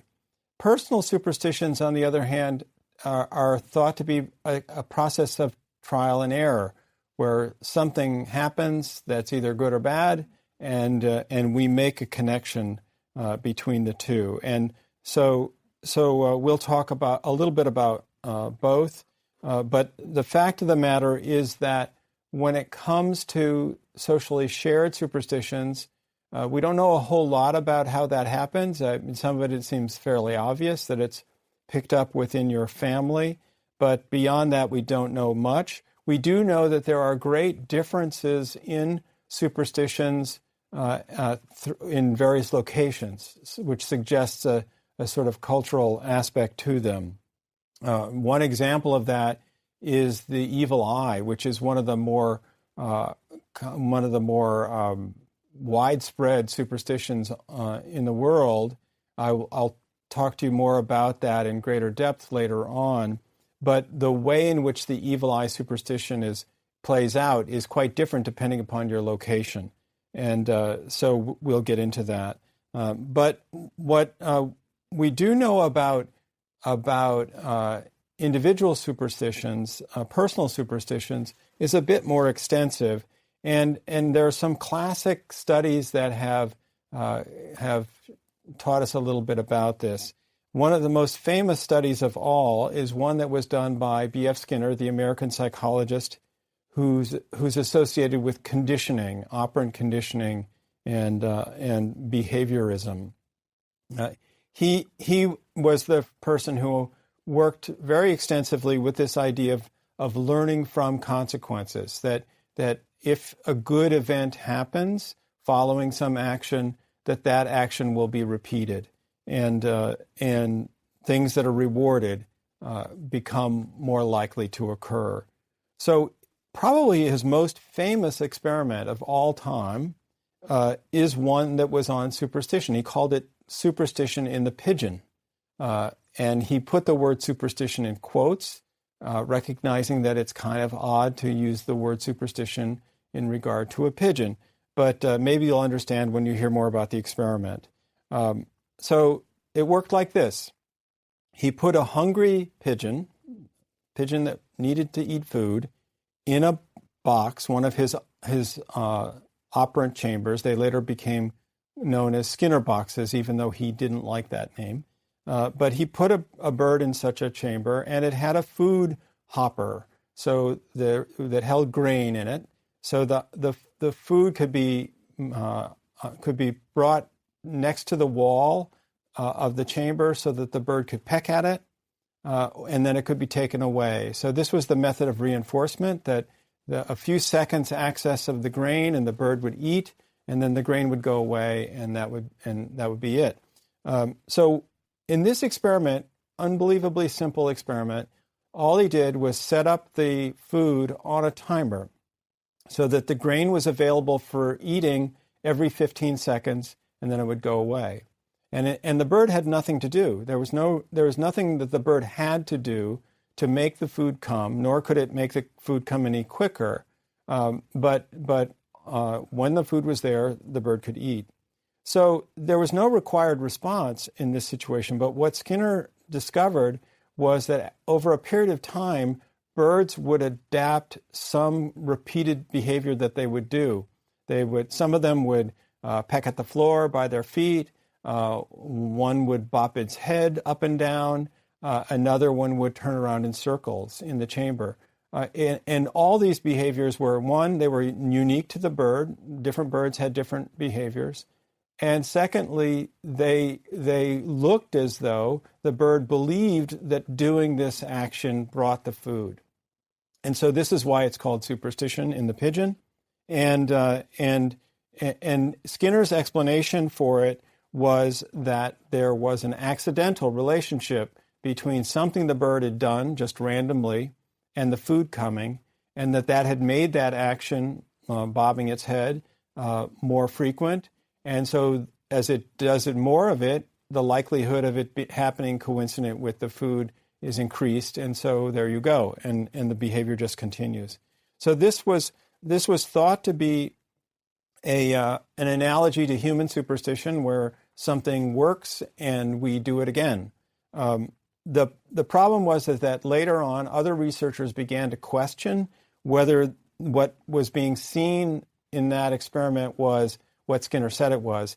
Some people suggested that what was happening was that the birds were showing a kind of instinctive behavior, not operant, not conditioned behavior, but an instinctive form of behavior that comes out when food is present. So there was a little controversy in that experiment in the end, but it still was Skinner's most famous experiment. So although there was controversy in Skinner's experiment, other people went on to do the experiment with humans, where the possibility of instincts having an influence was much less. And one of the famous ones was done with Japanese college students back in the 80s. And this is quite a remarkable study. These college students were brought into a room one at a time. They were all tested individually. They were brought into a room where there was a table and a panel behind it. And on the table were 3 levers. And you could manipulate the levers. And then on the panel in front of them, there were 2 things. There was a counter that counted points, and there was a light that would shine different colors. It would it would be yellow for a while, and then maybe it would turn to red, and so forth. A single light, square light. So the students were brought into this environment, and they were told to try to get as many points as they could. on the counter. What they were not told was that they were basically pigeons in Skinner's superstition experiment, that the points came on the counter irrespective of what they did. The levers on the table sort of cried out to be moved, but they were not connected to the counter in any way. And the light changing its color also was not connected to anything. That just happened irrespective.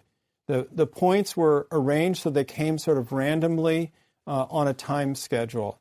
And what happened in the experiment that was interesting was that these college students developed superstitions. They would figure out patterns. It was so tempting to pull the levers that they would pull the levers in strange patterns that would end sometimes in a point being given, and they would repeat these patterns over and over again. And sometimes the pattern would seem to fade away and stop working, so they would develop another pattern on the thing. But so the experiment did demonstrate superstitions, but one of the participants in the study was a remarkable case. And so I'm actually going to read from the study to give you an example of how powerful the effect of accidental reinforcement can be. So this is the account of what happened with one of the participants in this study. About 5 minutes into the session, a point delivery occurred after she had stopped pulling the lever temporarily and had put her right hand on the lever frame, the box holding the lever. This behavior was followed by a point delivery, after which she climbed on the table and put her right hand to the counter that gave the points. Just as she did so, another point was delivered. Thereafter, she began touching many things in turn, such as the signal light, the screen, a nail on the screen, and the wall. About 10 minutes later, a point was delivered just as she jumped to the floor from the table, and touching was replaced by jumping. After 5 jumps, a point was delivered when she jumped and touched the ceiling with her slipper in her hand. Jumping to touch the ceiling continued repeatedly and was followed by points until she stopped about 25 minutes into the session, perhaps because of fatigue. I think it must have been fatigue. I would have been exhausted. So here's someone who is behaving very much like Skinner's pigeons, and clearly not instinctive behavior in any way. Obviously, the college student was probably trying to figure it out, but it shows the amazing power of coincidence, that the points were given at a certain time and that stimulated something in her. So there is good evidence that coincidental events can create personal superstitions in humans. There is also, going back to pigeons though, Skinner did a second experiment that was kind of interesting that showed a different kind of superstition and has some relevance for us in our everyday lives. This was a study that I've called the pigeon with the lucky hat.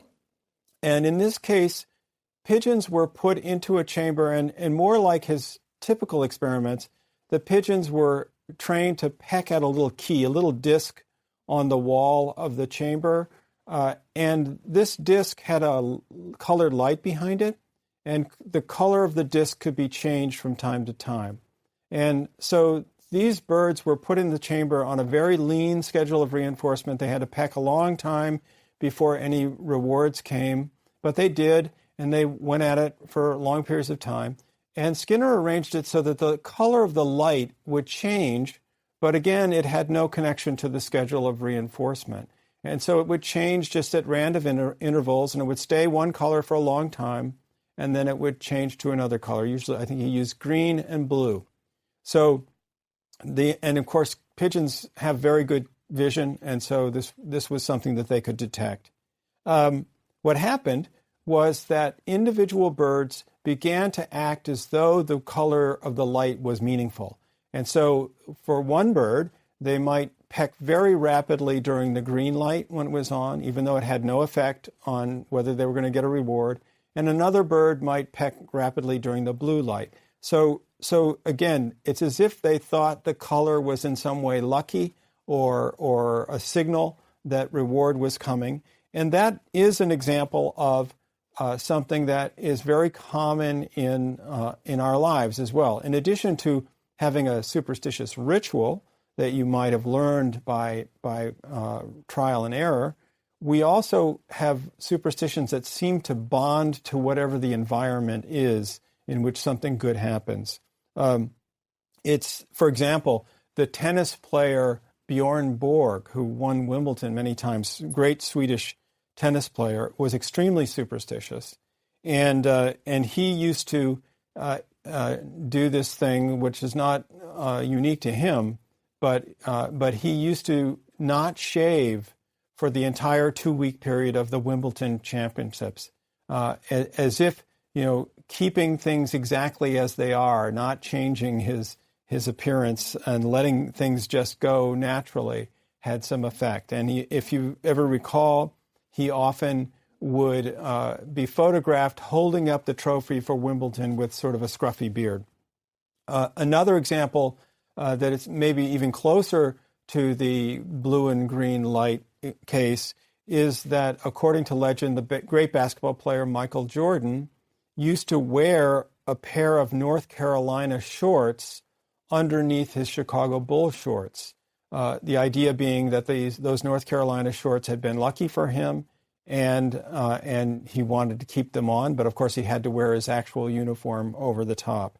And so there is this sense in which the good events get bonded to the color of a light or to some object that we have in the environment when we do well. And that's a common form of superstition too, usually a personal superstition.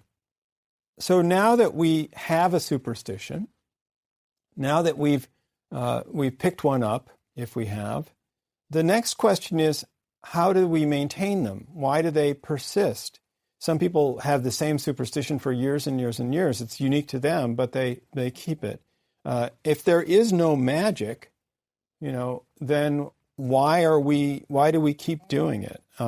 And the same could be true, really, whether we've acquired it through learning it from others, a socially shared superstition, or an individual one.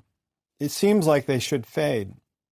Well, we move from behavioral psychology and conditioning to cognitive psychology in order to answer that question. And so many of the methods of thinking that we employ tend to act to maintain superstitions once they've been acquired. And that this is true for both socially shared superstitions and personal superstitions. So one of the main concepts that we can apply in this context is confirmation bias. This is a term that has become well known popularly, so you may have heard of it before. It is a sort of self-preserving bias in the sense that it confirms your prior beliefs. It is something that is very common in political reasoning and political discourse, in that two people of opposing political viewpoints can see the same event and they can find that it somehow confirms their beliefs. They pick out the parts of it that seem to be consistent with their viewpoint, and they ignore the aspects that aren't. And yet an opposite person can do the same thing, picking out different aspects of the event. So the result of that is that our views are maintained, that we don't have our own prejudices challenged in any way, and it's a common and very human phenomenon. So what's interesting about it in terms of cognitive psychology and how it's been studied is that confirmation bias affects many aspects of our interaction with ideas. So, for example, there have been experiments in which they proposed a hypothesis, just a random hypothesis about a person, and that person is asked to interview another person and with this hypothesis about them in mind. And what was discovered was that people tend to ask questions that confirm that hypothesis. There could have been other questions that could be asked that would have led to a different answer, but confirmation bias colors the actual inquiry that you make into the situation, the kinds of questions you ask. It also, of course, affects the way you see the data. You see it in relation to your own beliefs, and it colors your evaluation of the data. It also can color what you remember. So again, the same event can be remembered differently by different people, or more likely, you will recall those events that confirm your own beliefs to begin with, and you'll easily forget the ones that don't.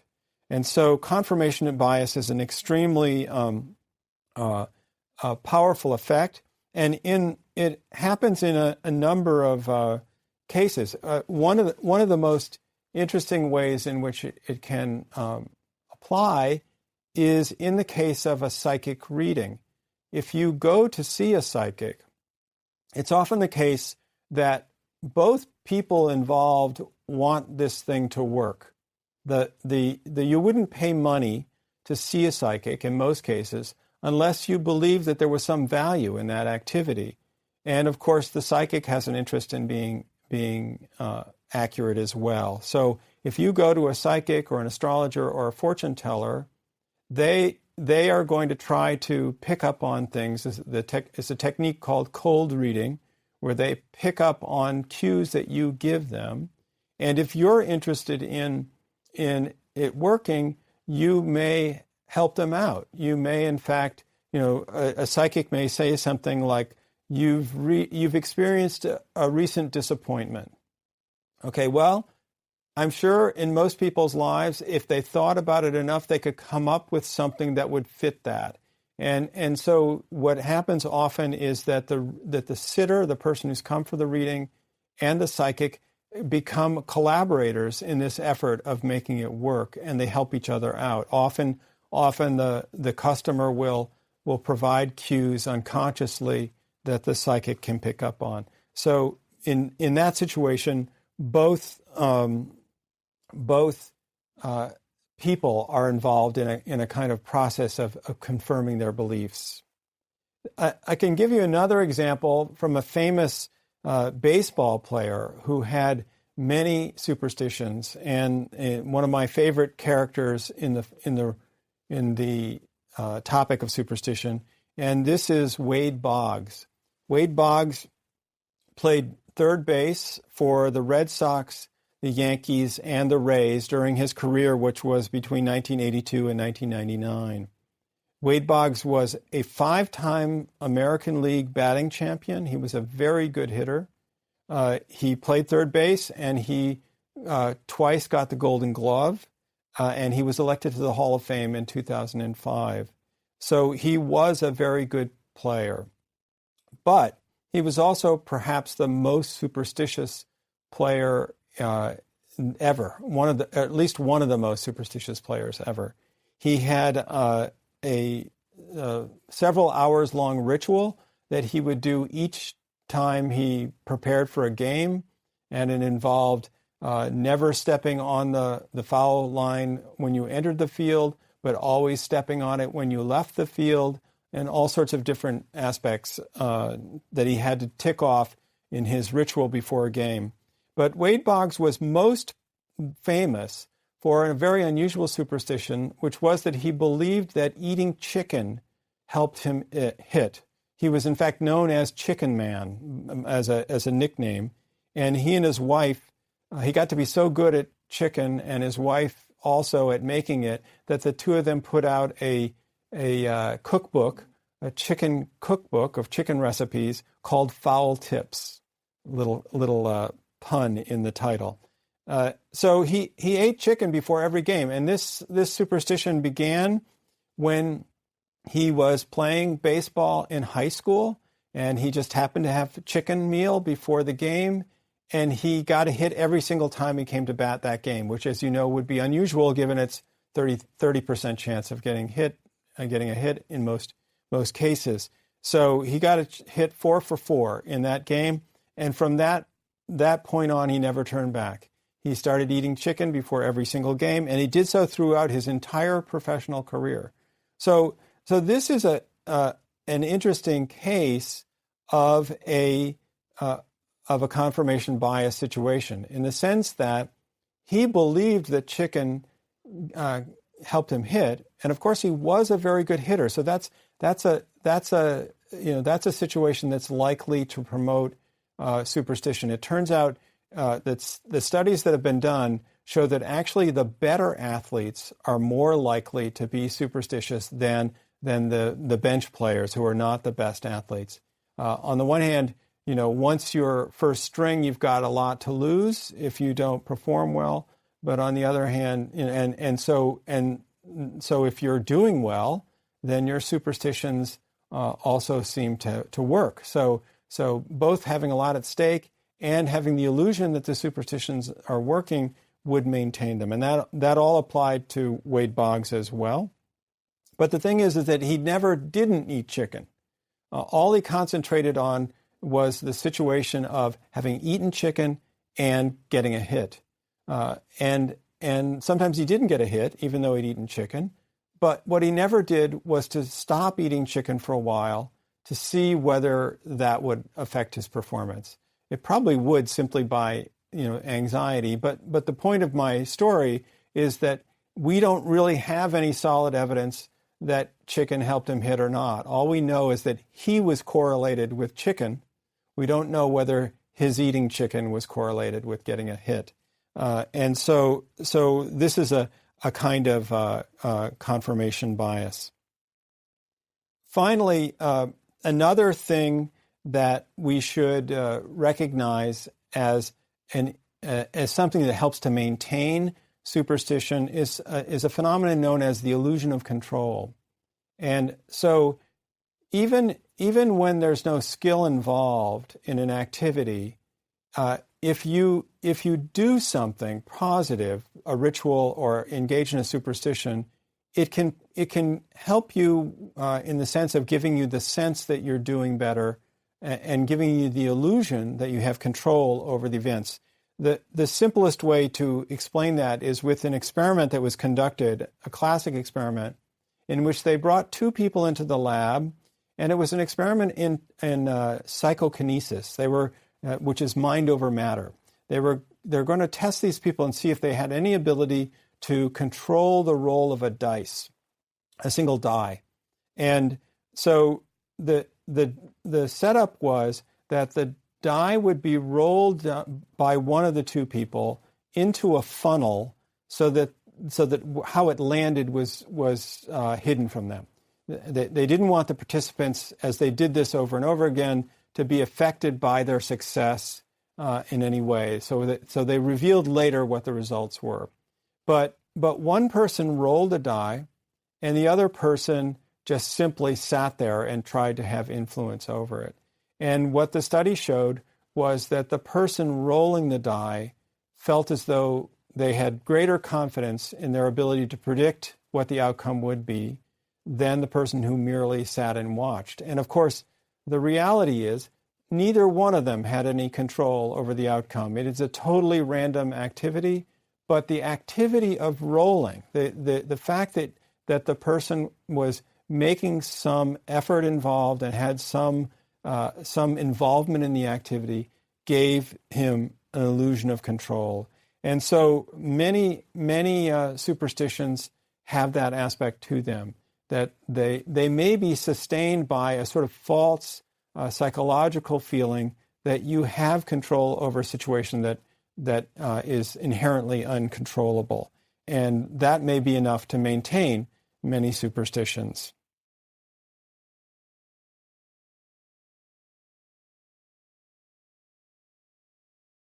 Lecture 13, Magical Thinking in Childhood and Abnormal Behavior. Welcome back to the Science of Irrationality. This is our 13th lecture, and it is now also on superstition. So I hope everything works out okay. The topic today, or this time, is going to be about superstitions in childhood. Now, I just said in an earlier session that we make allowances for children. We don't consider them to be superstitious because they haven't really acquired the developed reason to recognize the difference between science and magic. And there is a lot of promotion of magic in childhood. But what has been studied quite a bit and is quite interesting to look at is the sort of naturally developing lore of childhood. That childhood has its own culture. Children interact with each other in interesting ways. And so we're going to take a look at the culture of childhood and magical thinking and other kinds of superstition in that age group. It's also, we will later in the lecture talk a little bit, I will talk a little bit about cognitive development, how children develop, and how magical thinking is part of that development. So there's a lot about children in this lecture. As far as the lore of childhood, the sort of the culture of childhood, it has been studied very well by a couple of people, and I'm going to be drawing specifically on Peter and Iona Opie, British folklorists who wrote a wonderful book quite a while ago called The Lore and Language of Childhood. And they collected data from interviews with many teachers throughout the United Kingdom where they lived, and also in Ireland. And they categorized many forms of magical thinking that were natural to children at that time. Although much of what I'm about to talk about will be familiar to many of you, there is an interesting question here, which is, do children interact as much now as they once did? I mean, this is, of course, long before there were iPads or computers or video games. And also it was a time when children spent much more time out of doors. They weren't driven to school as often. They walked to school more. And there was a lot of free time spent out of doors with each other. So it's a curious question as to how modern life has changed the culture of childhood. But we'll save that for someone else to look into. Instead, I'm going to talk to you about some of the things that the Opies found, which were quite interesting.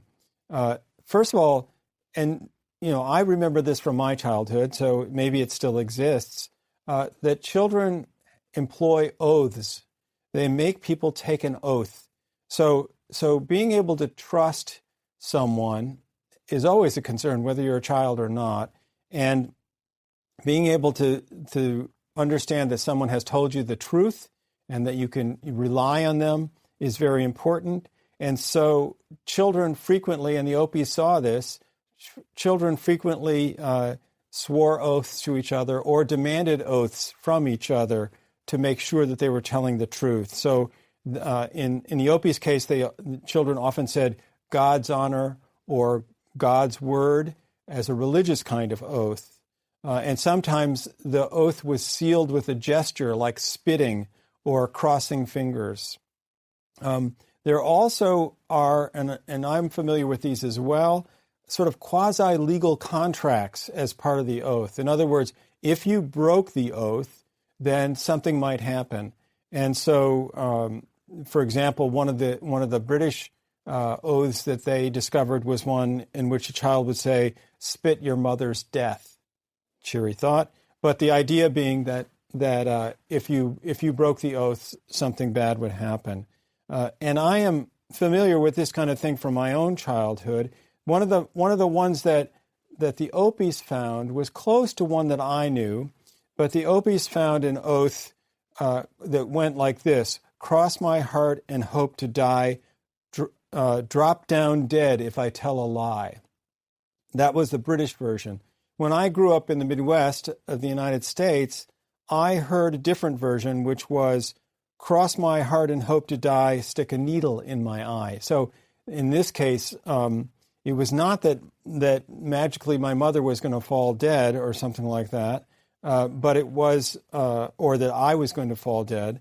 But it seemed to be that the contract was that if I lied and was caught at it, then my friend had the right to stick a needle in his eye. I don't know. I'm not sure. We didn't get into it that deeply. But these oaths may seem familiar to you as well. And the interesting part is the Opis were so good at this that they were able to report on legends of cases that were used to support these oaths. So there were stories of a child who had lied and then was immediately struck down dead. So these truth-telling oaths were supported by legends of people who had broken them. There are a number of other childhood superstitions that the Opis talked about. You all may know about the step on a crack, break your mother's back superstition, which I, of course, learned walking to school, and we all avoided stepping on a crack, the lines between the sections of sidewalk, to avoid breaking our mother's back. I never heard any stories about that actually happening, but it was something that we did. The Opis found an interesting English version of it, which was, if you tread on a nick, you'll marry a brick, and a beetle will come to your wedding. And the spelling of that phrase suggests that the beetle in question was not Ringo or John or Paul, but a bug. So that's a pretty interesting version of it. But that was one of the phrases that British children would say on the way to school while walking. And there are many of other kinds of childhood superstitions that the Opis reported that had to do with, again, being out in the world. An interesting one, unique British one, was that finding lucky pennies and four-leaf clovers and so forth was a thing. But in England, also finding a package of Players' Navy-cut cigarettes on the ground was thought to be a lucky omen. And there was a little incantation that they would say, which was, "Sailor, sailor, bring me luck, find a shilling in the muck." Too bad you have to go into the muck to get the shilling, but the idea was that the Players' Navy Cut has a sailor, picture of a sailor on the cover of the package. And so seeing the sailor and saying this little phrase was supposed to bring luck. And I guess this was a particularly common thing in Wales. So Welsh children would say that.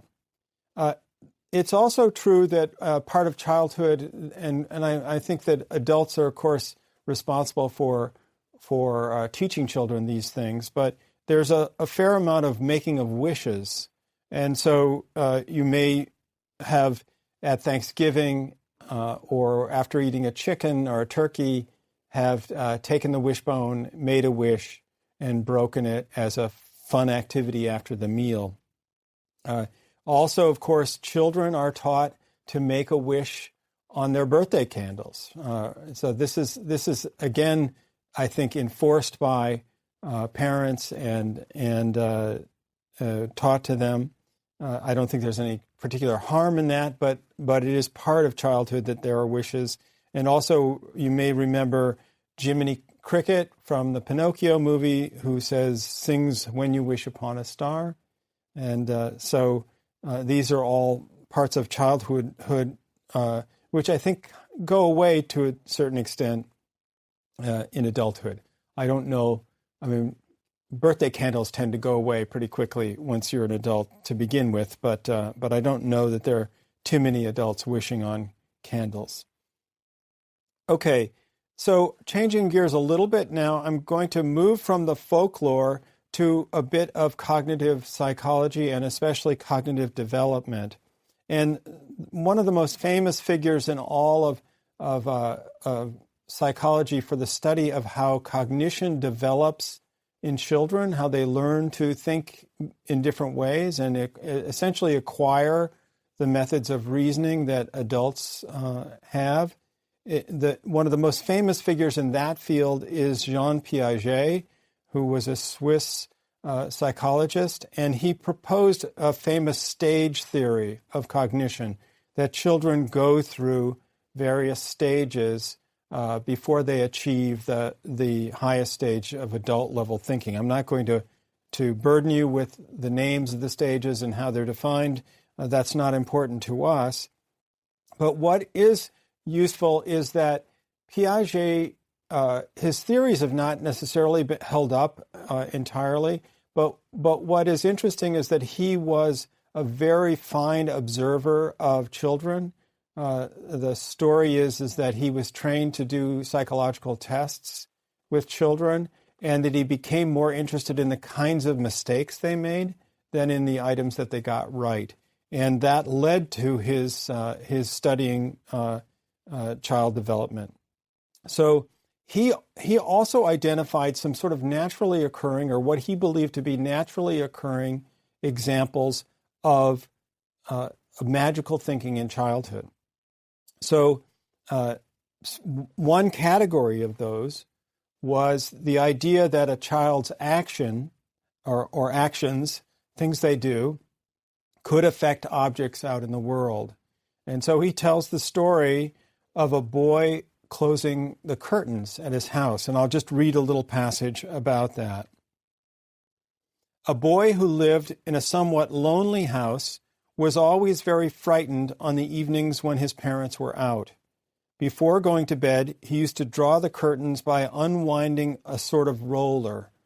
He had always the idea that if he could succeed in drawing the curtains very quickly, the robbers would not come.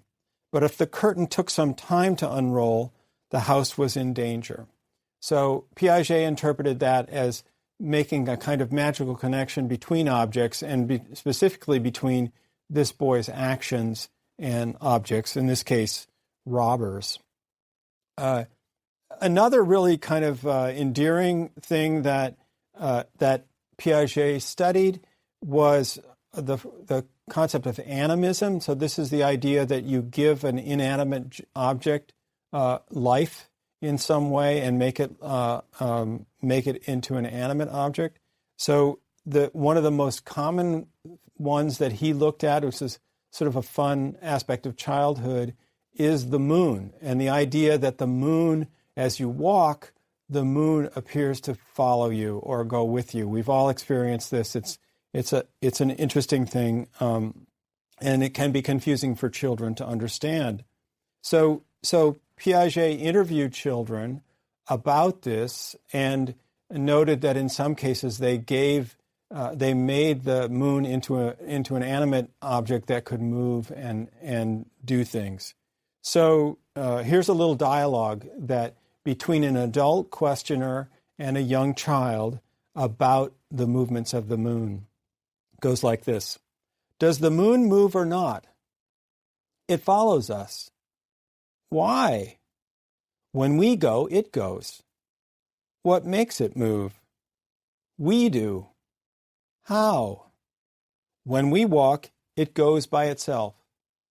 So that last sentence, it goes by itself, demonstrates this phenomenon that Piaget saw in children. I've always liked the movement of the moon example.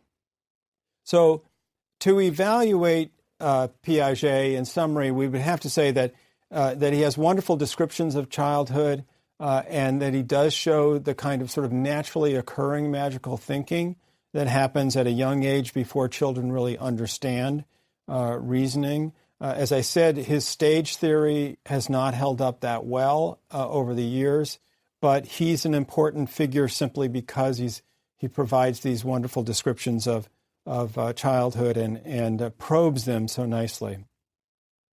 So now I want to move on to a different topic, but still with children, and that is I want to go back to the learning of superstitions, but now with children as the subject.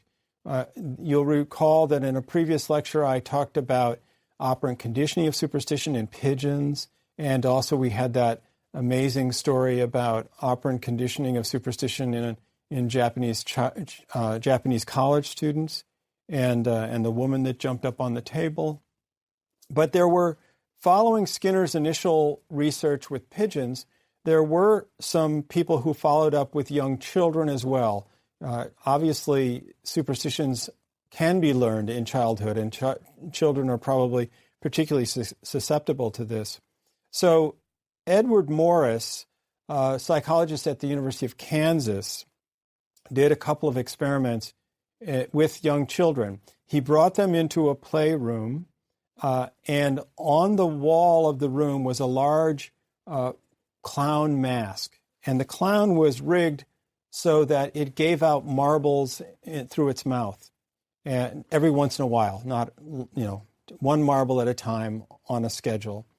And the children were told nothing about the room except for the fact that they were told that however many marbles they got, if they got enough, they could exchange the marbles for a toy afterwards. So they had some incentive for the marbles, and that's all they were told. Another group of children had exactly the same setup, but they were told that the marbles will come if they press the nose of the clown on the wall. So if it presses nose, marbles will come out of its mouth. So these are two groups of children. Otherwise, the circumstances were the same. And as you can imagine, just like in Skinner's experiment, the marbles came of their own volition on a time schedule. They had nothing to do, there was nothing the children could do to speed up or slow down the rate of marbles coming. So as you can imagine, the group that were told that pressing would bring the marbles did a lot of pressing. And of course, once in a while, a marble did come. So in some sense, it seemed to work, and they pressed quite a bit. The interesting thing was perhaps, so that certainly shows that you can be instructed and learn a superstition through a simple instruction by an adult or someone else. But the interesting thing was that the other students, the other children in this experiment, were sort of like Skinner's pigeons, and they too developed some unusual activities that they did as if they believed those brought the marbles. And so some of them danced in front of the clown. One of them did touch the nose of the clown. Another child wiggled their hips, and one child sort of grimaced at that clown as if that had some effect on the clown. So here was a sort of replication of the original Skinner superstition experiment, but it was also with children. So the instinctive counter argument probably didn't work in that case, and it showed how accidental reinforcement could create some superstitions. The other thing that Morris and his colleagues wanted to look at was imitation as a way of learning. So what we call social learning, or learning through imitating someone else's actions, is thought to be a very large part of how we get around in the world. As you can imagine, you can often learn how to do something by watching someone else do it first. YouTube wouldn't exist without all of the how-to videos that show this exact phenomenon. So Morris wanted to determine whether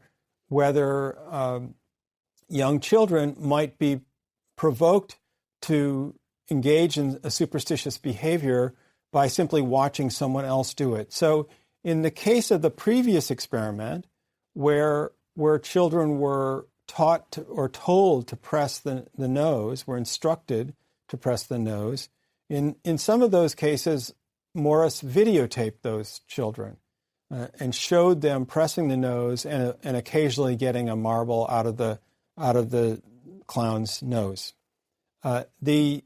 Then for other children who were naive and had not been in the experiment before, he showed that video to these children and then sent them into the room, and lo and behold, they started pressing the nose as well. They imitated what they'd seen in the video. Other children who had not seen the video, of course, did the same kinds of random behaviors that we saw before. So Morris was able to show in these experiments that with a new group of participants, little young children, that he could produce similar superstitions to Skinner. He could also produce superstitions through instruction by just telling them that the nose worked, even though it didn't have any effect, and also by imitation, by the children watching someone else press the nose. So a lot of different new pieces of information there. So children learn through imitation, obviously, and this is one of the things that is a pathway to superstition.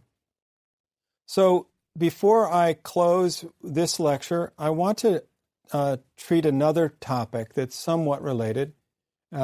It may come to mind that being superstitious might not be a good thing, and we can talk about that more in a later lecture. But the reality is that people have asked me frequently, is superstition abnormal? Should we be worried about people who are superstitious?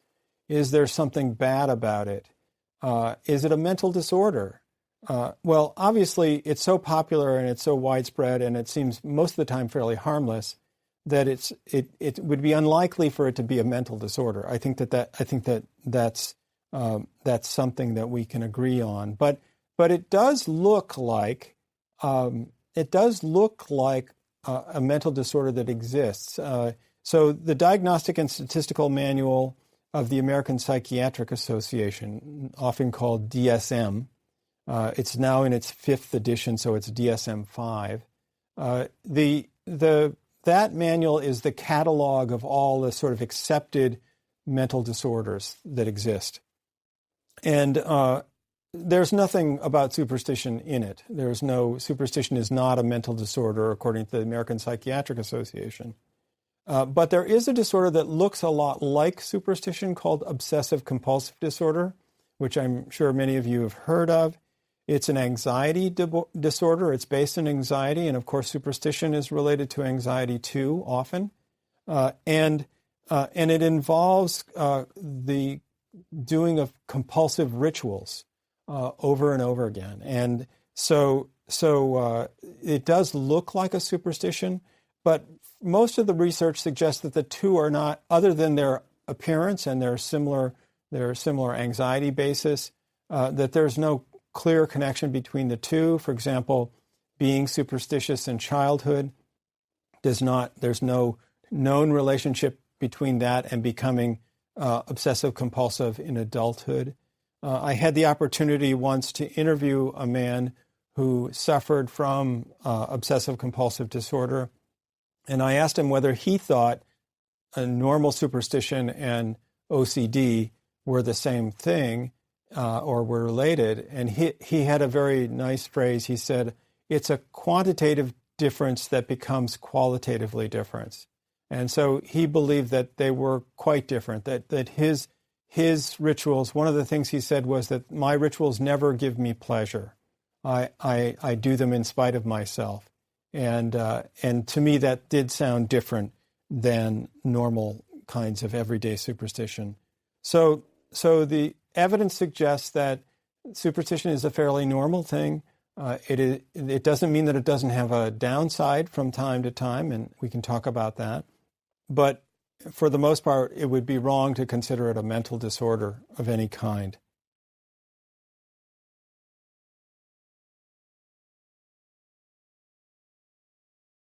Lecture 14, Origins of Superstitions. Welcome back to the Science of Irrationality. This time, I'm going to talk about the origins of some common superstitions. This is a topic that everybody enjoys, and so I've saved it to near the end. And so I think we should start by remembering what our definition of a superstition is. It's inconsistent with our current understanding of science, has some instrumental or pragmatic aspect to it. It's aimed at a goal, and therefore, believing in ghosts or other paranormal phenomena would not really be a superstition, but other things are, obviously, and that we give a pass to children and people from traditional cultures. What we're going to be talking about in this section, obviously, are primarily socially shared superstitions. They are not. I'm not going to talk to you about the origins of personal superstitions because those are unique to the person. Some of the origins of socially shared superstitions are from some specific categories. Some of them, for example, are religious in origin. Others, you'll see, involve some interesting sort of accidental relationships that have stuck and created a superstition. Others are more elaborate systems of belief that are nonetheless superstitious. And so we'll talk about all of those, examples of all of those kinds of superstitions. Now, I cannot by any means cover the whole gamut of superstitions. There are lots and lots and lots of them. So if I don't hit on your favorite one, I recommend that you pick up one of the many encyclopedias or dictionaries of superstition that exist out there. I'm going to start by talking about what is probably the most famous superstition of all, and that is Friday the 13th, or that the number 13 is superstitious. Now, it turns out that this is both the most famous of all superstitions, but also one of the most controversial in terms of what its origin is. There are multiple theories of where it comes from. I will give you my opinion, but I'll also cover the others as well, or some of the others.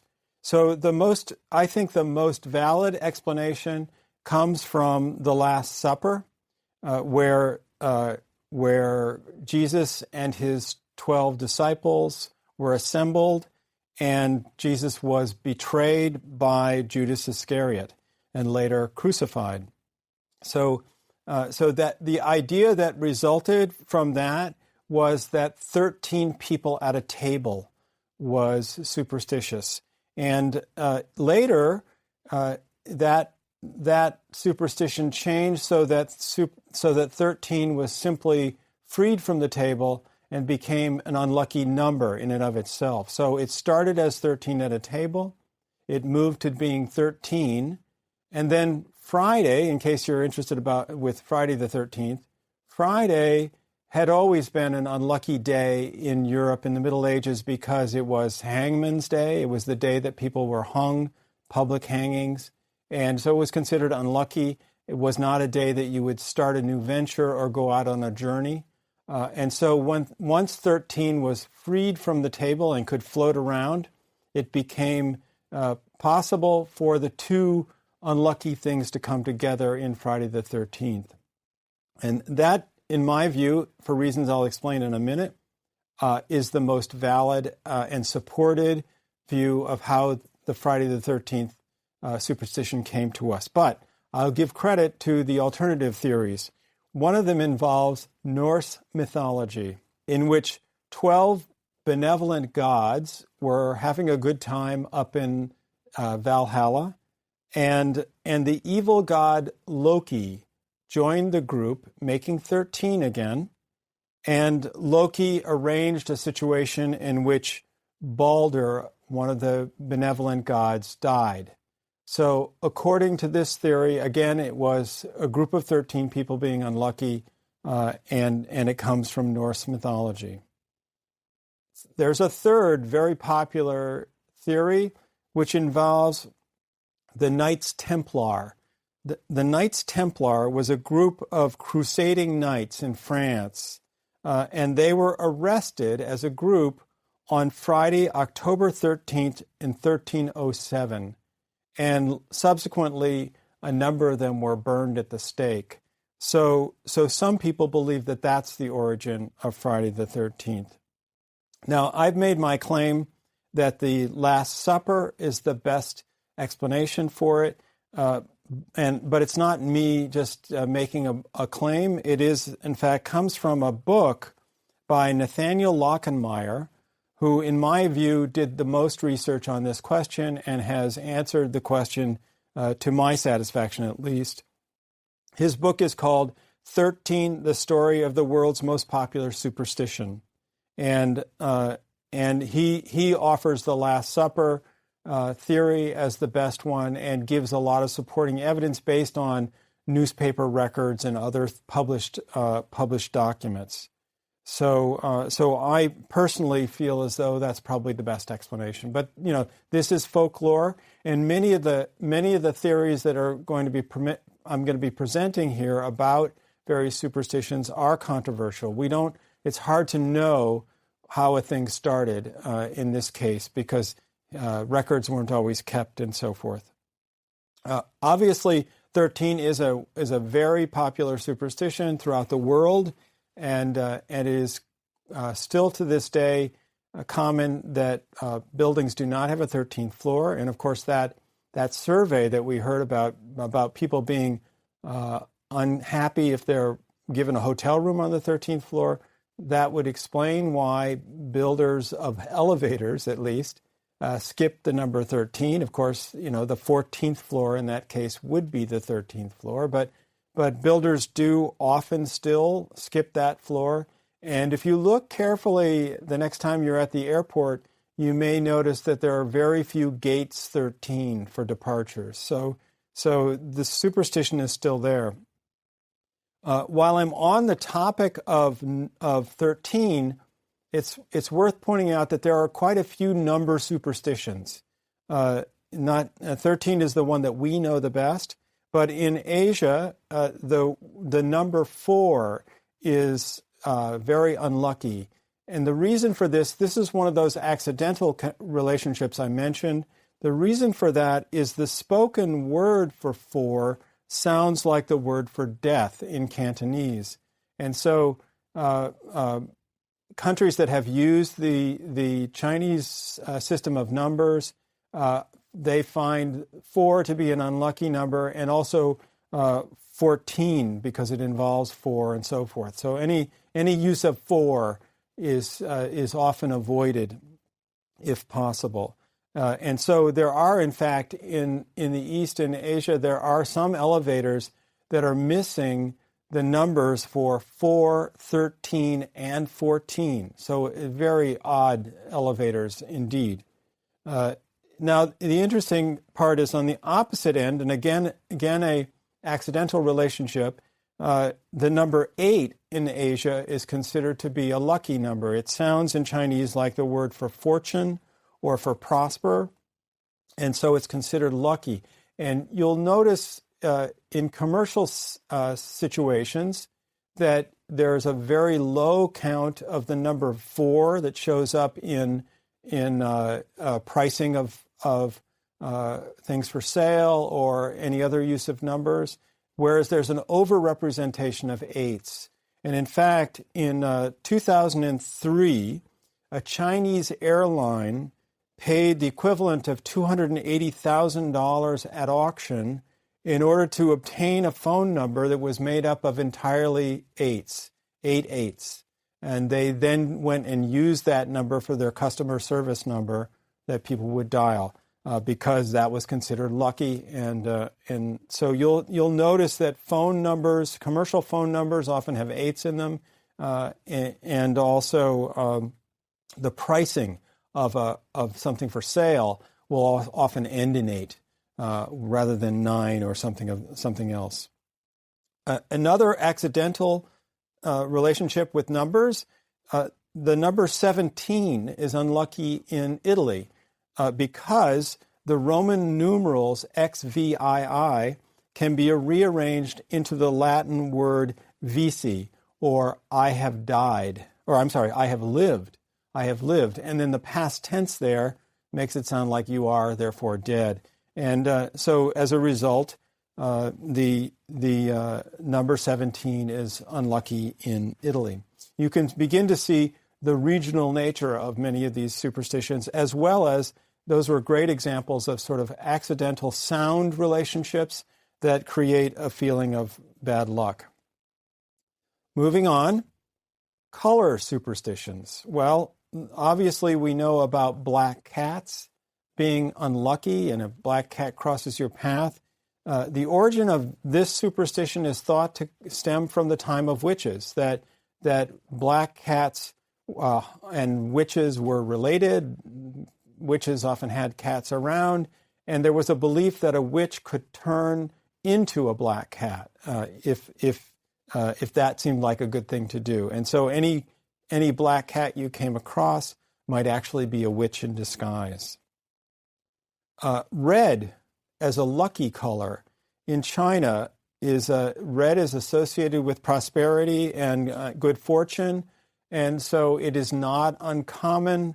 In fact, it's very common for a Chinese bride to wear a red dress at her wedding, and also red is used in many other ways. In products are colored red in order to help sell them.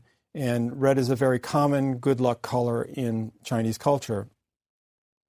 Something blue, just to throw in one more color, the phrase that brides are supposed to have a collection of things when they get married, and the poem goes, something old, something new, something borrowed, something blue. I always thought that maybe that blue was simply needed as a rhyme, but in 19th century Britain, where this is supposed to have originated, blue was a color associated with fidelity, which of course is something that might be wanted at that time. So those are some number superstitions and color superstitions. And now I'm going to go on and give you a breakdown of a few other very common superstitions and where they come from. Walking under a ladder. Now, I have to admit that some of these are a bit speculative, and it's not clear whether these are the true origins or not. But this is, as far as I can do as far as my research has shown, these are probably some of the better, or at least more common, explanations for these superstitions. Walking under a ladder. The idea is supposed to be that when you set up a ladder against a wall or a building, that you create a triangle, and that the triangle represents the Trinity. So there's a religious origin there, and that by walking under the ladder, you somehow disturb or violate the Trinity. So that's walking under a ladder. I always felt as though walking under a ladder sort of was a rational thing to avoid, especially if there was somebody up there on the ladder, but just because it's not always that sound a construction and something could come down on your head. Another common superstition is breaking a mirror, being bad luck for 7 years is often the way it's described now. It's an old superstition, very old, and it existed at a time when mirrors were rare and sort of expensive, and so breaking a mirror was not a good thing. Was a bad thing. They're also slightly mysterious. Back when they first emerged, it wasn't uncommon for people to do a form of fortune telling or divination using a mirror, as though they could look into the mirror and see something that was not otherwise visible. And you remember that Dracula does not show up in a mirror. So there is some magical lore associated with mirrors, and what happens to you when you break a mirror, or what bad thing happens, has changed over the years. Sometimes it was believed that someone in the household would die within a year, whatever. What I heard growing up was 7 years bad luck. Spilling salt. I mentioned that briefly as part of one of the surveys earlier on common superstitions. Salt was, of course, a consecrated, blessed object in the church, and still is, and is supposed to have special qualities. So this, too, has a religious origin, and also it's, or at least partially, but even before that, salt was a very valuable commodity because it was used as a spice and also to preserve meats. And in fact, Roman soldiers were supposedly paid in salt. And so that's where the word salary comes from. So over the years, it's been a very valuable commodity and also had magical powers. So spilling it was a bad thing. And typically the countermeasure that you took was to pick up some of the spilled salt and toss it over your left shoulder. The idea being that that the devil might come at you from behind, and so this would guard against that. Four-leaf clovers is a bit of a mystery. They are considered lucky. You can go on eBay or Amazon, and you can buy any number of supposedly lucky four-leaf clover charms. But the origin of that superstition is a bit unclear.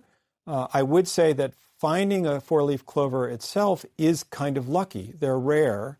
And so it may simply be that finding one being so rare that it's as if that luck, that presumed luck, might be carried around with you with the clover.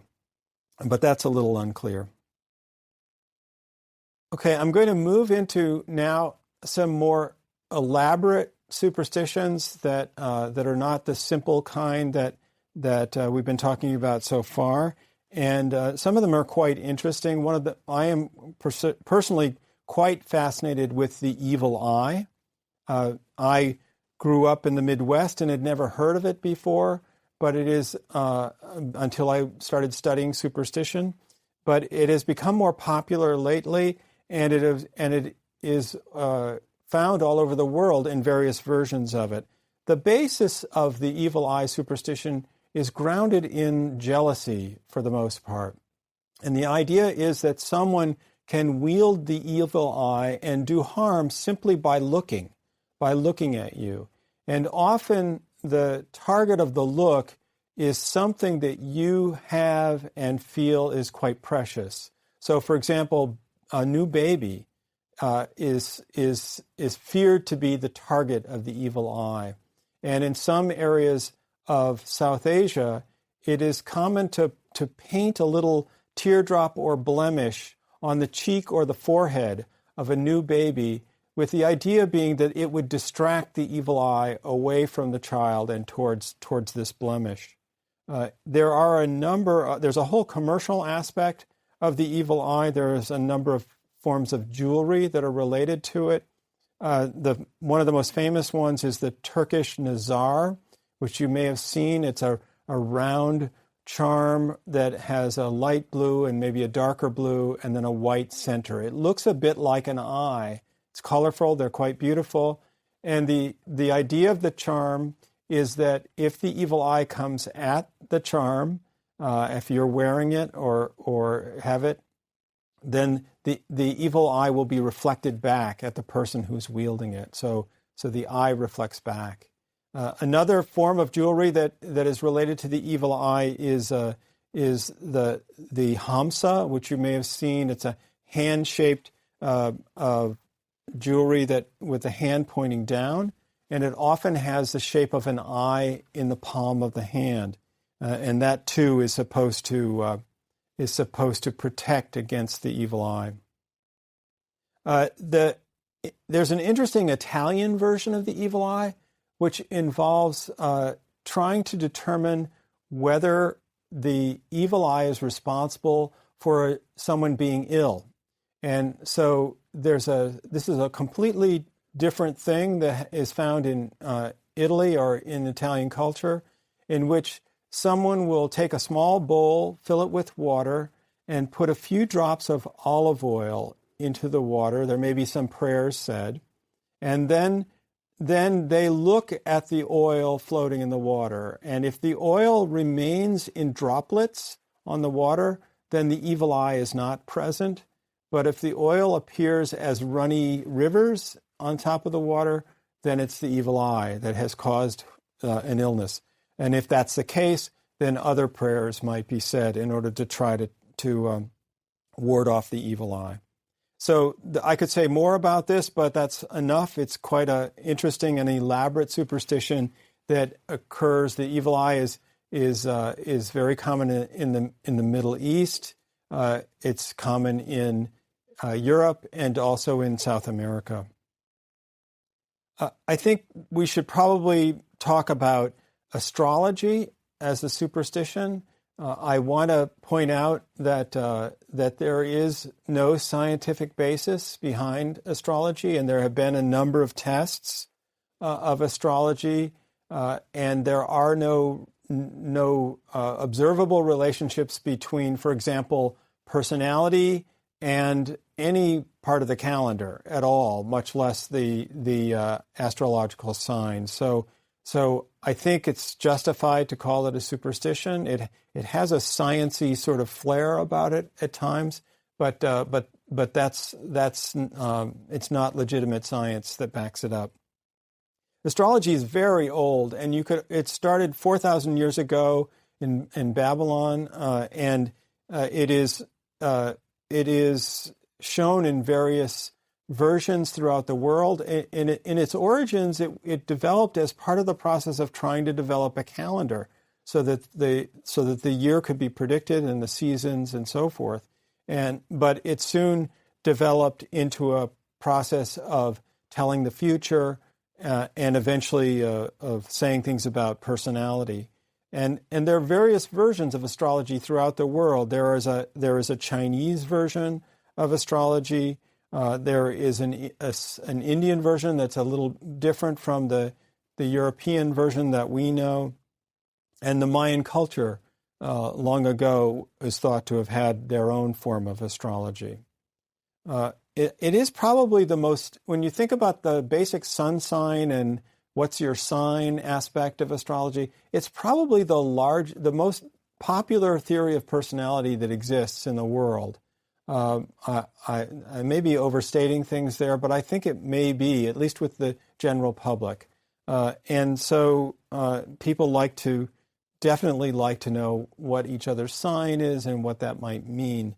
Unfortunately, there's no evidence to back it up.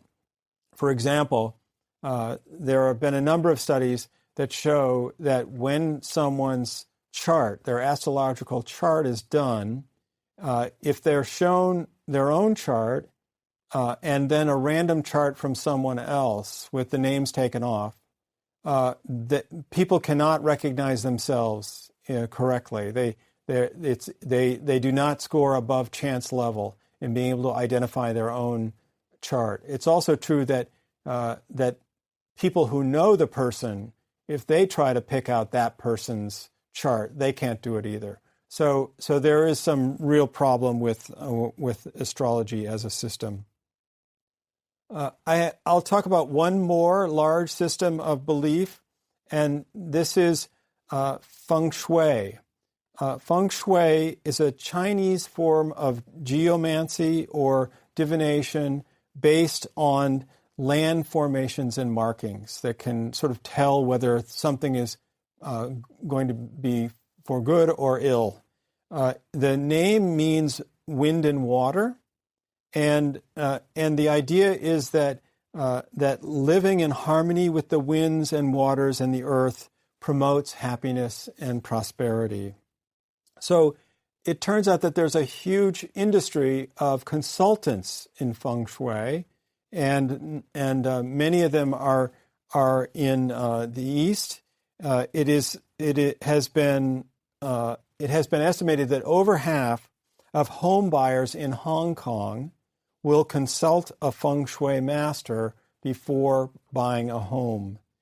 Consultants advise people on the construction of their home, the decoration of their home, also offices and public buildings and so forth. And the idea is to maximize what is known as qi, the life force, and that force is also a basic principle of Chinese medicine, Chinese traditional medicine. And by the way, I'm sure that in your town, it's very likely that you could find a feng shui consultant to work with you as well. They are found in the U.S. and Europe, many places, of course, mostly in the East, but they are worldwide. And of course, you might have guessed, I'm going to say that there is no scientific basis for the whole concept of feng shui, and in fact, there is no evidence that the life force qi exists at all either in Chinese traditional medicine or in feng shui. So that's just a few superstitions and their origins. I encourage you to study more. If I didn't hit on the one that you are interested in, there are many of them out there.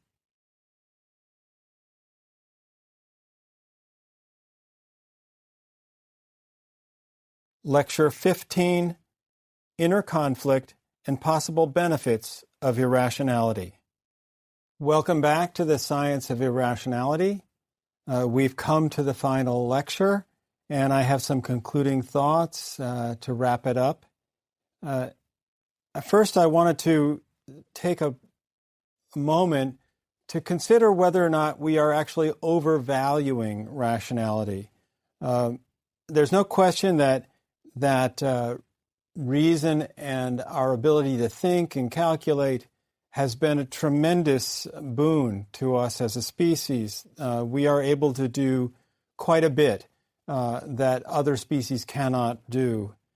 But it's also true that philosophers place a lot of weight on acting on belief. The idea that people only do things when they have reasons for doing so. And psychologists, I think, often question that much more than philosophers do. It turns out that in many circumstances, we act first, and then we create the belief or rationalization to justify that. The most common and classic example of this is the concept of cognitive dissonance. So cognitive dissonance is caused when we see a conflict between what we do and what we purport to believe. The classic experiment that was done to demonstrate this was one in which participants were brought into a laboratory and asked to do a very boring task. They had to turn knobs, just a quarter turn, over and over and over again for a long period of time. It seemed like a pointless task. And so, like Sisyphus, going up, pushing the stone up the hill. So the participants did this boring task, and then when they were done, they were paid a small amount of money to tell the next person coming in that it was fun, that it was they had enjoyed the experiment. Some participants did that when they were paid a small amount of money. Other participants did it when they were paid a larger sum. And then later, they were asked directly themselves in a questionnaire, did they enjoy the experiment or not? The results of the experiment were kind of interesting because the people who were paid just a small sum of money to essentially lie and say that they enjoyed the experiment, later said they had enjoyed the experiment, that their ratings of the enjoyment of the experiment were greater than the people who were paid a large amount of money to say the same thing. And the interpretation is that the participants who only were paid a small amount to do this job saw themselves doing something that was inconsistent. They saw themselves saying that the experiment was interesting when it was boring, and the money did not provide a good enough justification for that. So they said, maybe I did enjoy the experiment. And they solved the sort of dissonance between these two things by changing their beliefs. That's the basic idea. As far as the people who were paid more, they had a reason for why they said what they said. They said it for the money. And there was not as much dissonance that they experienced. So this was a classic experiment, and it shows, again, how sometimes we just act and we form our beliefs to meet those actions, to justify those actions. So that's just one example of a situation in which we come up with a post hoc explanation. And it may be that this emphasis on being rational is sometimes a cover for the fact that we just act without engaging reason as much as we think we do and as much as the philosophers think we do. Now I would like to turn to some interesting research, very recent research, that brings together some of the issues that we've talked about in the class. So lately we've been talking about superstition as a sort of common method of being irrational, a common form of irrationality, and it based on irrational beliefs and actions. Some recent research has looked at the heuristics and biases from earlier in the class and applied those to superstitious beliefs in some very interesting ways. So, for example, the one study is a laboratory study of jinxes. So here's the setup. Psychologist Jane Risen, University of Chicago, and Thomas Gilovich, Cornell University, did a study that went like this. The scenario was that a young fellow, a college student, had applied to Stanford University for graduate school. He really wanted to go to Stanford. Stanford was his first choice, and he was waiting to hear from the admissions office. What happened was that his overconfident mother sent him a Stanford University T-shirt in the mail, and he receives it. So there are two versions of what happens next. For some of the people who were in this study and had to sort of think about this scenario, for some of them, the young man immediately wore the shirt the next day, still having not heard from Stanford, but he put the shirt on and wore it around campus. In another version of the scenario, other participants, the young man took the shirt and put it away in a drawer, not to be seen until after he hears from the admissions office.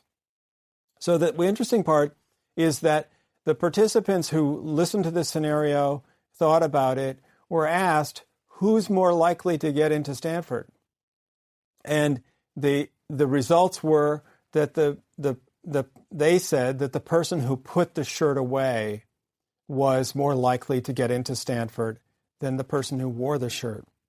So they basically suggested that the jinx is real, that the person would have jinxed themselves if they had worn the shirt and had jinxed themselves when they wore the shirt, which is very interesting that they actually that the students actually, the participants in this study actually thought that it was a real thing and that he would be less likely to get in. The interpretation that the researchers gave to these results was that there is this concept of sort of tempting fate, that by putting the shirt on, the young man made himself very vulnerable to embarrassment. The idea that he might walk around campus, people would see him wearing the Stanford shirt, and then later have to admit that he didn't get into Stanford. And that tempting fate, jinx sort of concept really affected what their judgment about whether he was actually going to get in or not. An interesting aspect of this study, it's interesting enough already, but an interesting aspect of the study is that the researchers in their interpretation said that there might actually be a positive aspect to these kinds of superstitions, that belief in the jinx may promote a kind of humility that is a positive quality that would avoid a kind of hubris, and that hubris, isn't a very good quality in a person, and so that this idea of the jinx might have a positive aspect to it. We'll have to think about that. Another approach to this, and sort of building on that last study, is one that is promoted by Jane Risen, again, psychologist at the University of Chicago, and she has introduced the concept of acquiescence. So, and this gets at the question of System 1 and System 2, and she suggests that in some situations of superstition, System 1 and System 2 are in conflict with each other, and System 2 acquiesces to System 1, if you can think about it. So a classic example of that is the Friday the 13th scenario that I described to you at the very first part of the course, in which a person realizes that they have a doctor's appointment for an outpatient surgical procedure and realizes that it's on Friday the 13th. And so it might very well be, Risen has suggested that it might be that a person doesn't really believe in the Friday the 13th superstition. Their System 2 mind knows it doesn't make sense, but their System 1 mind might be troubled by it, that there might be some instinctive intuition that this is a bad thing to do. And this is a real phenomenon. There are people who are not true believers. They don't really believe in the superstition, but they've grown up in the culture and they've acquired an emotional response to the idea, and they might be reluctant to go. And if that person does change the appointment, this would be a case of what Risen calls acquiescence, where the rational System 2 acquiesces to System 1 and does something that is not essentially rational. At least it's not rational in the sense that Friday the 13th isn't a special day. So I think that there's a point to this. There may be a point to this, that true believers are another thing. They are irrational because they believe Friday the 13th is real, and they're going to change the appointment anyway. But someone who is rational but also subject to this sort of gnawing instinct about Friday the 13th, that's an understandable thing, and I can also understand why they might feel better by changing the appointment, what Risen calls acquiescence. So here, this is a way in which dual process theory has been brought into the topic of superstition, and I think that it's an interesting approach.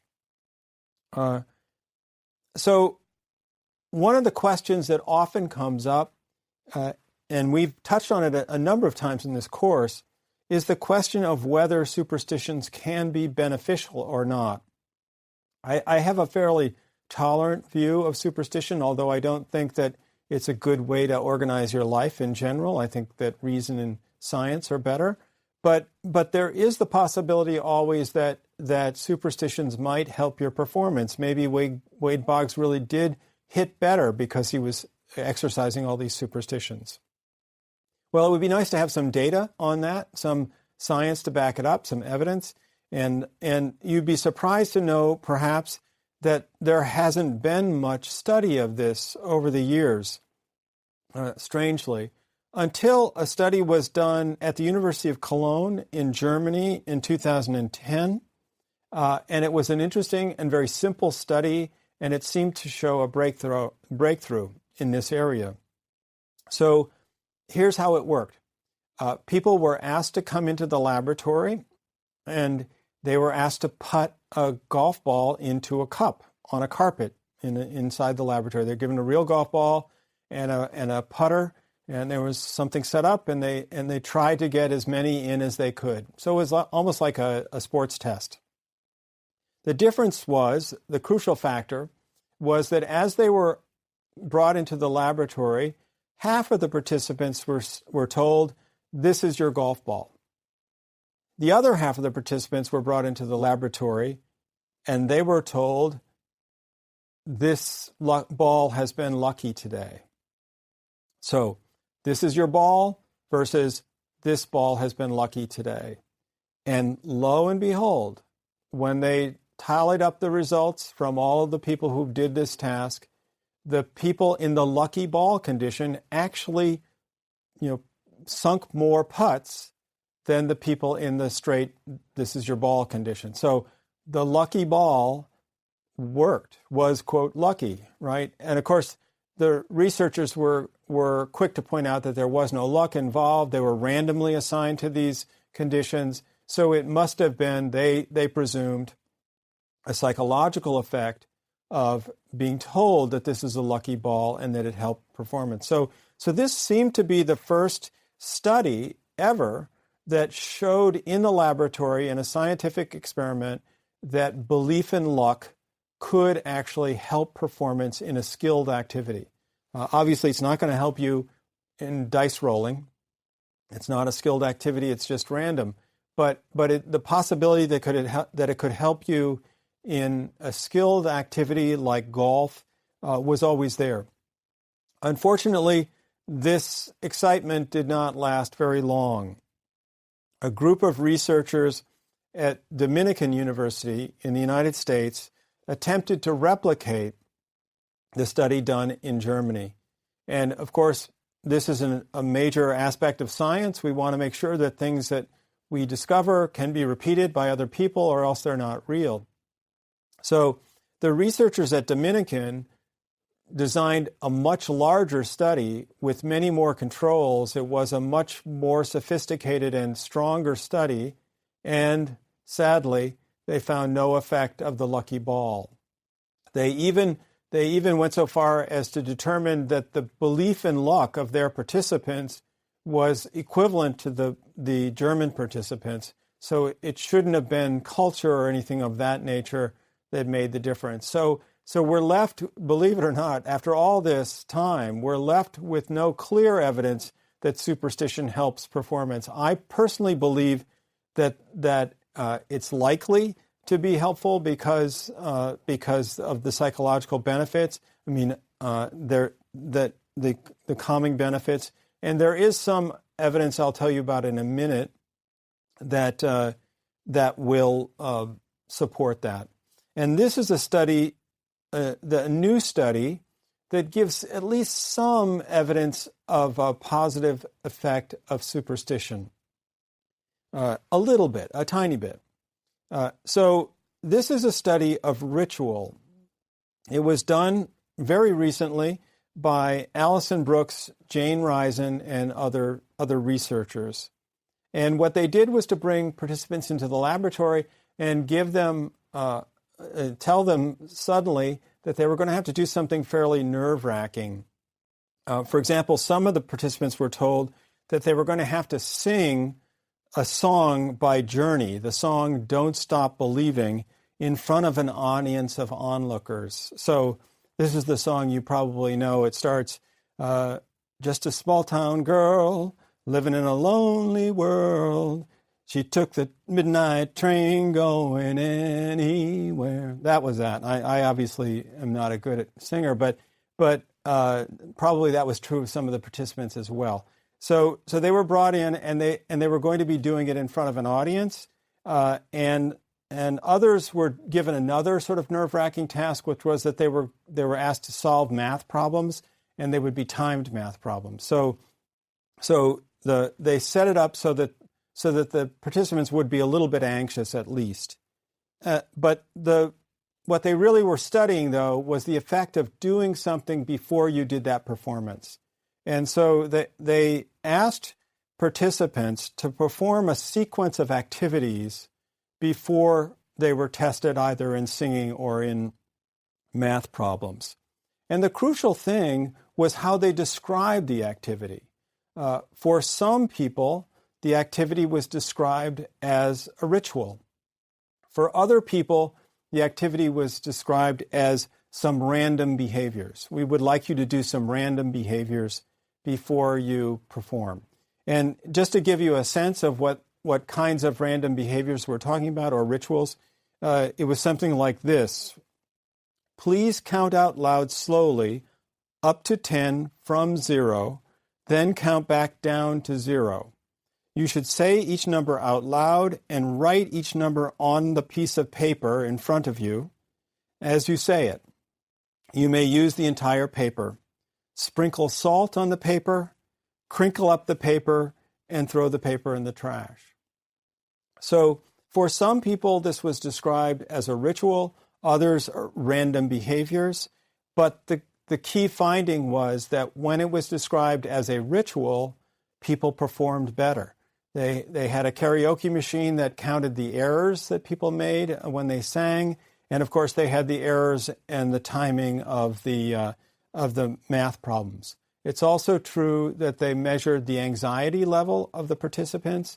And when this sequence of activities was described as a ritual, their anxiety was lower. And when it was described as random behaviors, it was higher. So there's something about a ritual. That's the basic finding here. There's something about a ritual and the performance of a ritual. Of course, rituals happen in various aspects of our lives, and they do seem to have a calming function about them. But it's kind of interesting that the simple additional label of a ritual was enough to affect both performance. Now, what was interesting for us about superstition was that some of the rituals that they employed had a superstitious aspect to them, a sort of magical aspect to them.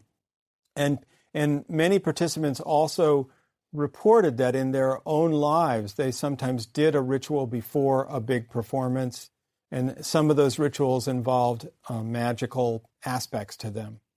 But the research suggests it's not the magic, it's the ritual. Any ritual will do. It doesn't have to be magical, but it does give some support for people who might, like Wade Boggs or other people who do a ritual before a big performance, that this activity is helping them in some way. And now we have at least a little bit of data. Now, we've learned from the golf ball study that this should probably be replicated to make sure that it's true. But I think it's an interesting bit of data to add to our understanding. So, how should we sum up all of this about irrationality and superstition? I would say that, first of all, there is no magic. We know that much, that there is no magic. But it does seem plausible that in skilled activities, superstitions may have some benefit. So the question is, should we give in to superstition? Should we just go ahead and go with it when we want to? I think that as a general approach to life, it's a bad idea. I think that we should use reason and evidence and science to guide us in life. But in some individual cases, I think it's fine. I can't see any reason to denigrate someone who changes a doctor's appointment on Friday the 13th. I think that the real challenge of irrationality is not so much these common superstitions, but as I mentioned in previous lectures, that the real challenge for us is in delayed consequences. Things dealing with delayed discounting, dealing with things that are affected by our actions now, but are going to happen later. And I think one of the best examples of that is climate change, is global warming, and its major consequences are very delayed. We may be seeing some of it now, but the real problems of climate change are going to be ones that current adults may never see, and will be, and even though our current behavior affects those future events. So we have many of our problems are quite serious, and they involve those delayed consequences. And the problem is that even if we if we meet the epistemic challenge, if we accept the science and know that the facts are real, that humans are, as the scientists say, affecting climate change, it's still hard to do the right thing. That's the problem of delayed consequences. The temptation to do something that, like take the car, drive, whatever it is that you're doing that might affect the climate, the temptation to do that is too great, and the consequences are very delayed. So how are we going to survive in a situation like this? If the current adults are not feeling the consequences of their actions, then the hope is that they can care about other people and how other people are affected by them. I'm reminded again of the words of Adam Smith in The Theory of Moral Sentiments. How selfish soever man may be supposed, there are evidently some principles in his nature which interest him in the fortune of others. So we have to be hopeful that people who live today will care enough about their children and their children's children to act now to help us deal with climate change. And I'm hopeful that that can still happen and will.